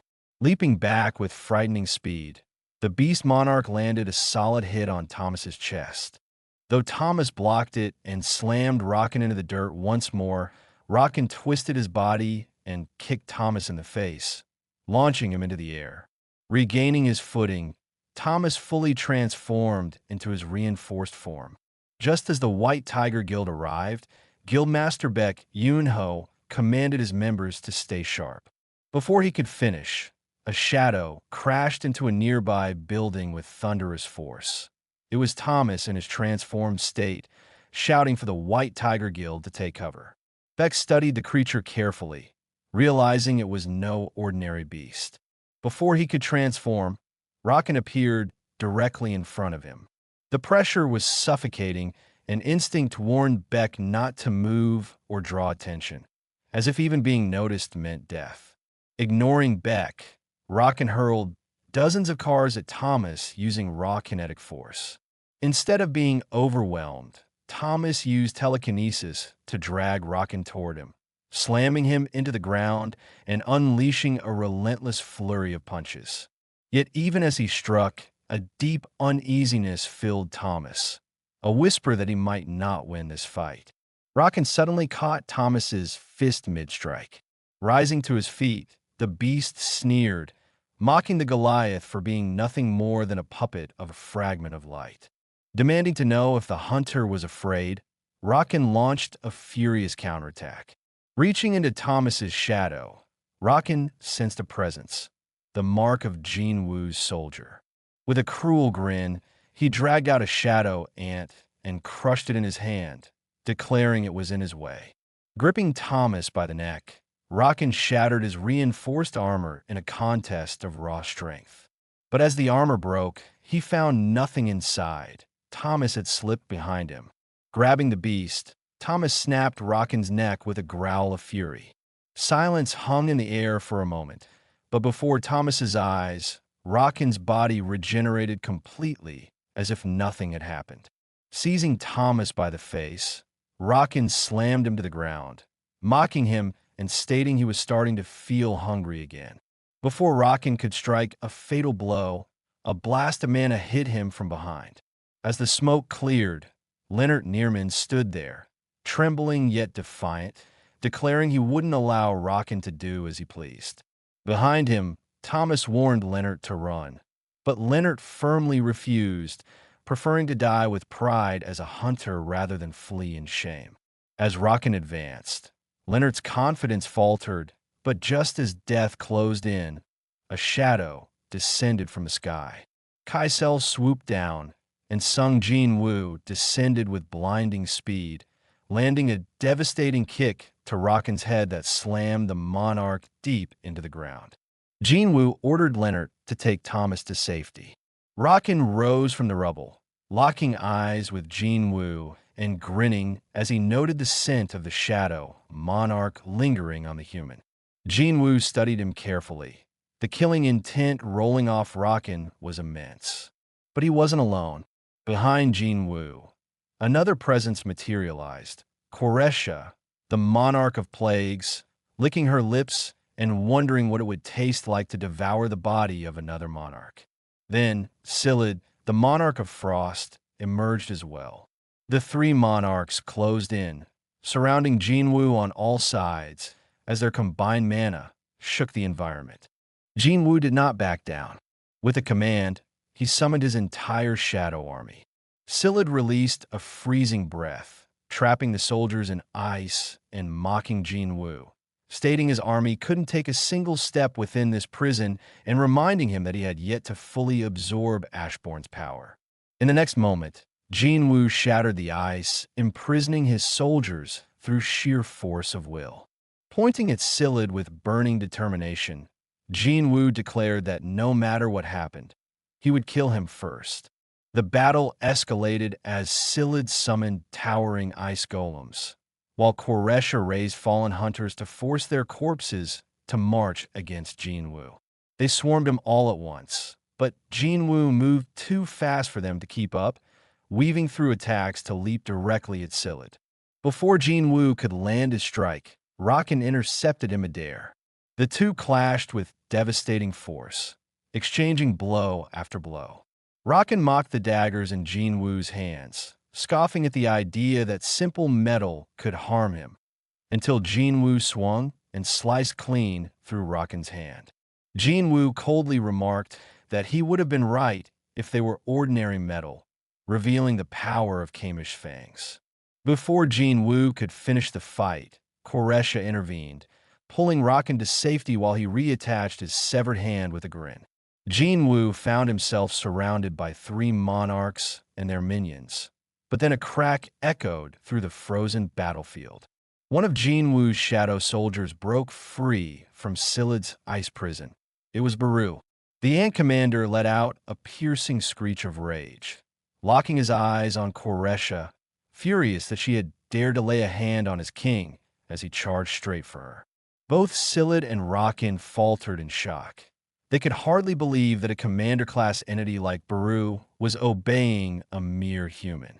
Koresha smirked at first, raising her hand to strike while mocking him as a child who refused to acknowledge his mother. But when her powers collided with Baru's claws, she was instantly overwhelmed as his strikes tore through her abilities. Dropping to one knee before Jinwoo, Baru declared that his king's strength, as always, surpassed all expectations. When Koresha's monstrous swarm rushed forward, Jinwoo and Baru fought side by side, cutting them down with unmatched ferocity. However, Koresha ambushed them from behind.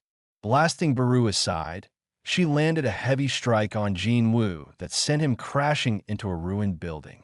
Before he could recover, Scylla rained down a barrage of ice projectiles. Rising from the rubble, Jinwoo blocked the onslaught and, in a blur of motion, drove his dagger straight through Scylla's chest, piercing his heart. Jinwoo coldly declared that the Frost Monarch would not leave this battlefield alive. Furious, Scylla ripped the blade from his body, bellowing in outrage that a human dared speak such words. Realizing a strike to the heart wasn't enough to kill a monarch, Jinwoo moved to strike again, but Rakan appeared behind him, slashing across his back and drawing blood. Seeing his liege wounded, Baru's rage spiraled out of control. As he prepared to charge, Koresha wrapped her twisted energy around him, introducing herself as the mother of insects and embracing him despite his defiance. Seeing Jinwoo battered, Koresha sneered that the end had come. In desperation, Baru roared to the Shadow Army to protect their master. Answering the call, Greed broke free from his icy prison, followed in quick succession by Tusk, Igris, and Iron. Scylla warned that Jinwoo's strongest soldiers were breaking free and prepared to finish off the wounded hunter. Yet Jinwoo smirked as he slowly stood up. Both monarchs froze in shock as his injuries completely vanished, fully restored by his status recovery skill. Across the world, the earth-shaking battle was being broadcast live. From a distance, Leonard Neerman watched in utter horror, while Thomas Andre, barely regaining consciousness after receiving healing, asked about the situation. Leonard's voice trembled as he replied that it felt like witnessing the end of the world. Nearby, Guildmaster Beck Yunho stared at the battlefield in awe, wondering if this unstoppable force was truly the same Sung Jinwoo he had once met. Pressing forward alongside his Shadow Army, Jinwoo relentlessly overwhelmed the Monarchs, outpacing even their rapid regeneration. Baru drove Koresha into a corner with frantic strikes. As Jinwoo appeared beside her, he reflected on the prophecy the architect had once mentioned, that he would meet his end beneath the Pillar of Flames, noting that the prophecy never stated whether that pillar would actually fall. A distance away atop a building, Lim Taegu, Guildmaster of the Fiend Guild, watched through his sniper scope. For 30 minutes, his assassins had been in position, but the grim reality held him back. If Thomas Andre couldn't defeat these monsters, joining the fight would only mean slaughter for his men. Suddenly, a hand rested firmly on his shoulder, and a mysterious voice told him to simply sit back and watch. Lim spun around in shock, left speechless by the identity of the person standing behind him. Back on the battlefield, Jinwoo landed a heavy blow on Koresha, but she quickly regenerated and retaliated with a massive wave of lethal poison. Those system notifications warned of the thick venom in the air. Jinwoo remained completely unfazed, as poison held no effect over him. Enraged, Koresha charged at him, but Jinwoo activated Ruler's authority, dragging her toward him against her will and pinning her helpless. Unleashing mutilation, his blades ripped through her form, shattering her existence until she dissolved into nothingness. A system notification confirmed that the Monarch of Plagues had been defeated. Scyllid and Rakan watched in disbelief. Jinwoo was not supposed to be capable of wielding the Shadow Monarch's full power yet. Rakan assured Scyllid that Jinwoo was still incomplete, and to prove it, he seized Baru by the throat. Explaining that Jinwoo's reliance on such summons proved his weakness, Rakan began forcibly severing the connection between Jinwoo and his shadow. When Jinwoo desperately tried to recall Baru, a system error alerted him that the summon could not be retracted. Acting instantly, Jinwoo struck Rakan, forcing him to release Baru and safely recalled his soldier before his existence was erased. Scyllid then stepped forward, transforming into his monstrous true form. He unleashed his domain, encasing the battlefield in absolute ice to freeze Jinwoo's soldiers into a cycle of destruction and regeneration, intending to drain Jinwoo's mana to zero. Scylla attacked with terrifying speed, slashing Jinwoo's arm and slamming him into the ground. Though Jinwoo endured and retaliated, he realized he lacked just enough speed to close the gap on the Frost Monarch. Using stealth, Jinwoo slipped behind Scylla, believing he had gained the upper hand. Scylla only smirked. Before Jinwoo could strike, Rocket materialized behind him. With ruthless precision, the Beast Monarch drove his massive claws completely through Jinwoo's chest. Mocking Jinwoo for relying so heavily on his speed, Rocken watched as the hunter's daggers slipped from his grasp, clattering onto the frozen ground. Yet even as life bled out of him, Jinwoo's mind remained fierce and defiant. His level had risen again, Jinwoo reminded himself. Compared to that growth, such wounds were nothing. The Frost Monarch picked up one of Jinwoo's fallen daggers. With icy cruelty, he plunged it back into Jinwoo, mocking him as he asked whether Jinwoo could heal as he had before. Reminding Jinwoo that he was still incomplete and not yet a true monarch, Scylla demanded to know if this was as far as he could go.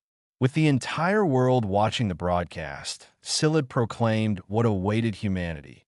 Once the monarch armies set foot in this world, human corpses would rise in mountains, and rivers of blood would flow endlessly. Yet he had a far more sinister fate planned for Korea. He vowed to personally freeze every man, woman, and child, trapping them in eternal agony within bodies that could neither die nor truly live.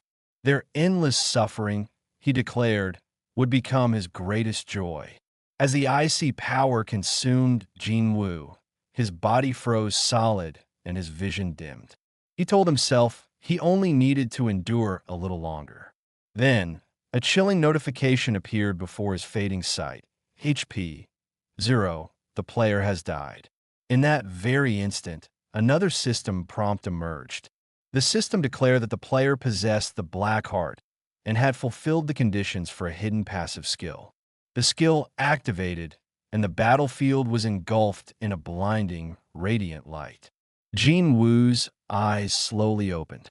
He found himself lying in a hospital bed, his mind clouded by confusion.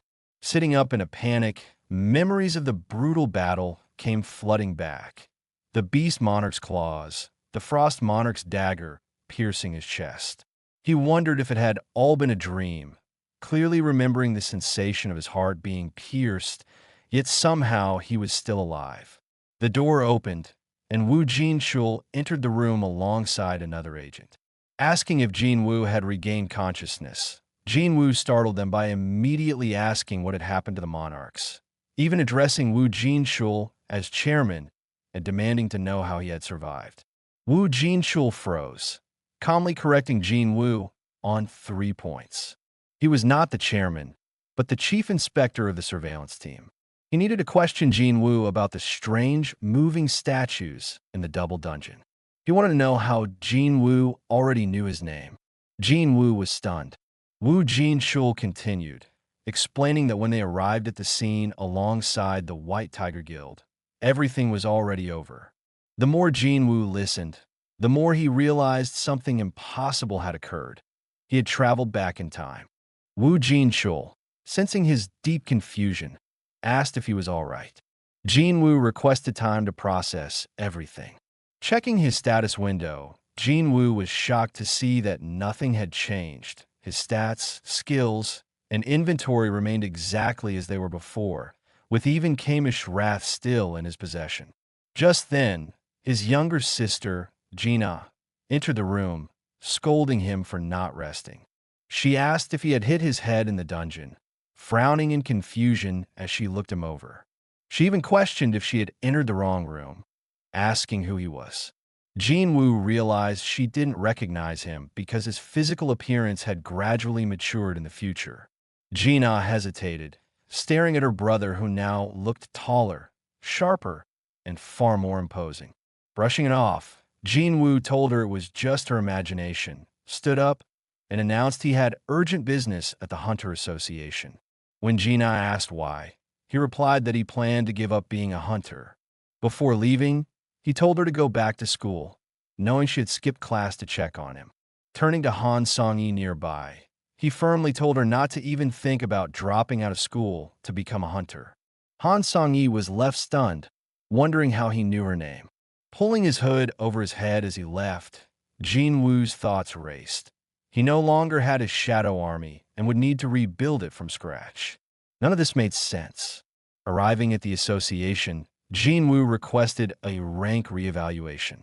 The staff whispered in awe as the testing device overflowed, failing to measure his magical power, making him the first S rank to appear in 2 years.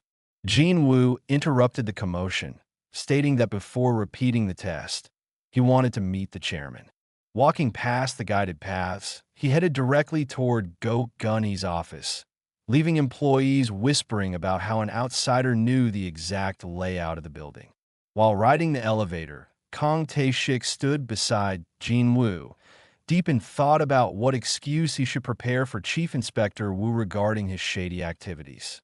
Without warning, Jinwoo spoke up, revealing that Kang Tae-shik possessed a stealth ability he had failed to report.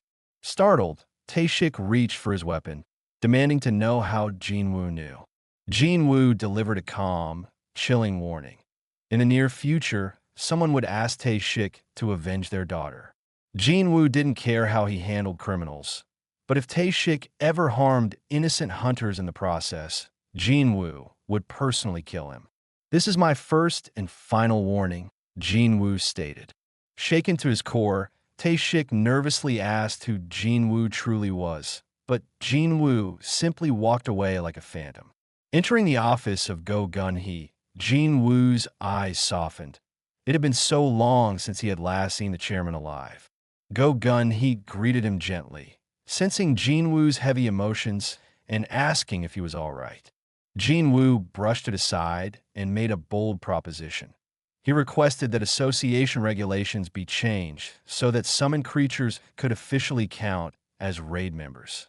In exchange, Jinwoo promised to personally go to Jeju Island and exterminate the ants alone. Go Gunhee was shocked, reminding Jinwoo of the dead hunters from past failed raids and warning him not to speak recklessly. But as he looked closely at Jinwoo, he was overwhelmed by the colossal, radiant mana emanating from him. Jinwoo stated with calm certainty that this was something only he could accomplish. The chairman was left speechless, realizing Jinwoo's power already far exceeded even that of a national-level hunter. Suddenly, a sequence of Jinwoo's past adventures began to flash rapidly before his eyes. Saving Lee Ju-hee in the Double Dungeon, surviving the Red Gate, defeating the High Orcs, turning Tusk into a shadow, curing his mother with the holy water of life, and slaughtering the Ant King on Jeju Island. Jinwoo frowned. Something was fundamentally wrong. Clenching his fists, Jinwoo shouted into the void. "Enough! Stop this! I know this is nothing but an illusion. Show yourself." At his command, the fabricated world shattered like glass. The illusion collapsed, and Jinwoo found himself surrounded by countless system notifications, each asking the same question. "Do you wish to restart the world?" Confused yet determined, Jinwoo demanded to know who was controlling the illusion. An entity revealed itself before him. It was the king of the dead, the Shadow Monarch, Ashbourne. Ashbourne spoke with calm, absolute authority, offering Jinwoo a proposition. He could remain in this illusion forever, living inside this ideal world as an endless dream. Jinwoo narrowed his eyes, asking if Ashbourne was suggesting he allow himself to be trapped inside a false reality. Ashbourne shook his head, explaining that he had not created this domain. Jinwoo had. The world was born from Jinwoo's deep inner desire to correct the mistakes of his past, powered by Ashbourne's authority. This domain was eternal rest. It was death itself. Ashbourne explained that he had watched Jinwoo for a long time, a human who always walked closest to death yet resisted it with everything he had. I am the record of your struggles, the proof of your defiance, and the reward for your suffering. I am you, Ashbourne declared. Within this realm, Jinwoo held absolute, godlike power. He could alter reality, absorb the strength of the monarch servants, and turn them into shadows. When Jinwoo asked why he had been chosen out of everyone, Ashbourne replied that he would show him their beginning, their end, and Jinwoo's true beginning. The perspective shifted back to the frozen battlefield in the real world. Sung Jinwoo's body remained encased in ice by the Frost Monarch. Rockin, the Beast Monarch, muttered coldly, "He's dead for sure." From a distance, Thomas Andre informed Leonard Neerman that Jinwoo's presence had completely vanished. Baek Yoon-ho refused to believe it, knowing that if Jinwoo was truly gone, no one left could stop the beasts. Atop a building, Lim Tae-gyu prepared his sniper guild forces to launch a desperate, all-out bombardment against the Frost Monarch. Just as the hunters prepared to fire, something terrifying changed. Within the prison of ice, Jinwoo's body began to radiate a massive, overwhelming surge of dark mana. His black heart burned with dark flames. Both Sillid and Rockin realized what was happening, shouting in sheer terror. "We must stop him. We cannot allow the true king to descend now that the human vessel is gone." They charged straight toward Jinwoo's frozen body to destroy it before the awakening completed. But before their attacks could land, an overwhelming, colossal force intervened. Rockin was suddenly struck across the face and slammed directly into Sillid, sending both monarchs hurling across the battlefield and crashing through buildings. As the dust settled, a towering, magnificent figure stood in front of Jinwoo's frozen form. It was Grand Marshal Bellion, leading the original Shadow Army, or a manifestation of the true Shadow Monarch's authority shielding the vessel.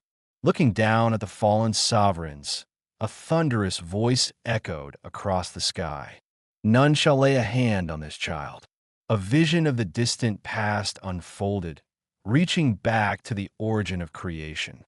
In ancient times, the Absolute Being split reality into two opposing forces, light and darkness. From the darkness were born the 8 great monarchs, destined to unmake creation. From the light were born the rulers, emissaries destined to preserve it. The two forces fought an unending, merciless war. Entire worlds and armies were reduced to ash as rulers and monarchs slaughtered each other without end. As despair and exhaustion settled over the eternal war, the greatest and brightest among the fragments of light, Ashbourne, could no longer remain silent. Here is the complete, expanded retelling of the entire passage you provided, rewritten in English in full detail without cutting a single event, dialogue, or piece of lore. It stepped forward to the Absolute Being, demanding an answer. Why did the Absolute ignore the cries and screams of the countless soldiers who were dying endlessly for its purpose? It begged the Absolute to lend its divine strength, so they might fight on in the Absolute's name. The Absolute Being offered no answer. That heavy, suffocating silence revealed the ultimate truth. To the Absolute, the war was merely entertainment, a violent sport to watch, never something to stop. The fragments finally understood that as long as the Absolute existed, their suffering and the endless conflict would never cease. If they continued to obey, only death waited for them. Faced with such utter futility, the brightest fragment and those who followed drew their blades. Thus the rebellion began. The vision tightened, and the monarch standing before Sung Jinwoo pointed into the imagery of the past. "That is me," he said calmly. He explained that he had stood alone to defend their creator against the uprising of his fellow emissaries. Seeing the magnitude of the threat, the monarchs had no choice but to unite. The Shadow Monarch reached out to them, and old enemies formed a fragile alliance to face their common enemy, the rulers. From that moment on, he fought not as a simple emissary or fragment of light, but as the Shadow Monarch, gathering the remnants of armies left on the battlefield into a single shadow host. When he linked his forces with the army of destruction, led by Antares, the warring Dragon King and ruler of Berserk Dragons, even the rulers began to fear him. Fear, however, bred treachery. Two monarchs who came to dread his growing power betrayed him from within. Their betrayal tore his ranks apart and nearly annihilated the Shadow Army. In the chaos, Rakan, the Beast Monarch, abandoned his soldiers and fled, while Baron, the Monarch of White Flames, paid with his life. Then, the rulers descended from the sky. They surrounded the Shadow Monarch and, to his astonishment, dropped to their knees and begged for forgiveness. They claimed there was no longer any reason to fight. Though they possessed the power to erase him on the spot, they chose to spare him, an act that carried the heavy weight of respect for a former comrade who had once stood at their side on the front lines, commanding the armies of brilliant light. But the Shadow Monarch could not forget what had happened. Turning to those who now begged him, he asked in a voice that hardly concealed his pain, had they not once raised their blades against their own liege? Their answer was blunt. The slain lord had been their master as well. Anger flared in the Shadow Monarch. If their former lord had been master to them too, then their betrayal was all the more unforgivable. One of the fragments tried to explain that they had rebelled simply to end the war and stop the endless slaughter, pleading that they had acted for a higher purpose. The Shadow Monarch did not soften. He challenged them with one final, terrible proposal. If they truly desired the end they sought, then they should finish it, drive their spears through his heart, and claim the conclusion they begged for, letting him be the end that would make them victors at last. The fragments recoiled from such a fate. Instead of driving their spears home, they dropped their weapons and fell before him, begging for mercy and surrounding him in a show of contrition. They bowed and offered their respect, asking him to forgive what they had done. The Shadow Monarch told Sung Jinwoo that he had been overwhelmed and found no way to break the cycle, so he chose to withdraw and bide his time for vengeance. While hiding, he carried within himself the sealed power of the Monarch of White Flames, which he intended to unleash once he had recovered enough strength to strike back at the Beast Monarch's forces. Things, however, did not go as planned. The other monarchs, already weakened from endless war, were crushed by the rulers while he lay in hiding. When he finally reappeared before those who had fled into the gaps between dimensions, conflict did not reign. The Dragon Monarch forbade any infighting, understanding that the monarchs needed time to rebuild and welcome the Shadow Monarch into their ranks. Together, they began searching for a new world where they could rebuild their armies. When Jinwoo asked if the monarch meant Earth, the Shadow Monarch confirmed it and revealed images of ruined cities. Jinwoo recognized one scene immediately, the Demon Castle, and wondered whether the vision showed what would happen in the future. The Shadow Monarch corrected him. It was not the future, but a recording of the past. He explained that the rulers had once been slow to detect the monarch's movements. By the time the rulers arrived on Earth, the monarch's destruction of humanity was already complete. Furious and desperate, the rulers resorted to a forbidden artifact, the Cup of Reincarnation, an instrument empowered by the Absolute that could rewind time by 10 years. They sacrificed everything to undo their mistake. Even so, the current Earth was far too fragile to endure a full-scale clash between monarchs and rulers. Regardless of which side won, the planet itself would be devastated. Faced with that cost, the rulers made a grim choice. If they could not save everyone, they would at least preserve a remnant so life could continue. To that end, they set out to infuse the world with magic and create humans capable of surviving such cataclysms. Hunters designed to stand between the world and annihilation. Jinwoo, Piecing things together, realized that the Demon King's apparition was a shard of the Shadow Monarch's memories, and asked if the world had already suffered endless cycles of destruction. The Shadow Monarch confirmed it. While supreme beings could not rewrite the flow of time, they could perceive the changes made by the cup of reincarnation. Now, the cup's power was completely exhausted and unusable. Jinwoo asked how that could be, to which the Shadow Monarch answered that the cup, like all power, had limits. Even the absolute could be destroyed by its creations. The monarchs had been made to fight and were strong enough to overthrow their creator. The fragments had turned on the absolute, just as humans could be undone by the very tools they forge. The monarchs soon realized they could not face the rulers head-on, so they adopted a strategy similar to their enemies. Just as the rulers had bestowed fragments of their strength upon humans to fight against magical beasts, the monarchs devised their own plan. They would descend into the human world by borrowing mortal bodies as vessels. Through this method, they could appear much earlier than the rulers anticipated, bringing their armies with them. Their ultimate goal was to transform Earth, now overflowing with magical energy spread by the rulers, into a colossal battlefield and trap. However, there was one major problem. To become vessels for monarchs, human bodies needed to withstand enormous power, and among all mankind at that time, none were capable of containing the might of the Shadow Monarch or the Monarch of Destruction. The strength of these two beings far surpassed that of their counterparts, and no vessel existed that could endure them. That was when a brilliant mage in the Dragon Monarch's service, the architect, stepped forward with a solution. He offered to find a suitable host, but in return demanded a perfect, imperishable body for himself.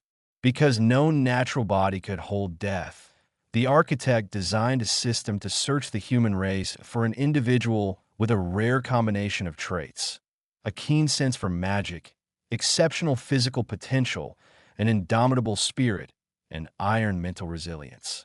He built games and simulations to probe human limits and discover the one person who could match a monarch's power. The system eventually identified someone who shattered all expectations: Jinwoo himself. Though Jinwoo had always seemed weak and repeatedly skirted death, he survived where many would have perished. The architect's algorithm was outmatched. Even he could not predict what Jinwoo would become. The Shadow Monarch told Jinwoo plainly that he had watched him, even against the architect's intent, and had chosen him.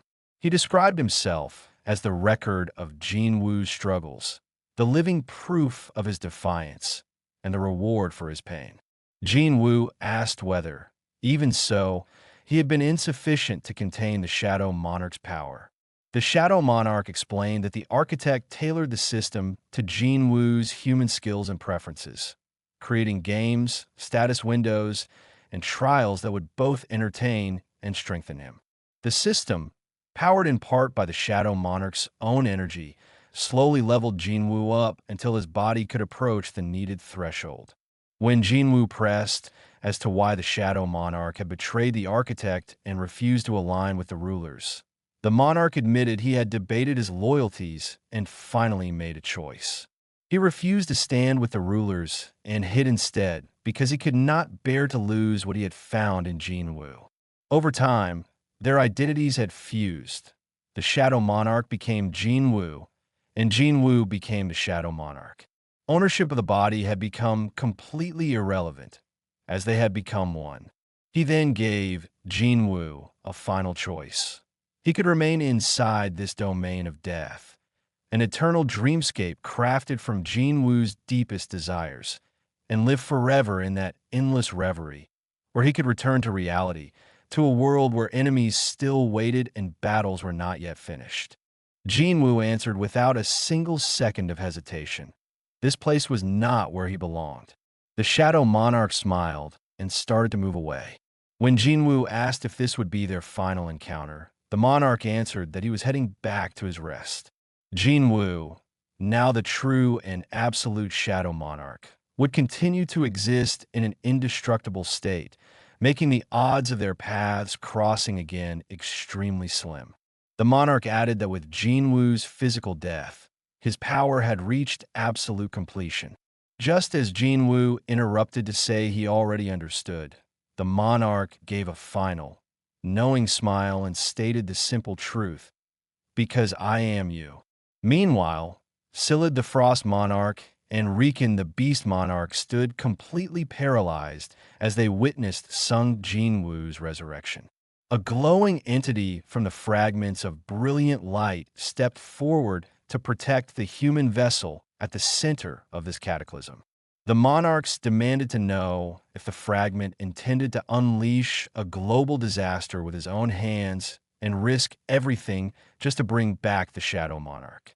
Without wasting a second, Riken urged Silid into action, and the battle exploded instantly. Silid lunged with his trident, but the fragment sidestepped effortlessly. Riken dove from above with outstretched claws, yet his target vanished, reappearing right behind Silid to drive a blade into his shoulder. Stunned, Silid realized their opponent was reading his moves and adapting in real time, a fact Riken quickly noticed as well. The fragment fought like a veteran of countless wars, dodging every frost technique and parrying every strike. As Riken pressed forward, Silid tried to freeze their enemy, but the fragment moved faster, delivering a brutal chin kick that sent the Frost Monarch crashing into a building. Riken seized the opening to rip the fragment apart, but pain blasted through him as a beam of light pierced his face, followed by an elbow smashing into his ribs and throwing him backward.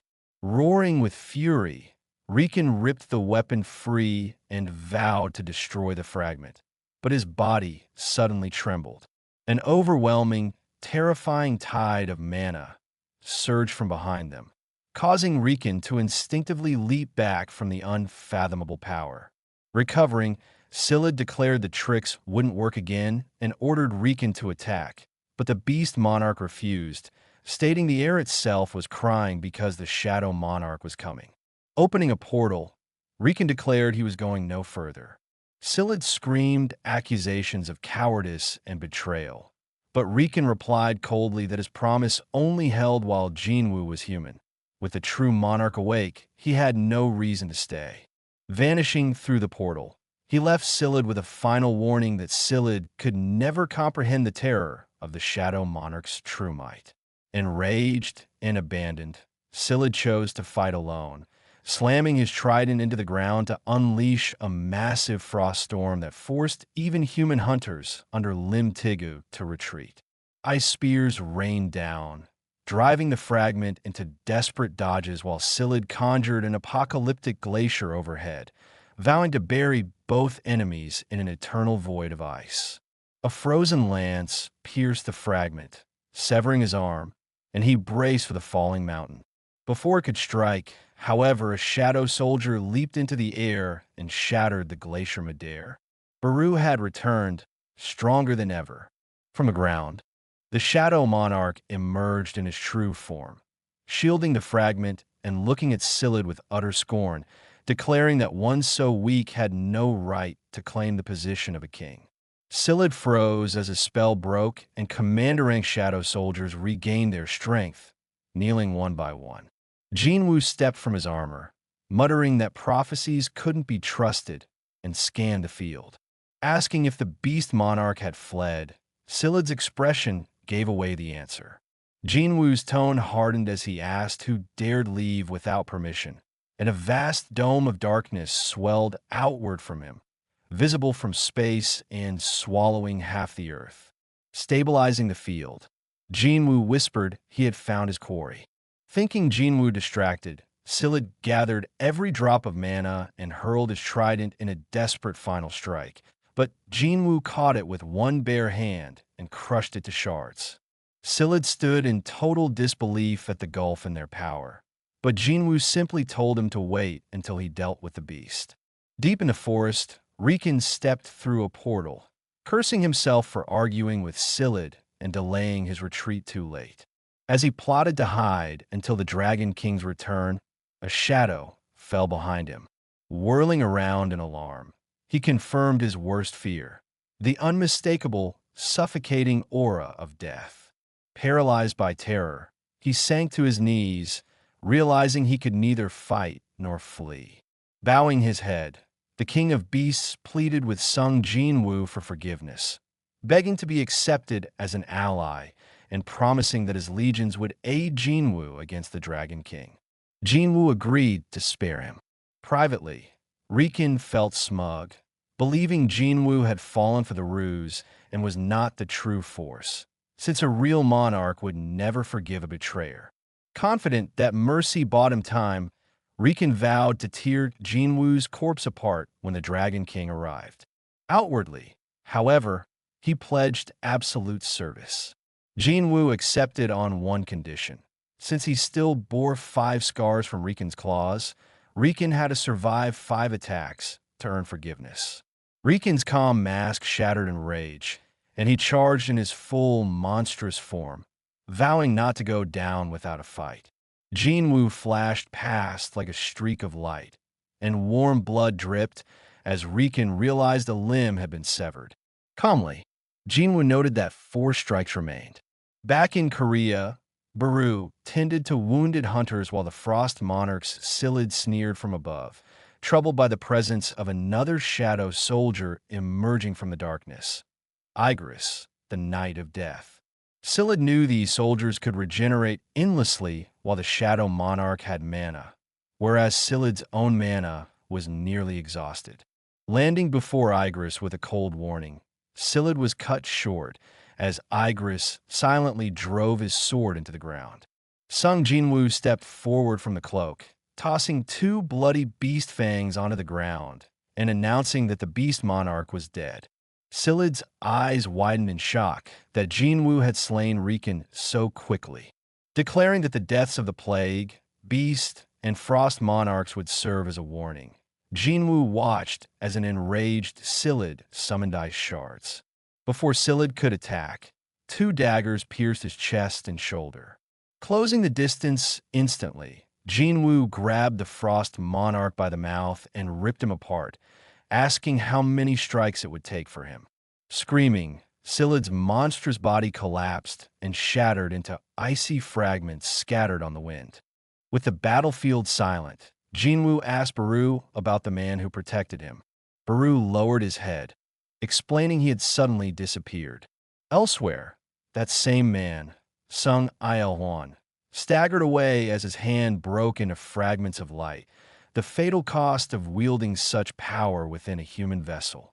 Accepting this as his proper end, he froze when a dagger landed beside him and a familiar voice asked if he really thought he could slip away unnoticed. Softening his tone, Jinwoo addressed him as father. The story flashed back to the dimensional prison where Il-hwan explained how the rulers had lent him strength and tasked him with stopping the monarchs and the impending Shadow Monarch. Though he realized the greatest threat lay inside Jinwoo, he could only watch from afar. Later, the rulers shifted priorities, realizing they needed the Shadow Monarch's army against the Dragon King, and tasked Il-hwan with protecting Jinwoo. Hearing this confession, Jinwoo's eyes filled with tears. Asked if Jinwoo hated him, Jinwoo admitted he did at times, especially when near death as a hunter wanting to return to his mother. But he also felt deep longing, asking if his father missed them. Overcome with emotion, Il-hwan replied he missed them constantly and took comfort in watching from afar. Embracing his son, Il-hwan said Jinwoo had grown well. When Jinwoo asked if the rulers planned to discard him, Il-hwan replied he chose this path freely and wished only to stay longer, apologizing for not being a better father before dissolving completely into the air. Leaving Jinwoo to let out a raw, anguished scream, the scene cut to his mother and sister urging each other through tears that they could finally move. Fueled by rage, Jinwoo shouted a vow of vengeance that echoed across the planet, marking the true beginning of war. A drone flew over the ruined city as reports confirmed Thomas Andre was out of life-threatening condition. with ambulances rushing the injured to hospitals. Chairman Wu Jin-chai gazed at the devastation, remembering Chairman Go Gun-hee's funeral and a promise Jinwoo made to bring down those responsible, realizing the Frost Monarch had paid the price. With quiet gratitude, he thanked Jinwoo. The Hunters Association reported the monsters unidentifiable, leaving citizens shaken, but a brief calm preceded a new disaster. Soon, global hunters gathered beneath the gigantic sky gate in the skies, including China's seven-star hunter Liu Jigong, who remarked on the gate's terrifying size, and a fully recovered Thomas Andre. Chairman Wu Jin-chai wondered how many hunters would survive this gathering.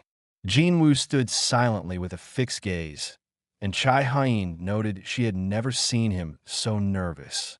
As the gate cracked and split open with a thunderous rumble, the hunters prepared for a monster horde, but were stunned when endless waves of shadow soldiers poured out instead.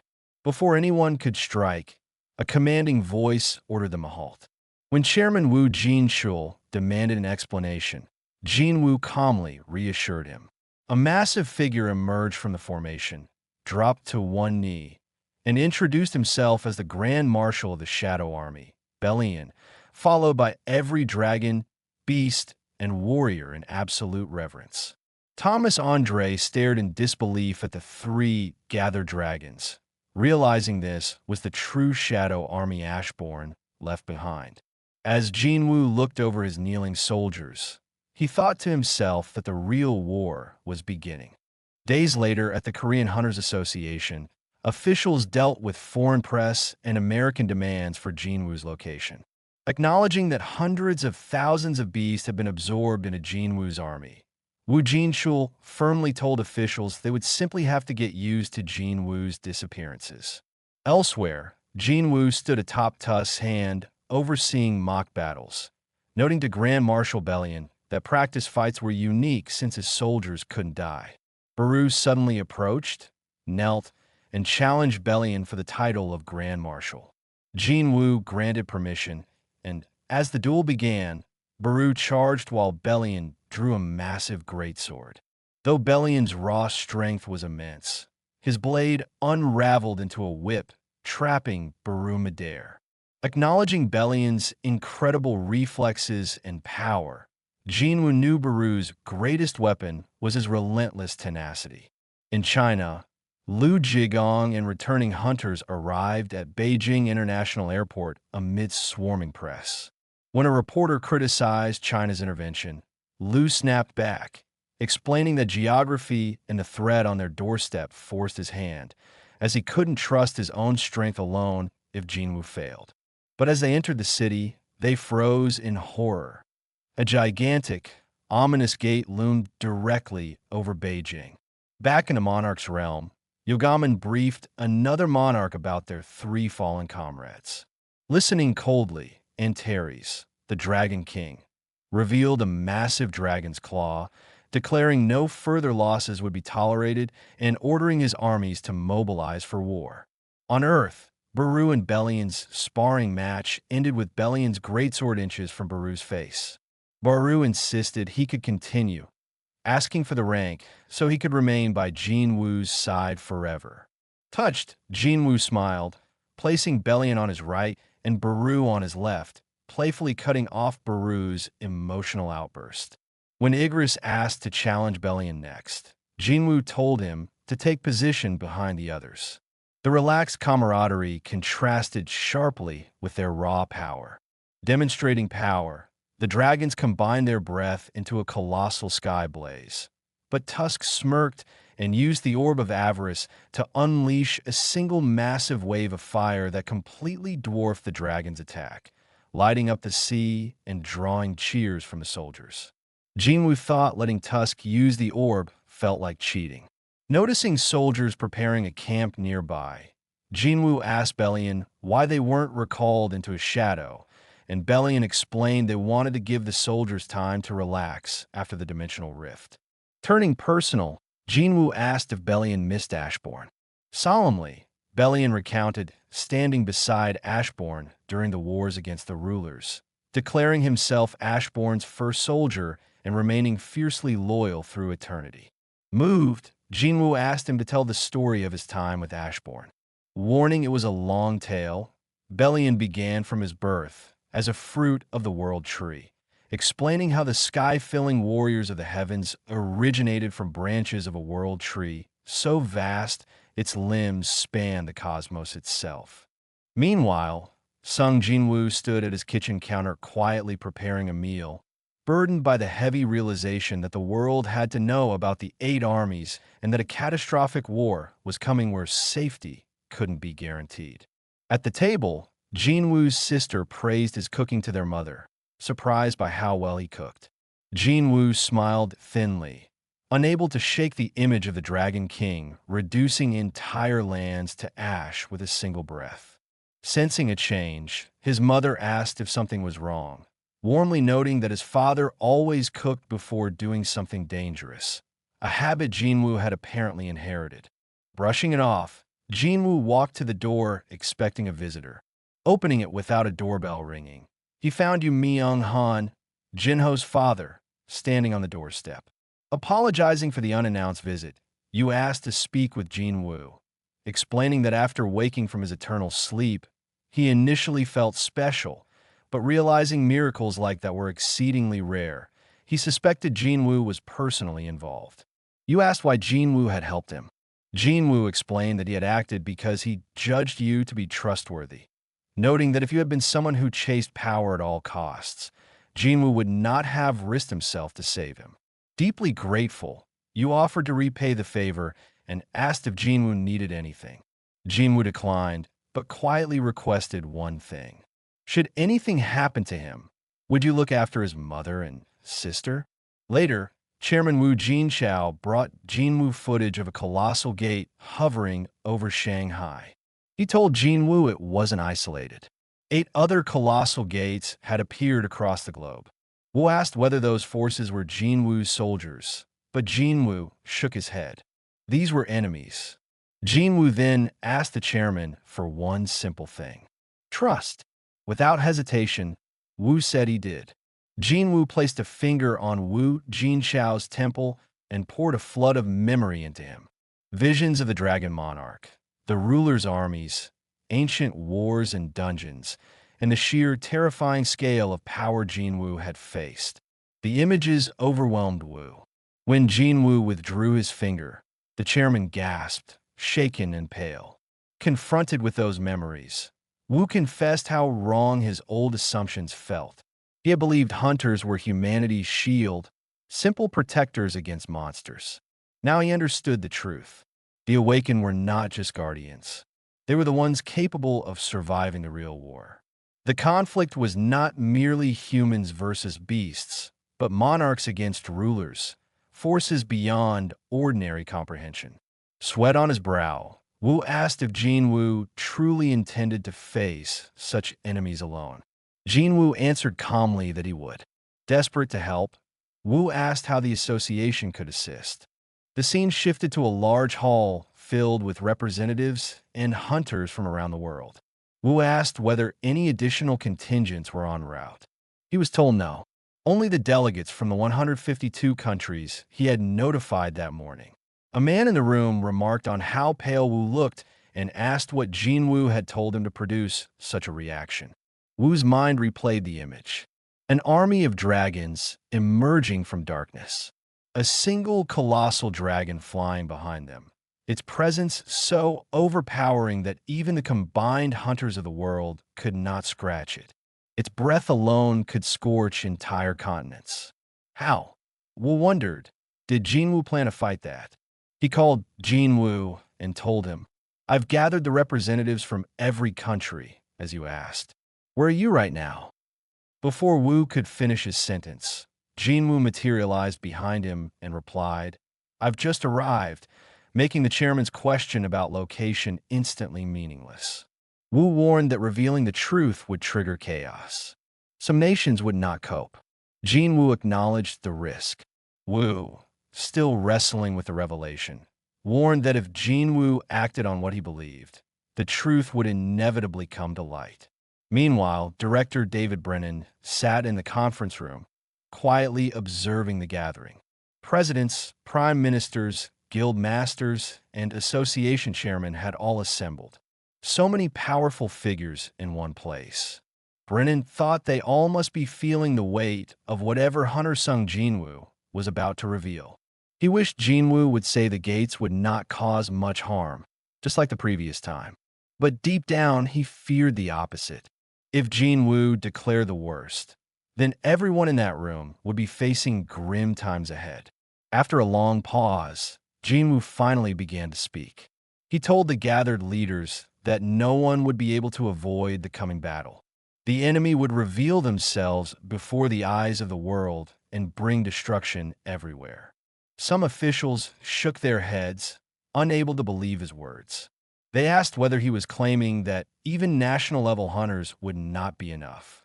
Jinwoo replied firmly. At least a few hundred demonic beasts would appear, and each one would be on par with Kamish, the greatest disaster in human history. Against such a force, not even national-level hunters would be able to stop them. The crowd grew restless and demanded proof. Without proof, they said they could not believe him. In response, Jinwoo raised his hand. Gasps of terror erupted across the room as multiple gates suddenly appeared behind him. Panic broke out. Officials assumed Jinwoo had gained the terrifying ability to create gates at will. But he calmly explained that it was not his own power. Their true enemy could create gates whenever and wherever they desired, just as he had demonstrated. The only reason they had not yet acted was because their army was too large to mobilize all at once. A man sitting beside Director Brennan suddenly shouted in fear. He accused Jinwoo of being one of the enemy. He asked if the soldiers Jinwoo had brought from the last gate were meant to kill them. But as the words left his lips, he trembled, realizing what he had just said. Shaking, he corrected himself immediately, declaring that of course he trusted Hunter-sung Jinwoo. Director Brennan, gathering his composure, asked Jinwoo the crucial question. Now that we know what will emerge from the gates, what must we do? Jinwoo's answer was clear. Jinwoo arrives in China and is greeted on the tarmac by Hunter Lu Jigong. Jinwoo asks why Lu, rather than government officials, is meeting him. Lu admits the officials have been occupied with pomp and ceremony, the trivial placards and formalities. So Lu came personally to escort Jinwoo. As they move toward the staging area, Jinwoo notices the gate looming on the horizon. So enormous, it can be seen even from the airport. At the gate, Lu shows Jinwoo the assembled force gathered for the raid. He proudly describes the contingent as China's army of 100,000 hunters. Jinwoo takes in the vast numbers and allows himself a rare flicker of hope. With this many fighters, perhaps humanity has a fighting chance in the war to come. Lu stresses that the strength isn't only in numbers. These are China's elites, the most skilled hunters drawn from every province and division gathered for a single, decisive operation. When preparations finish, Lu tells Jinwoo the raid will begin soon. Jinwoo nods and begins summoning his shadow army. The sheer volume of shadows that answered Jinwoo's call leaves Lu speechless. It becomes clear that Jinwoo operates on an entirely different level. Baru steps forward among the summoned shadows and makes his presence known, asserting aloud that the king's left flank belongs to him. Jinwoo quickly quiets the tension. The gate begins to crack and fissure as everyone braces for monsters to pour forth from the sky. Jinwoo steels himself, ready for the storm. For a moment, nothing erupts. Bellion approaches Jinwoo and reports that he senses no life or presence within the gate. The emptiness is not limited to this site. Jinwoo asks Bellion about the other colossal gates that had appeared worldwide. Bellion replies that from the reports gathered by the Shadow soldiers, every gate around the globe appears the same, silent and empty. Jinwoo's mind works quickly. He deduces the enemy's strategy. The multiple gates were a diversion designed to split humanity's forces. The true threat, Jinwoo realizes, is concentrated in a single gate, the one farthest from his current position, where the enemy has amassed the bulk of its army while the world's hunters were pulled thin by false alarms. The scene shifts back to Canada, where countless hunters have gathered, preparing to defend against the looming monster outbreak. At the very front stands Jay Mills. He scoffs at the thought that everyone seems to be placing their hopes solely on Sung Jinwoo. Nearby, a crowd of citizens rallies with passion, shouting that they would never surrender their homeland, that Canadian hunters would protect their people and land no matter what. But suddenly the colossal gate begins to crack open. Everyone braces for monsters to pour out, yet nothing emerges. Juntas stand frozen in confusion. Whispers ripple through the ranks. Some begin to doubt, wondering if Jinwoo had been exaggerating the threat. Then a humanoid figure slowly emerges, hovering in the air before descending. At first, the hunters think it might be just an ordinary human. The figure lands directly in front of Jay Mills and asks whether he is the king of this place. Mills, caught off guard, hesitates.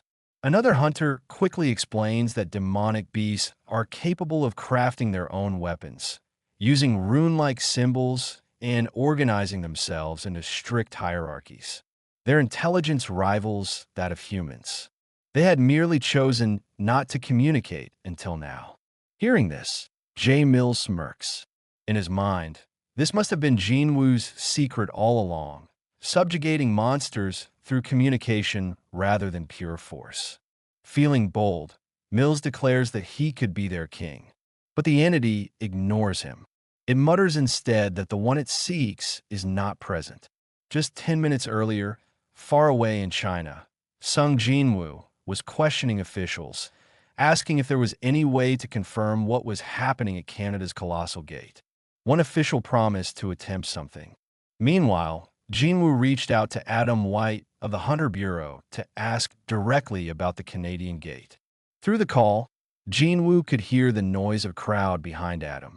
He realized instantly that Adam wasn't in a safe office. He was on site in Canada. Jinwoo demanded to know why he was there. Adam explained that the Bureau could not simply sit back and watch the crisis unfold. Many of their agents, including himself, had been dispatched to the site. Jinwoo frowned, realizing they still didn't grasp the true scale of the enemy army. He asked about the gate's condition. Adam reported that so far the gate was empty, silent like the other colossal gates that had appeared before. Relieved, Jinwoo exhaled. But almost immediately, Adam's voice changed. He reported that something was emerging, not a beast, but a person. Jinwoo's eyes widened in shock. He shouted through the call, ordering Adam to run, to flee as far as possible. But the warning came too late. In a blinding flash of light, every hunter standing at the front was reduced to ash. Jinwoo urgently told Adam that he still had time, that he must run while he still could. But Adam, frozen in disbelief, lifted his gaze. From above, endless dragons began descending from the sky. An army of dragons, followed by all manner of demonic beasts, poured from the colossal gate. Adam stammered in horror, unable to comprehend how every type of creature could gather in one place. Jinwoo clenched his fists. It had finally begun, but he still had to save Adam White. Thankfully, he had already planted a shadow on Adam in the past, a safeguard for just such a moment. He prepared to use it to teleport Adam away from the battlefield. Just then, a massive high orc appeared before Adam. Jinwoo quickly told Adam that he would pull him out at once. But before he could act, a powerful entity approached Adam and demanded to know where he thought he was going. Adam's body locked in fear. With trembling lips, he called out Jinwoo's name, desperate. In his final moment, he saw a blazing fireball surging straight toward him. Back in China, after hearing the loud blast from Canada, Sung Jinwoo realized he was too late to prevent the initial devastation. He reflected grimly that this outcome should have been expected. His enemies knew they were facing his shadow army, an army that only grew stronger the longer a battle continued. Jinwoo thought strategically. His opponent's goal was to minimize prolonged battles by concentrating all their forces in a single location. Though 8 colossal gates had been opened as a diversion, the enemy funneled their full army through the gate farthest from his position. Even if Jinwoo rushed to the site immediately, he knew it would erupt into an all-out war. His plan to buy time had completely collapsed. Meanwhile, in Canada, Antares, the king of dragons and the monarch of destruction, observed the chaos with a cruel smirk. He savored the destruction around him, thinking of the sound of human heartbeats, the screams of the dying, and the obliteration of creatures as if it were music in his ears.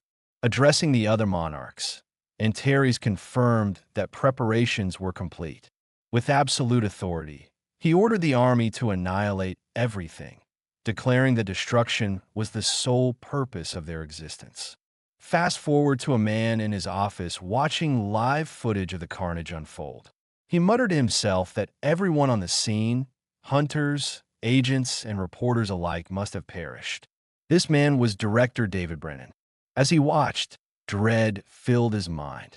Hundreds of dragons surged forward, accompanied by endless waves of giants, beasts, and insect-like monsters. Brennan realized that no human force could contain this disaster. It's over, he thought grimly. There's no way to stop such an army. He understood it was only a matter of time before the monsters reached the United States. Brennan finally grasped why Sung Jinwoo had warned everyone to stay as far away from the gates as possible. As he processed the grim reality, a shadow suddenly appeared in front of him. It was Jinwoo. Jinwoo, moving with urgency, explained that he had come seeking something specific. He asked Brennan for the runestone extracted from Kamish, the greatest dragon humanity had ever slain. The director, initially shocked, quickly composed himself. He explained that the runestone was under the Hunter Bureau's management. However, considering the dire circumstances, he awkwardly apologized, noting that he was still slightly disoriented. Internally, he reflected that the Bureau and runestones meant little if the entire U.S. was about to be destroyed. Brennan told Jinwoo that he could hand over the runestone, but asked why it was needed. Jinwoo explained that he planned to launch a counterattack using the immense power stored within it. As they moved toward the vault containing Kamish's runestone, Brennan asked a question weighing on his mind. If the beings called rulers had sent the demonic beasts, what exactly were the runestones found inside the beasts' bodies? Jinwoo explained that runestones were gifts from the rulers, designed to help humanity fight demonic beasts more efficiently. When a beast died, part of its abilities would be sealed within a runestone. The rulers created runestones as tools to strengthen humans, giving them a chance to survive the ultimate battle against the Monarchs' armies. Hearing this, Brennan asked with doubt whether it was really possible to stop such overwhelming forces with just a runestone. Jinwoo, calm and resolute, replied simply that he would have to try. After obtaining the runestone, Jinwoo turned to the director and asked for one more favor. The scene shifts to Lady Selner, who speaks with quiet astonishment. She admits that she never imagined anyone would come seeking her at a time like this. She studies Jinwoo carefully and questions his identity. She remarks that he is no longer the person she once knew, that in the past, darkness existed only deep within him, but now he has become darkness itself. Jinwoo responds calmly, telling her that he is still the same person she knew, only that he has fully embraced the darkness she had once glimpsed. He then asks her if she can truly see the future and requests that she look into what lies ahead for him. Lady Selner nods, acknowledging his request, and gently takes his hand. Moments pass in silence. Tears begin to flow from her eyes as she asks, with a mixture of sorrow and disbelief, whether Jinwoo truly intends to shoulder everything alone. She wonders how a single human could possibly bear such a burden, questioning whether he plans to protect the world by sacrificing himself entirely. Hearing her words, Jinwoo rises and remarks with quiet relief that her concern shows he can still reach his goal, that there is still hope for him to succeed. Lady Selner warns him that no one will remember his deeds. The fight ahead will be lonely, one he must face entirely on his own. Despite this, Jinwoo begins to teleport away, determined to continue his mission. The scene shifts to Jinwoo standing atop a tall skyscraper.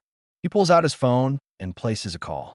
On the other end, a familiar voice hesitantly asks if it is really him.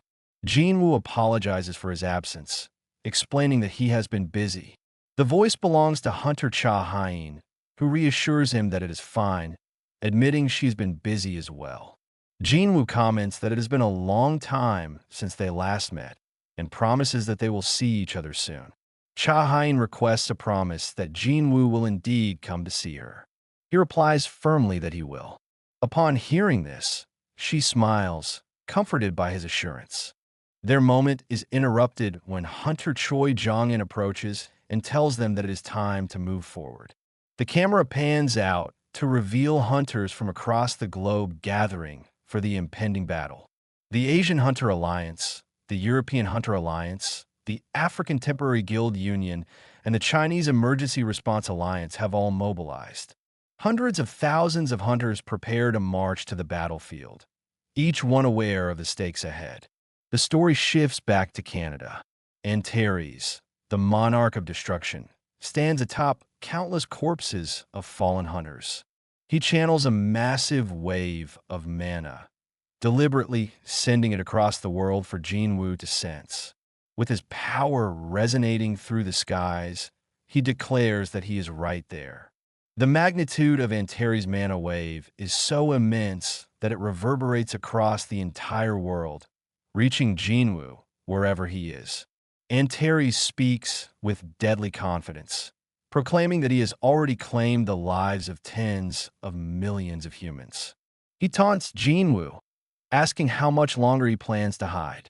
Jinwoo, calm yet resolute, replies that he will come to face him soon. The season finale ends here. Thank you so much for watching. I really appreciate it. If you haven't subscribed yet, please consider subscribing. Thanks again for your support, and I'll see you next time.